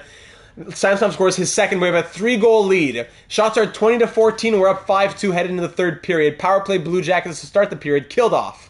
Since we gave that speech about the filling of your passion, the tank within yourself, and exuding passion, we are going to be 5-0. Power play after power play for us. Not scoring, but we'll keep taking those opportunities. And ladies and gentlemen, Fox adds his first career playoff goal as a Starfleet member. We have swept the Columbus Blue Jackets, and for the 6th time in 13 years, are off to the Stanley Cup Final. Salut la visite, merci beaucoup. Quick 4-game sweep of the Blue Jackets, just like that. 2 goals from Emelin, a goal and assist from Fox, and we sweep through Columbus to go to... Rask is out! Oh no! Rask is out. Okay, let me just see here. So win CBJ4. We have not swept a team, including this year. Including this year. So 1, 2, 3, 4, 5, 6, 7, 8 in 9 rounds. Since round 1 against the Devils in year 10, we have not swept a team. So big sweep there against Columbus. All games in 5, 6, and 7. Good to finally get back to a Stanley Cup final as well. It is our 6th Stanley Cup final in franchise history through 13 years of existence. Rickard Rask is out for the whole postseason, it looks like. Out for the playoffs. Our third-line center is gone. Emelin will bump up. That's the good news. Mueller to the fourth-line center. And Nabokov will come in on the 4th line. Yeah. Let me double check nationalities. Yeah, Mueller's German as well. We have 2 Germans on the team. So now on the power play, Unit 2. This opens the door for... Nazar. Yeah, Nazar. Yeah, simple. Definitely Nazar. Even though it gives it a -1. And extra lines. 4-on-4-3. We'll go Emelin. Or maybe Langkow. Yeah, let's go Langkow. Greg's been a beast. And for 3-on-3-3, that doesn't really matter, but we'll just put Langkow there as well. And there we go. So Rickard Rask, thank you for your service. Let's win you that cup, Rickard. 8 points in 16 games and a +9 from Rask. Concussed and gone for the postseason. But this is our team for the Stanley Cup final. Now, will we face the Penguins, who beat us in 5 games last year in round 1? Let's see. They're up 3-1 over the Stars. It's very possible. Actually, let's pause and look at the points as well. 17 points in 16 games from the Blue Jackets. Sorry, from Balachevitz. Perfetti point per game. No penalty minutes in that round. Good. McIntyre with 14, 7 goals. Lucic 13, Nestrov 13, Langkow, there he is. Same as Emelin with 11 points. Emelin, what a beast. Fritzmeier 10, Nazar 8, Rask 8, now he's gone. Yarventi 6, Eriksson 6, Pruka 4, Fox 3 points and a +12. Wow. Samson also a +12. I love this pair. Let's try and get this pair back next season. Mueller 3 assists in 7 games. Hudson, same thing, 3 assists in 16 games. That's odd from Cole Hudson. He usually scores a lot more, especially in the playoffs. 5-5, 13-23. Boop. Nabokov 2-9. Ramirez 2 points +3. And of course, Jacques Brulé, 10-4-0, 1 shutout, .931 save percentage, 2.12 goals against average. Shocking. I don't know how he does it. 4th round pick in 2030. Just like in Vancouver, the 2030 draft class. It's something special. Wow. Now the Penguins, if we face Pittsburgh, we faced them twice. We beat them in round 1 in 5 games. Let's wait and see if we actually play them. Are we facing Pittsburgh? Yes, we are. The Penguins take down the Stars. Now, we faced... Sven really won't win the Conn Smythe. No, he wouldn't. We beat the Penguins in 5 games in round 1 in year 3, on our way to our first Stanley Cup final where we lost. And we played them again for a second time last year in year 12 in round 1 and lost in 5. So we won in 5 and we lost in 5. And now here they are facing us again, but in the Stanley Cup final. So not only do we want to win the Cup, we want to get revenge from that 5-game elimination last year in round 1. Almost like Brulé is cleaning up the Starfleet error like Jacques did to Nemo and Finding Nemo. Yes, wow, great reference there, RJ. All right, let's see Akira Schmid and the Penguins. Ethan Kaleta, David Goyette, and Jesper Bratt at 37 years of age. This lineup does not impress me. This is an EA lineup if I ever saw one. Kaleta, 9 goals, 18 points. That's an 87 overall. Goyette, 4 goals, 16 points in 16 games. Bratt, 10 goals and 17 points in 16 games. That's a 37-year-old. Texier, Ostlund, and Leonov on the second line. Domo, Outlaw, and Fisker-Molgaard on the third. Kultinen, Siemens, and Zetterlund. 74 overall, Fabian Zetterlund on the fourth line. Defense, Bear Wisniewski and Brandon McNeil. 16 points from him in 16 games. 85 and 90 overall, respectively, on the top pair. Evan Kidd and Jean Chouinard on the second pair. Maxime Desjardins and Graham Yoshida on the third pair. So the defense is pretty solid. Chouinard is a weird one to have, and Desjardins a bit weak, but still. And let's see the EA Voodoo, Akira Schmid, 79 overall, with a 911 save percentage, and 2.66 goals against average, 12-2-2 with a shutout, after being 894 in the season. You can't make this up. You can't make this up. Jeremy Swimman at a 77 backing him up. They have Stanislav Filatov, 83 overall, healthy scratched. And even Ernesto Wheeler, 80 overall defenseman, healthy scratched. Sorry, Filatov injured. Ernesto healthy scratched. Odd lineup. Texier, what? Texier has 22 points in 16 games. 15 points from Ostlund. Whoa. So that Outlaw, 77 overall, third line center. That would actually be... What's his name? The injured guy. Who's out? Okay, he's out for the whole postseason, though, Filatov. Okay, ladies and gentlemen, it all comes down to this. The 2036 Stanley Cup Final. Yeah, Wheeler could be a trade target there. That's disrespectful. This is an EA team if I ever saw one. Are we at EA'd or has their luck run out? Game 1 of the 2036 Stanley Cup Final. Will we end with our third Stanley Cup and a 3-3 record through 6 finals? Or will we lose again, making it a 2-4 record? Game 1, 2036 Stanley Cup Final. Gentlemen, the stage is yours against the 51-win Penguin team that embarrassed us last year. Go out there with a chip on your shoulders, and don't forget that tank of passion that's won us last 5 games in a row. Here we go. First period, 2-0 Starfleet. Line cow, let's go, Greg! And Valachevitz as well. Break through Schmid, gentlemen. Break through him. Second period, 7-1! Break through! Break through him! I tell you, I command you to break through him! Nestrov, Emelin, Fritzmeier, Perfetti. 4 power play goals, and it's 7-1 Starfleet after 40. Goyette breaks the shutout, but shots are 37-14 through 40 minutes, and we're up 7-1. Third period, do we add to it? Look at those power play goals. Wow. This is what should be happening with these types of players and these teams. Let's go. Leonov makes it 7-2. Who took penalties there in that period, eh? Wow. Zetterlund, McNeil, holding... It was all minor penalties as well. Schmid is not invincible. No. 8-2 as McIntyre adds one on Swayman, who was replacing Schmid. Shots end 48-25. Schmid allowed 6 goals on 31 shots, and then Swayman allowed 2 on 17. 3 stars in this one. 2 goals and an assist for Emelin. 4 assists for Nazar. That's the difference maker on that power play unit, maybe. And Nestrov a goal and an assist. Woo! 8-2 Starfleet, 6 wins in a row. It won't go forever, but 6 wins in a row since we told the team to play for fill up the tank on the inside. 3 more. Yes, Hobbsy. 1 down, 3 to go. No, don't stop for a second. Keep showing me that passion. I command you to continue to break through him. Lucic scores on the first shot of the night past Schmid. First period ends 2-2, though. Greg Linecow, who are you? Kaleta and Leonov tie it up there.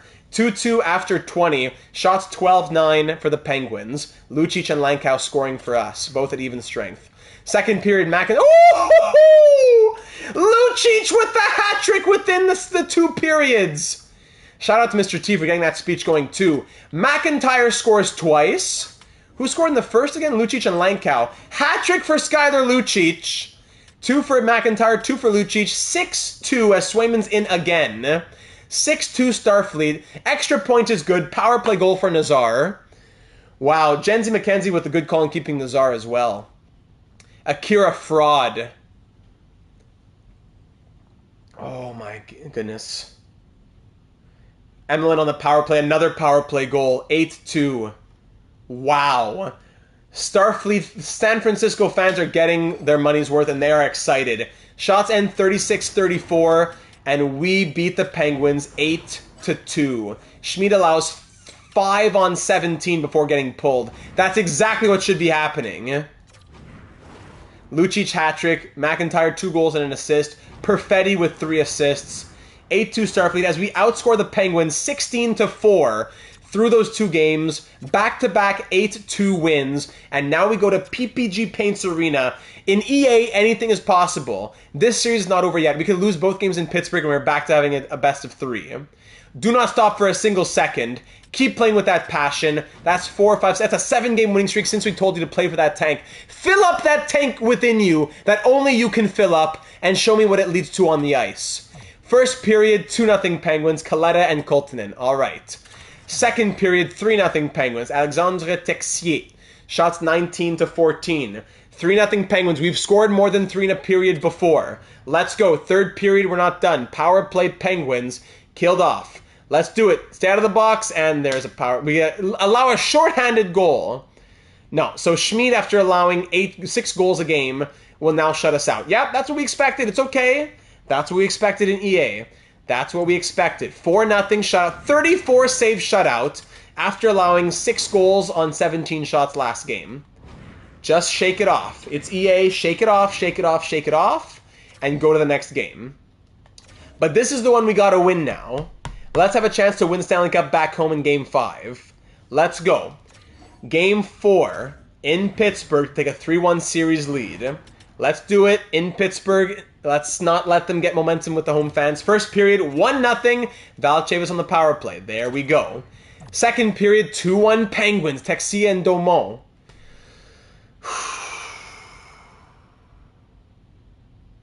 Shots are 22-19 for Starfleet, and we're down by 1 in the third. Come on, power play.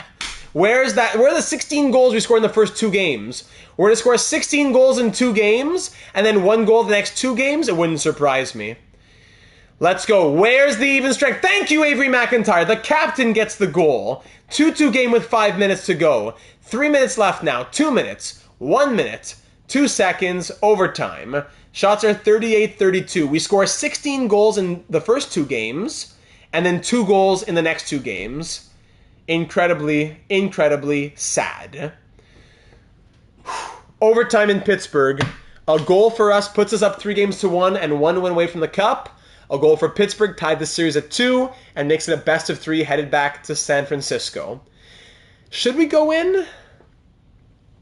It's the Stanley Cup final. It's not an elimination game. Yeah, let's do it. It's not a Stanley Cup. It's not an elimination game, but it's a Stanley Cup final. And it's not game 1. It's not game 2. It's a game with heavy implications here. Let's hop in. It's for the entertainment factor.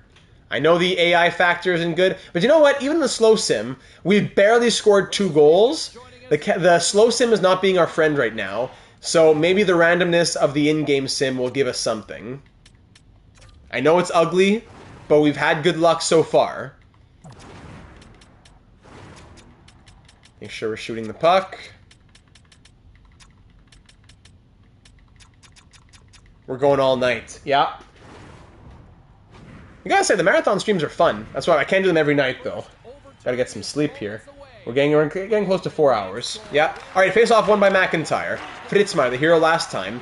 Perfetti. Here's Lucic. Skyler. In front! Oh, what a save from Schmid. Great play from Perfetti there. Receiving that pass from Lucic. Lucic again! Oh, through traffic.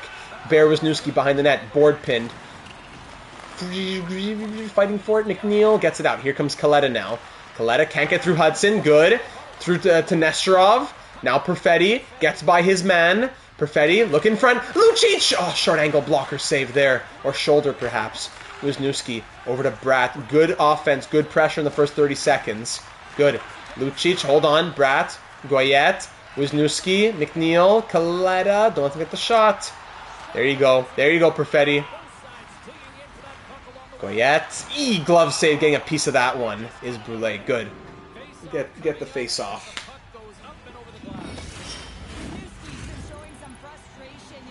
How does Alex Texier have 25 points? Defensive zone draw. McIntyre wins it back. Good. Eriksson to Ramirez. Now here's Valachevitz. Valachevitz with the windmill. Classic. Those never work. McNeil. Brings 2-3 players into him and then makes the pass. Texier in the corner. Don't trip him. Good. Good. Very nice from Ramirez. Gets the puck out, leads the charge, dumps it in. I'm going to hit the stanchion. Alright, keep the line out. Valachevitz throwing that body around. 53 hits. Line count with 44. McIntyre wins it back to Ramirez. Ramirez. Eriksson. Oslin, Chouinard, now Texier. A lot of French Canadians here, or French players. Texier gets hit hard. Valachevitz. Ooh, don't skate into your own net, please. Valachevitz, get it out. Thank you. McIntyre took Big Greg. Here's Langkow. Over to Eriksson with a great look at it, but bad save as that shot didn't get off the ice. Kidd to Ostland. Gets through one, but not through two, and a power play for Pittsburgh now, of course. Charging! He tossed him pretty hard into the boards, but charging?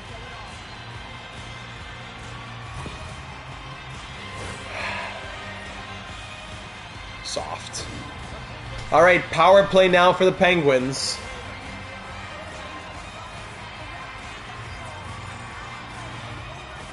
Face off one back. Board pinned. Squeaked out to the point. Kaleta. Domo. Bratt. Glove save Brule.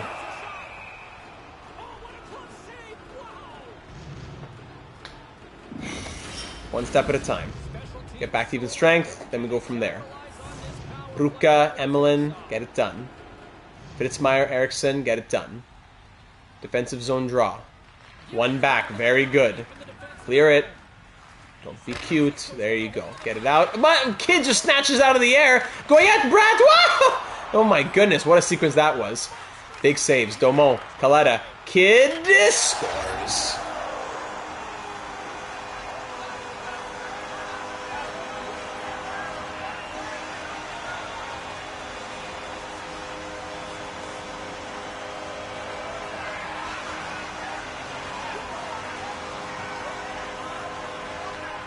The longest I've ever sat in... there's been double overtimes. So like 20, 25, 30 minutes, yep. I've watched the AI for half an hour before, sadly. Usually it's... Thankfully I think it's been more in the recorded episode, so I cut out so much. And this is what we were worried about. We score 16 goals in 2 games... and then get scored on, and then allow 2 goals, and then score 2 goals in the next 2 games. Dumps are nerfed for some reason, and we can't get the puck out, and we lose 3-2. After winning 7 games in a row, we lose back-to-back, scoring 2 goals in those 2 games. So, ladies and gentlemen, it's now a best of 3. 2 out of 3 for the Stanley Cup. Can we really make changes after we score 16 goals? Is it speech time, JP? It might be time for a Starfleet speech, yeah. Do we make changes after we score 16 goals? These are the lines that got us so much.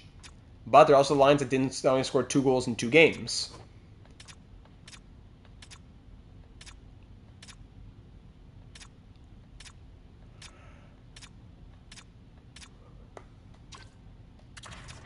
Puka Yarventi swap, maybe? Let's get Pruka a little grind in there. McIntyre can't go first line unless Lucic comes off. I don't know. I like these. We've tried every permutation of these lines, and these have seemed to work very, very well. We're 7-2 in the last 9 games with these lines. I don't know if I want to touch the top 6 yet. And on defense, +2, +5, +5, +2, +13, +14. Man, should we move up Fox and Samson in the lineup almost? Yeah, it would have to be a small change, so I'll just keep the Pruka change. Brulé with his 926 save percentage as well. That's about it. It's going to be the speech that helps us. It's going to come down to the speech. Let me pull it up.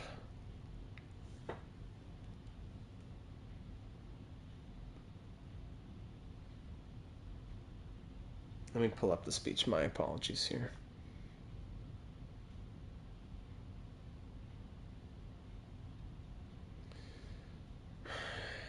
Breathe, everyone.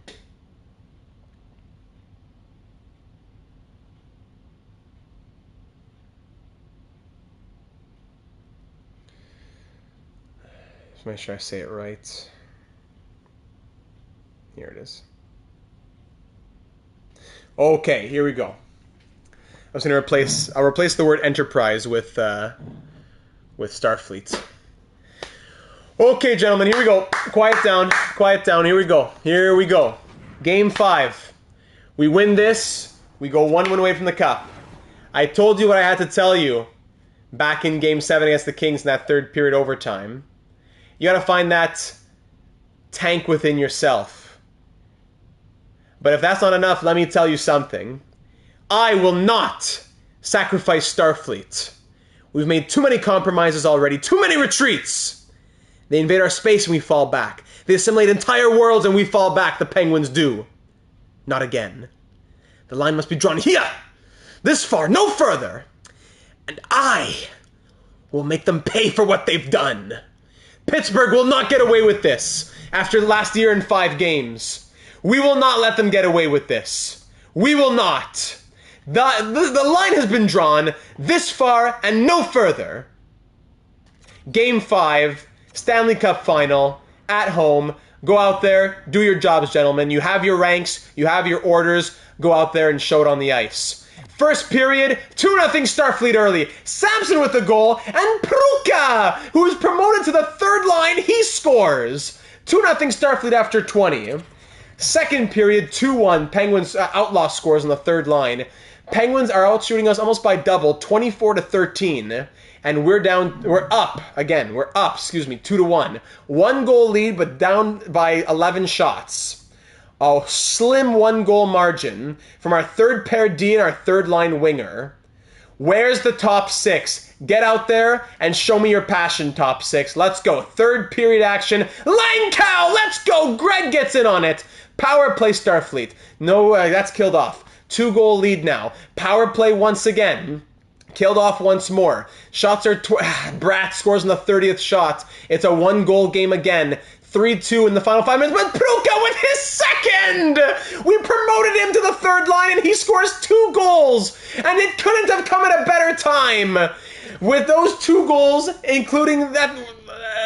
would have been a 2-2 game without him. Nazar adds the empty netter, and we win Game 5 by a score of 5-2. Shots end 31-28. And we win 5-2. Pruka with 2 goals. Nazar a goal and 2 assists. Brulé with 29 saves. And we are now 1 win away. The line has been drawn here. This far and no further. No longer I, but we will make them pay for what they've done. That was another Greg Langkow game-winning goal. Let me get some water here for Game 6.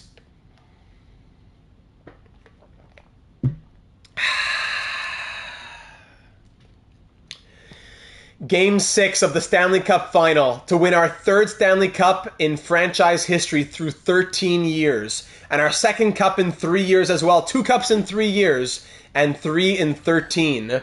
That's as a franchise. Technically it would be 1, 2, 3, 4, 5, 6, 7, 8, 9, 10. It would be 3 Cups in 10 years. If you win 3 Cups in 10 years, can you be a dynasty? Let's go for our 3rd Cup of the decade starting from our 1st Cup. Game 6 in Pittsburgh. Win the cup on their home ice. Let's do it.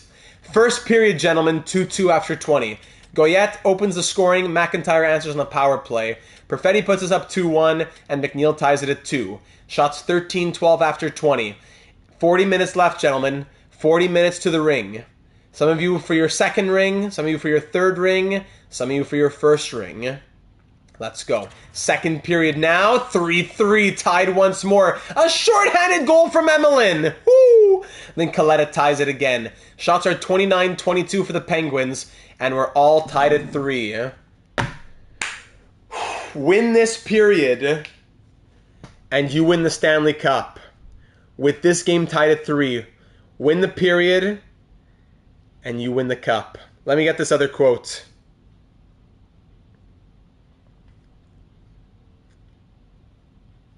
From the Gem Hadar.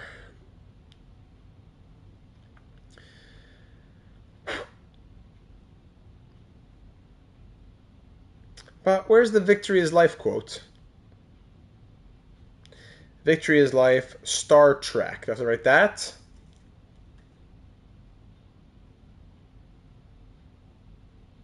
Man, it's hard to find. It was so easy to find last time. Man, all that to say, gentlemen, remember that victory is life. We are Starfleet. We go to the end, and victory is our life. As of now, I think I remember the quote a little bit. As of now, consider that we've already lost. Now just go out there and play for your passion. Play for your passion on that driveway so long ago. Victory is life, 20 minutes away, and let's end it off here. Third period action, 20 minutes from the cup. 5 minutes in, no scoring, but we're getting even in the shots. 31-31 halfway through this third period. 10:43 to go. The next goal might be the winner as the Penguins want to push it to 7 and Starfleet wants to end it right here. The final 5 minutes, 2 minutes, 90 seconds, final minute. We're off to overtime. Shots end 39-35 in our favor. A goal for us, and we are Stanley Cup champions. A goal for the Penguins, and they push this series to 7. Do we wear our alternates for fun with the gold helmets? Do we do alternates? Yeah, let's do it. We never do our alternates. Alternates. Let's do it. Alternate jerseys. We never do those. Can we win the cup with the alternates, with the gold helmets? Who is going to score the Stanley Cup winning goal? Get your predictions in right now. Leave a like if you haven't already, and get your predictions in. Oh, I love those jerseys. Who is scoring the Stanley Cup winning goal, if anyone? Or will we go to 7? Leave that like if you haven't already. Get some good luck in here. The alternates are the best uniforms, you think? Thanks. Hobbsy says it's Greg time. Controller down. 1 goal away from the Stanley Cup. We've worked so hard. It's game 6, Josh. Lucic, says Jenzy McKenzie. Speaking of him, here's Lucic. Don't skate into your own net. There you go. Emlin's second of the game, says Gavin. Jeremy says Cole Perfetti slipping by 1. Nesterov with space. Big save rebound. Swear through. Oh, Schmid. Oh, my goodness. The game right there in the crease. Wait, the puck's in the net. What happened? Wait, what was that? What was that? Hold on. Okay, it was after the whistle. He pushed it in. Wow. Nesterov. Shot on net. Sprawl. McIntyre! No, sorry, Perfetti. How did you miss? No! Perfetti! Oh my goodness. So close. Offensive zone draw. Chromium says McIntyre as well. Perfetti loses that draw. McNeil. How did that puck not go in? Goyette to Coletta. Now Wisniewski. Stood up by Fritzmeier. There you go. Over to Hudson. Now Perfetti. The colors are a bit tough, but we want to see those jerseys. Perfetti back to Lucic outside the zone. All right. Don't skate all the way back in. Okay. All right. Here's Fritzmeier. Leo. He's won it before. Can't get a good shot away. Yeah, Perfetti should have been there for your prediction. Goyette poked away. Good. Fritzmeier. Well done. Perfetti. Nesterov through 1. Nesterov on net. Good. Rebound not quite there for a juicy tap-in, though. Coletta bumps Lucic off the puck. Goyette coming back the other way. We need a line change. Brat through one. Big save, though, from Brule. Wisniewski to the point. Texier. McNeil can't get through traffic. Second shot can't get through either. McIntyre. Here you go. Second line coming out. McIntyre, the captain, speeding through. Blocker save on the backhand. Wisniewski. Poked away. Good. Now here's McNeil to Ostland. Can't get through the neutral zone. McIntyre across to Valancievich with space. Valancievich across to McIntyre. And Smid got across to make the save. Oh my goodness. Let me move a little bit closer to the screen so I can plug in the controller because it keeps almost dying here.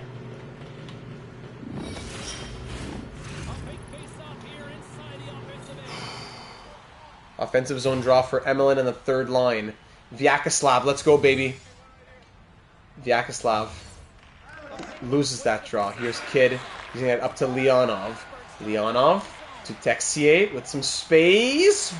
Weird play. Come on, Ramirez. Thank you. Ramirez stops it well enough. Leonov keeps it in. Texier doesn't get a shot away, though. Good. Good poke there as well from Brule. Leonov can't get a good shot away. Brule, hang on to that. Okay, good.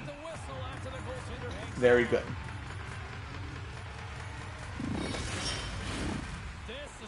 Third line's out on both sides. Vyacheslav Emelin, defensive zone draw, loses it. Kidd can't get a good shot away. That's a block. No, we're gonna get a tripping penalty. Oh no.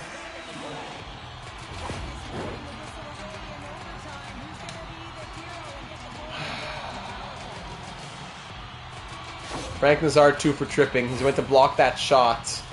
Yeah, great.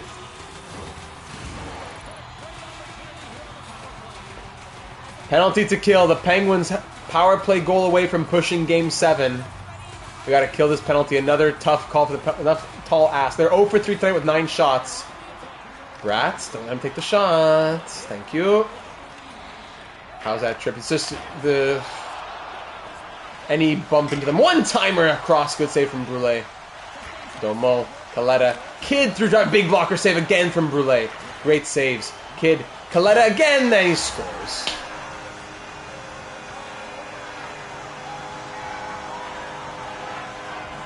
Oh my goodness. The penalties kill us again.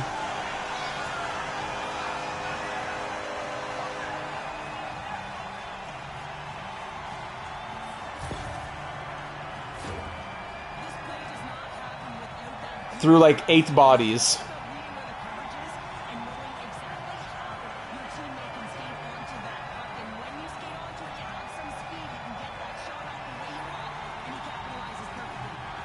Now Nazar got the penalty, not Perfetti.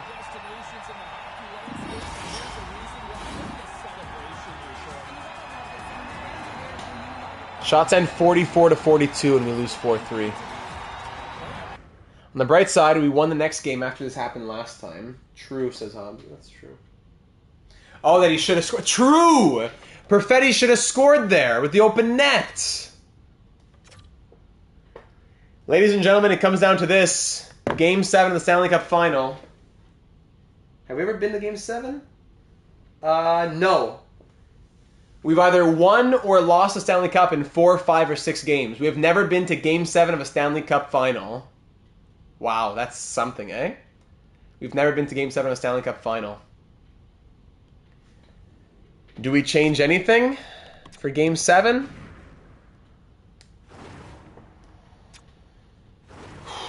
Pruka, we changed Pruka, and he scores 2 goals, so that was great.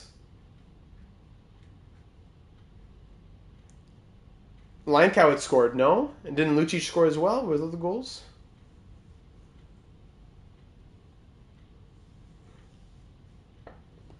Okay, let me go back to where I normally sit here. I know that my battery is low, but let me go back to where I'm normally sitting. This is our team. This is our team. How much more can I say to you, gentlemen? The inner tank. This far and no further. Victory is life. It's becoming a cliche here on the channel, but it's worked before. And I'm going to say it one more time. Actually, what's up in the football game? Just down to the wire. The Ravens and close down now to they're losing 27-20. So I wonder how my defense is doing in fantasy football. Great. Okay, one last time. You already know what it's going to be. Listen up, boys. Do not go gentle into that good night. Old age should burn and rave at close of day. Rage. Rage against the dying of the light.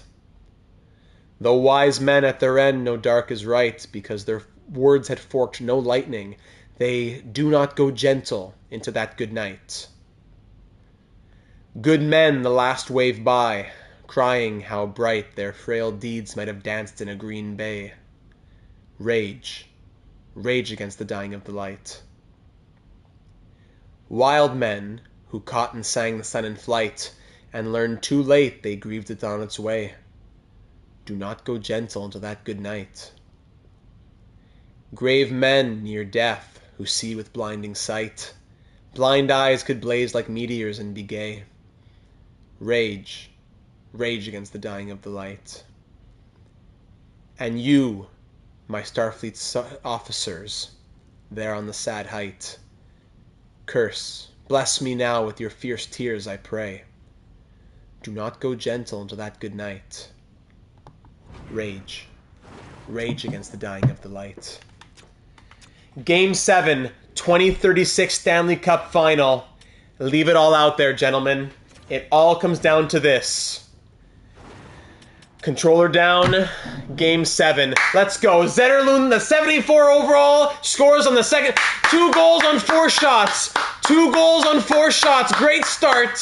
2 goals on 4 shots. That's what we like to see from the 79 overalls, the 74 overalls. The 74 and the 77 score their 2 goals. Meanwhile, the 79 has saved everything so far. Very good. Very good, EA. Good job. The 74 overall scores first. The 77 overall scores next. And the 79 overall makes all 10 saves. 13-10, the shots after 20. 2-0 Pittsburgh. Second period. Here we go, second period action. Where's my scoring? Let me take more penalties. We're going to get shut out by the 79 overall. 0 goals from a team that scores 4.5 goals per game. We're going to get shut out twice. We score 16 goals across 2 games. And we're going to get shut out twice by a 79 overall.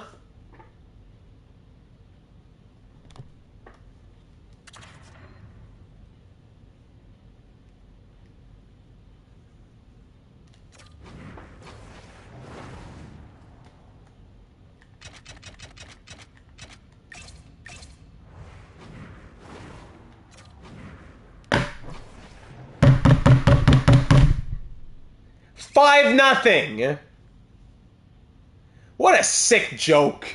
What a sick joke this game is. What a real demented, twisted, sick joke this game is. 5-0. 0 passion whatsoever. I can't believe it. Total embarrassment.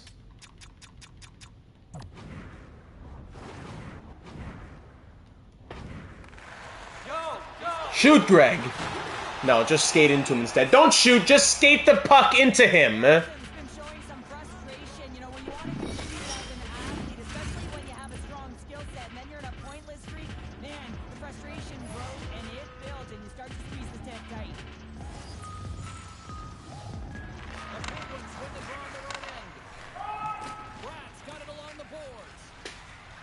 I'm not going to watch all 15 minutes, but if we can score like 1 goal in the first few minutes and like maybe it looks half decent and we have a chance.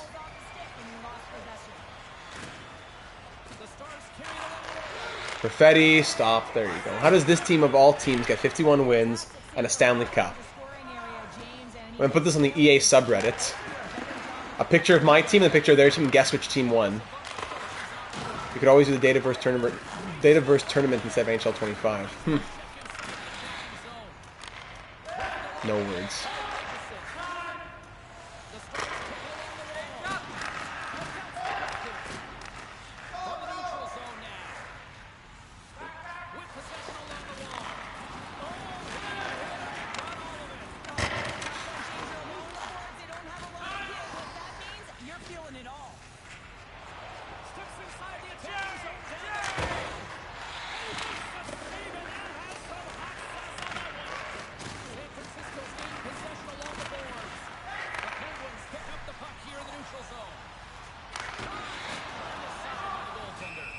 No words.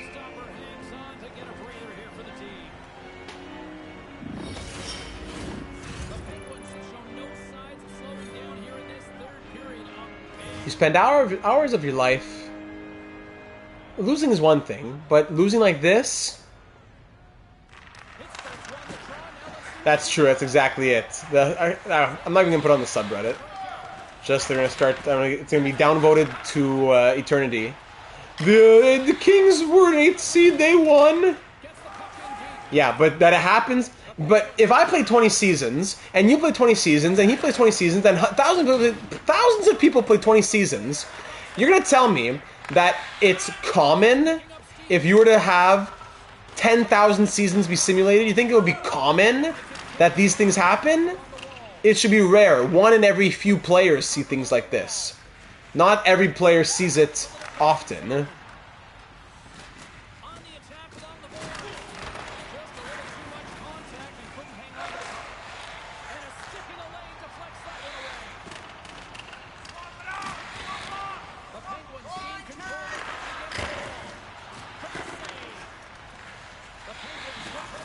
Just chase him. Just chase him around. Ring around the rosy.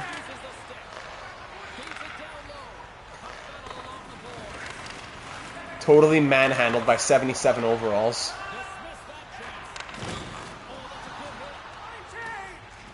There you go. Get crushed.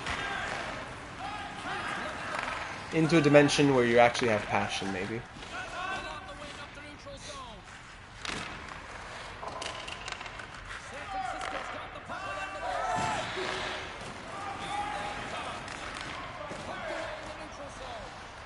It's offside, Cole. Unless the warning's gone. Okay.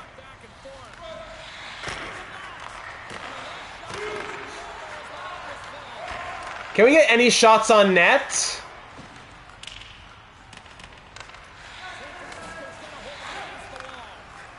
You're not even wrong, Golden. That's the sad part. Lucic got a shot on net. At least was that. 79 overall, Akira Schmid.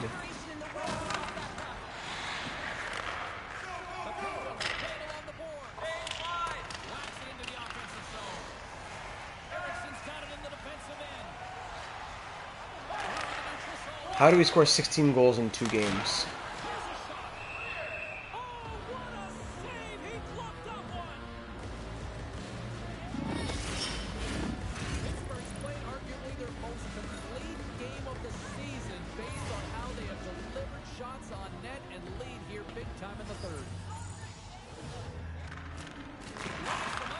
Oh, Perfetti double agent, yeah, I guess so.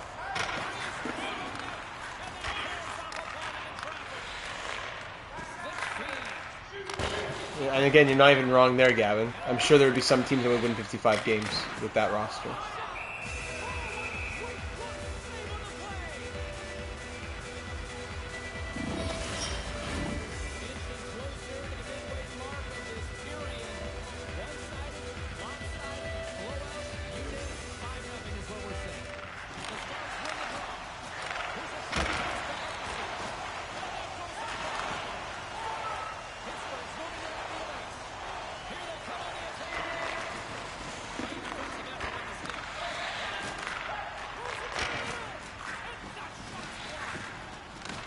No problem, Gavin. The end of this, whenever this ends, it's just gonna be a quick recap of. No, actually, don't go to bed yet, Gavin.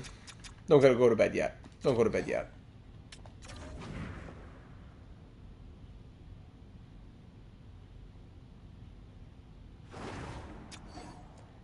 I don't even have the energy to be angry. I'm just sad to have been reduced as a community to trying to please beg to enjoy the game. May I please give you money? May I please give you money for the game that you make? May I please? We have to beg to please pay for junk. Deluxe edition, $130. Varonkushi, go to bed.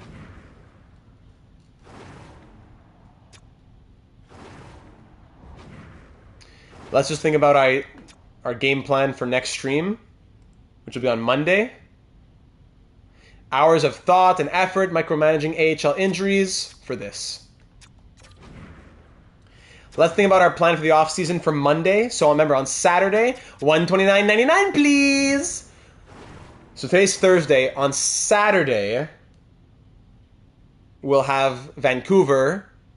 Then on Monday, we'll have the next Starfleet. Spare change. Yeah, spare change, Squidward to EA. 24 points from Valachevis, 23 from Perfetti with 31 penalty minutes. McIntyre, 21 points, 20 penalty minutes. Lucic, 18. Emelin, 18. What a machine! Langkow, 18 with 3 game-winning goals. Nesterov, 17. Nazar, 17. Fritzmeier, Rask got injured. I'd almost run back this exact same team. We got EA'd. I would run the exact same team back. It's my only controller. I got to keep it intact. And down the list we go. Brule was a big surprise. 13, 6, and 2, 920 save percentage, 2.5 goals against. I would think we roll the exact same team, unless there's a Perfetti change or maybe there's a goaltending change. If we're saying Brule is our guy and Mikola's out, that would be a big statement, but it could be a statement that we make. Everything went bad when Rask got injured, yeah. Ducks fire their coach. Penguins win the cup. With 79 overall, Akira Schmid. There's the tree.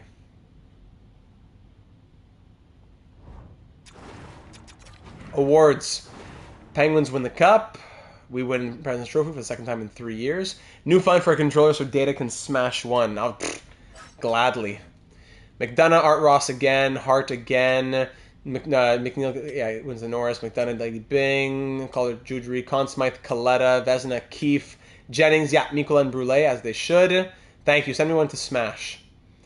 All jokes aside, I think we should keep Perfetti, probably. Couture, Bill Masterton, coach of the Kraken, Jack Adams. Austin wins the Selkie, that's rare. Really? Lindsay McDonough, Morris Richard McDonough. HL, nothing. FedEx me a nice little PS4 controller to smash.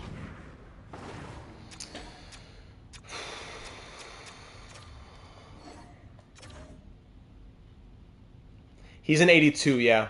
Then he's our guy over the high 80s. Yeah, what a joke. What a joke.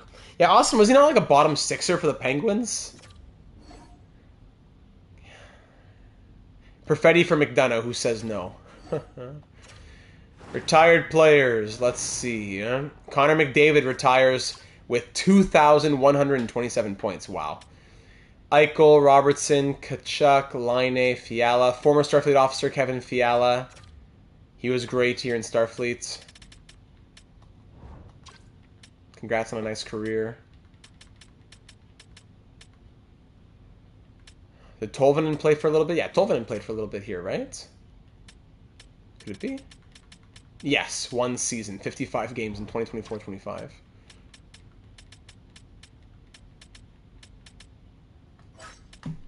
Goalies, Swayman, Blackwood, Schmid. Fine, so Schmid and Swayman both gone. Thank goodness. 199, 210, and 40 in his career. Career sub 900 save percentage and career 3.38 goals against average. Stanley Cup backstop. 911 save percentage, 2.85 goals against average. How many shutouts? How many shutouts to win the Stanley Cup? 3 shutouts. 3 of his only shutouts there.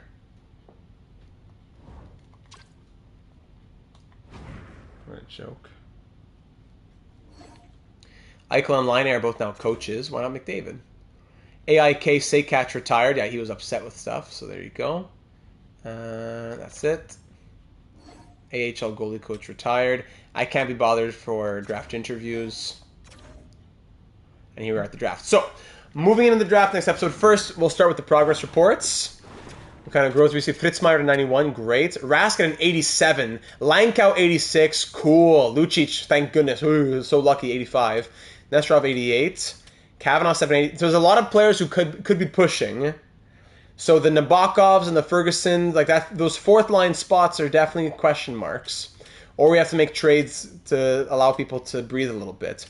Do we keep Yarventi or do we move him? He was a nice little plug for this season, but do we move on from him now so we allow some youth to be in our lineup? That's a possibility.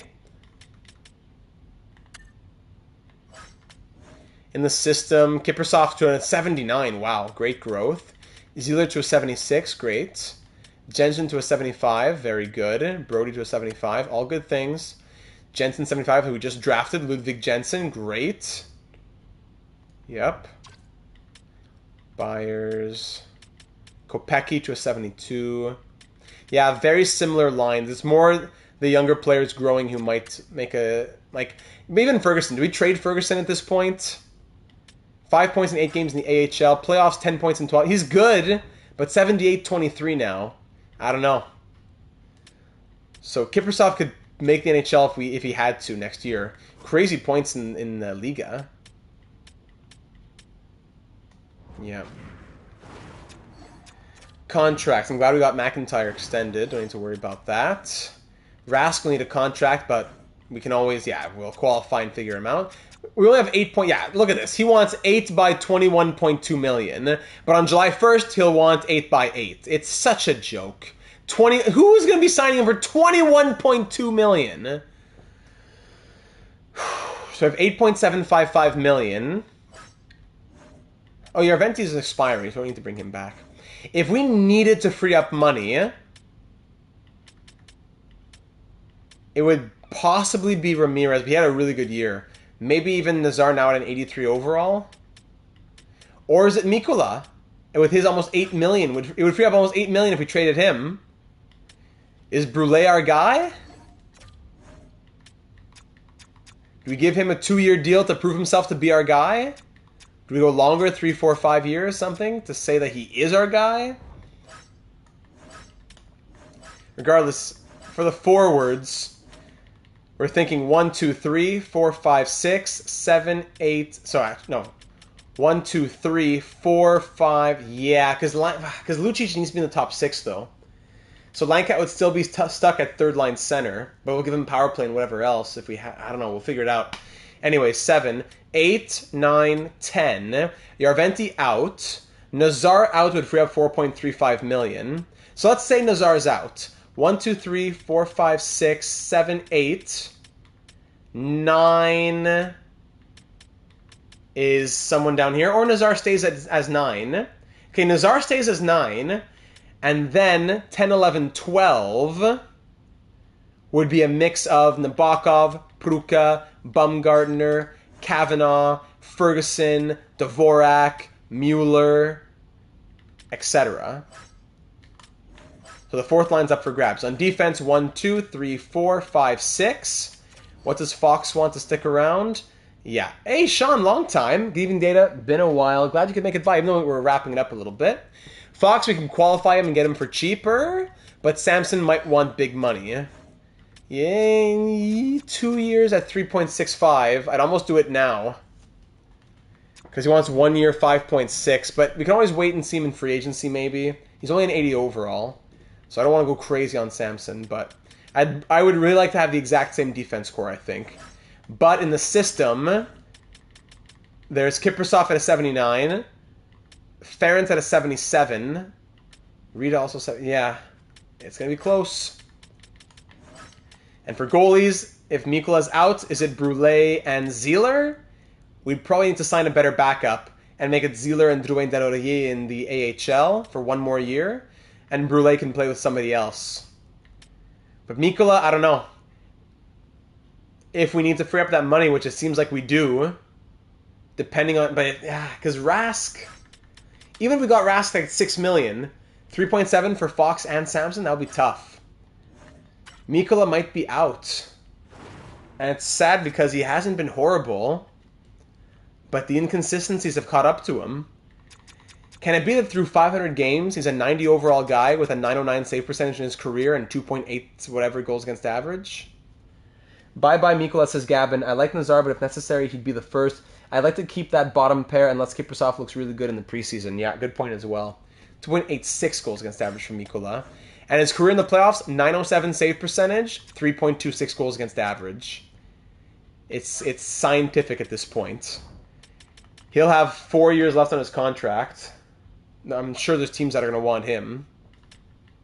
But what do we bring back? Is Brule actually our starter? We're going to pay him starter money? But in theory, if we freed up 7.95... Let me just go to the calculator. If we freed up 7.95 plus 8.755, 16.705 million to take care of Rask, Fox, and Samson especially. And then, well, not even Brule. So what am I saying? So Rask, Brule, Fox, and Samsonov on 16.7 million. Can we do it? If Rask wants whatever, close to 8, let's say, and if Brule wants something, would it look like in the 4-5 range? We're talking 4.5 million to deal with those 2D. It's going to be close. And that's only if we trade Mikola. So let me know your thoughts on that down here in YouTube comments or over on our Discord server, link in the description. Get your suggestions in ASAP for our Monday episode.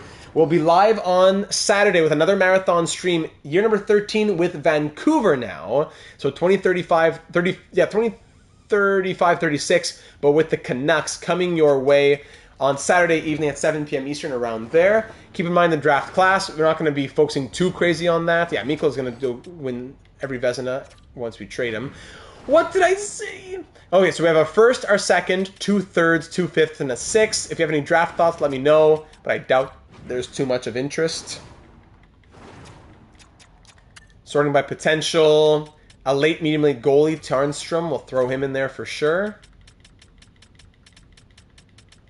Any low elites? One low elite at 224, Rory Kaliko. Cool. Yeah, fun marathon though. Thanks everybody for stopping in. Whether you stayed for a few minutes or for 4 hours. How long did we go in the end?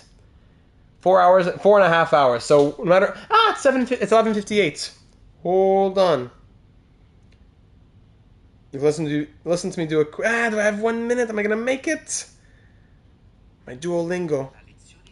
La lezione di danza. Ciao, oggi impariamo a ballare. Let me go through this fast. Cammina velocemente verso la porta. Aspetta, dove vai? The class. Come on. Io so che ballare a volte è difficile. Yeah, press square to pin. Yes, thank you. Guarda, è facile, vero? Andy guarda Francesca ballare. Come on. Balla con me. Ora balla con me. Ah sì, è molto divertente. Fantastico. C'è ancora un problema. Sì, perché questa non è la mia lezione. Come on, this long lesson della lezione di cucina, away! Io so, molto divertente. Velocemente, a porta. Okay, did we make it? It just turned. Did we make it?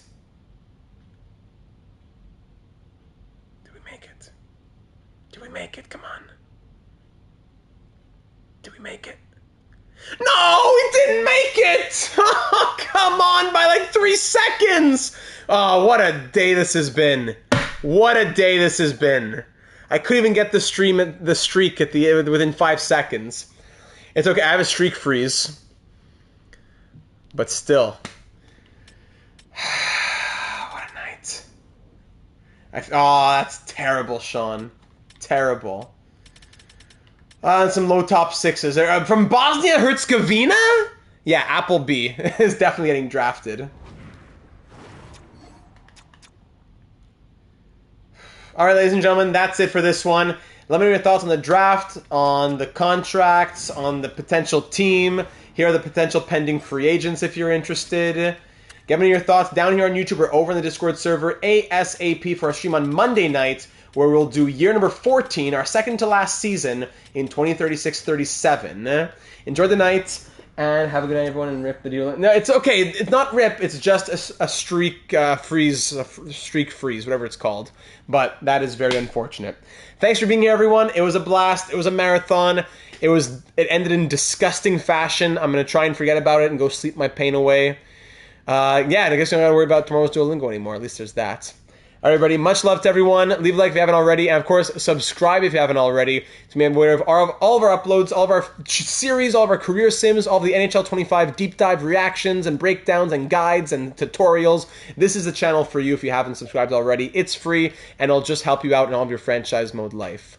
Thanks, everybody, again. Much love. Get some sleep. Stay well. Stay hydrated. Stay active. And we'll talk soon. Live long and prosper.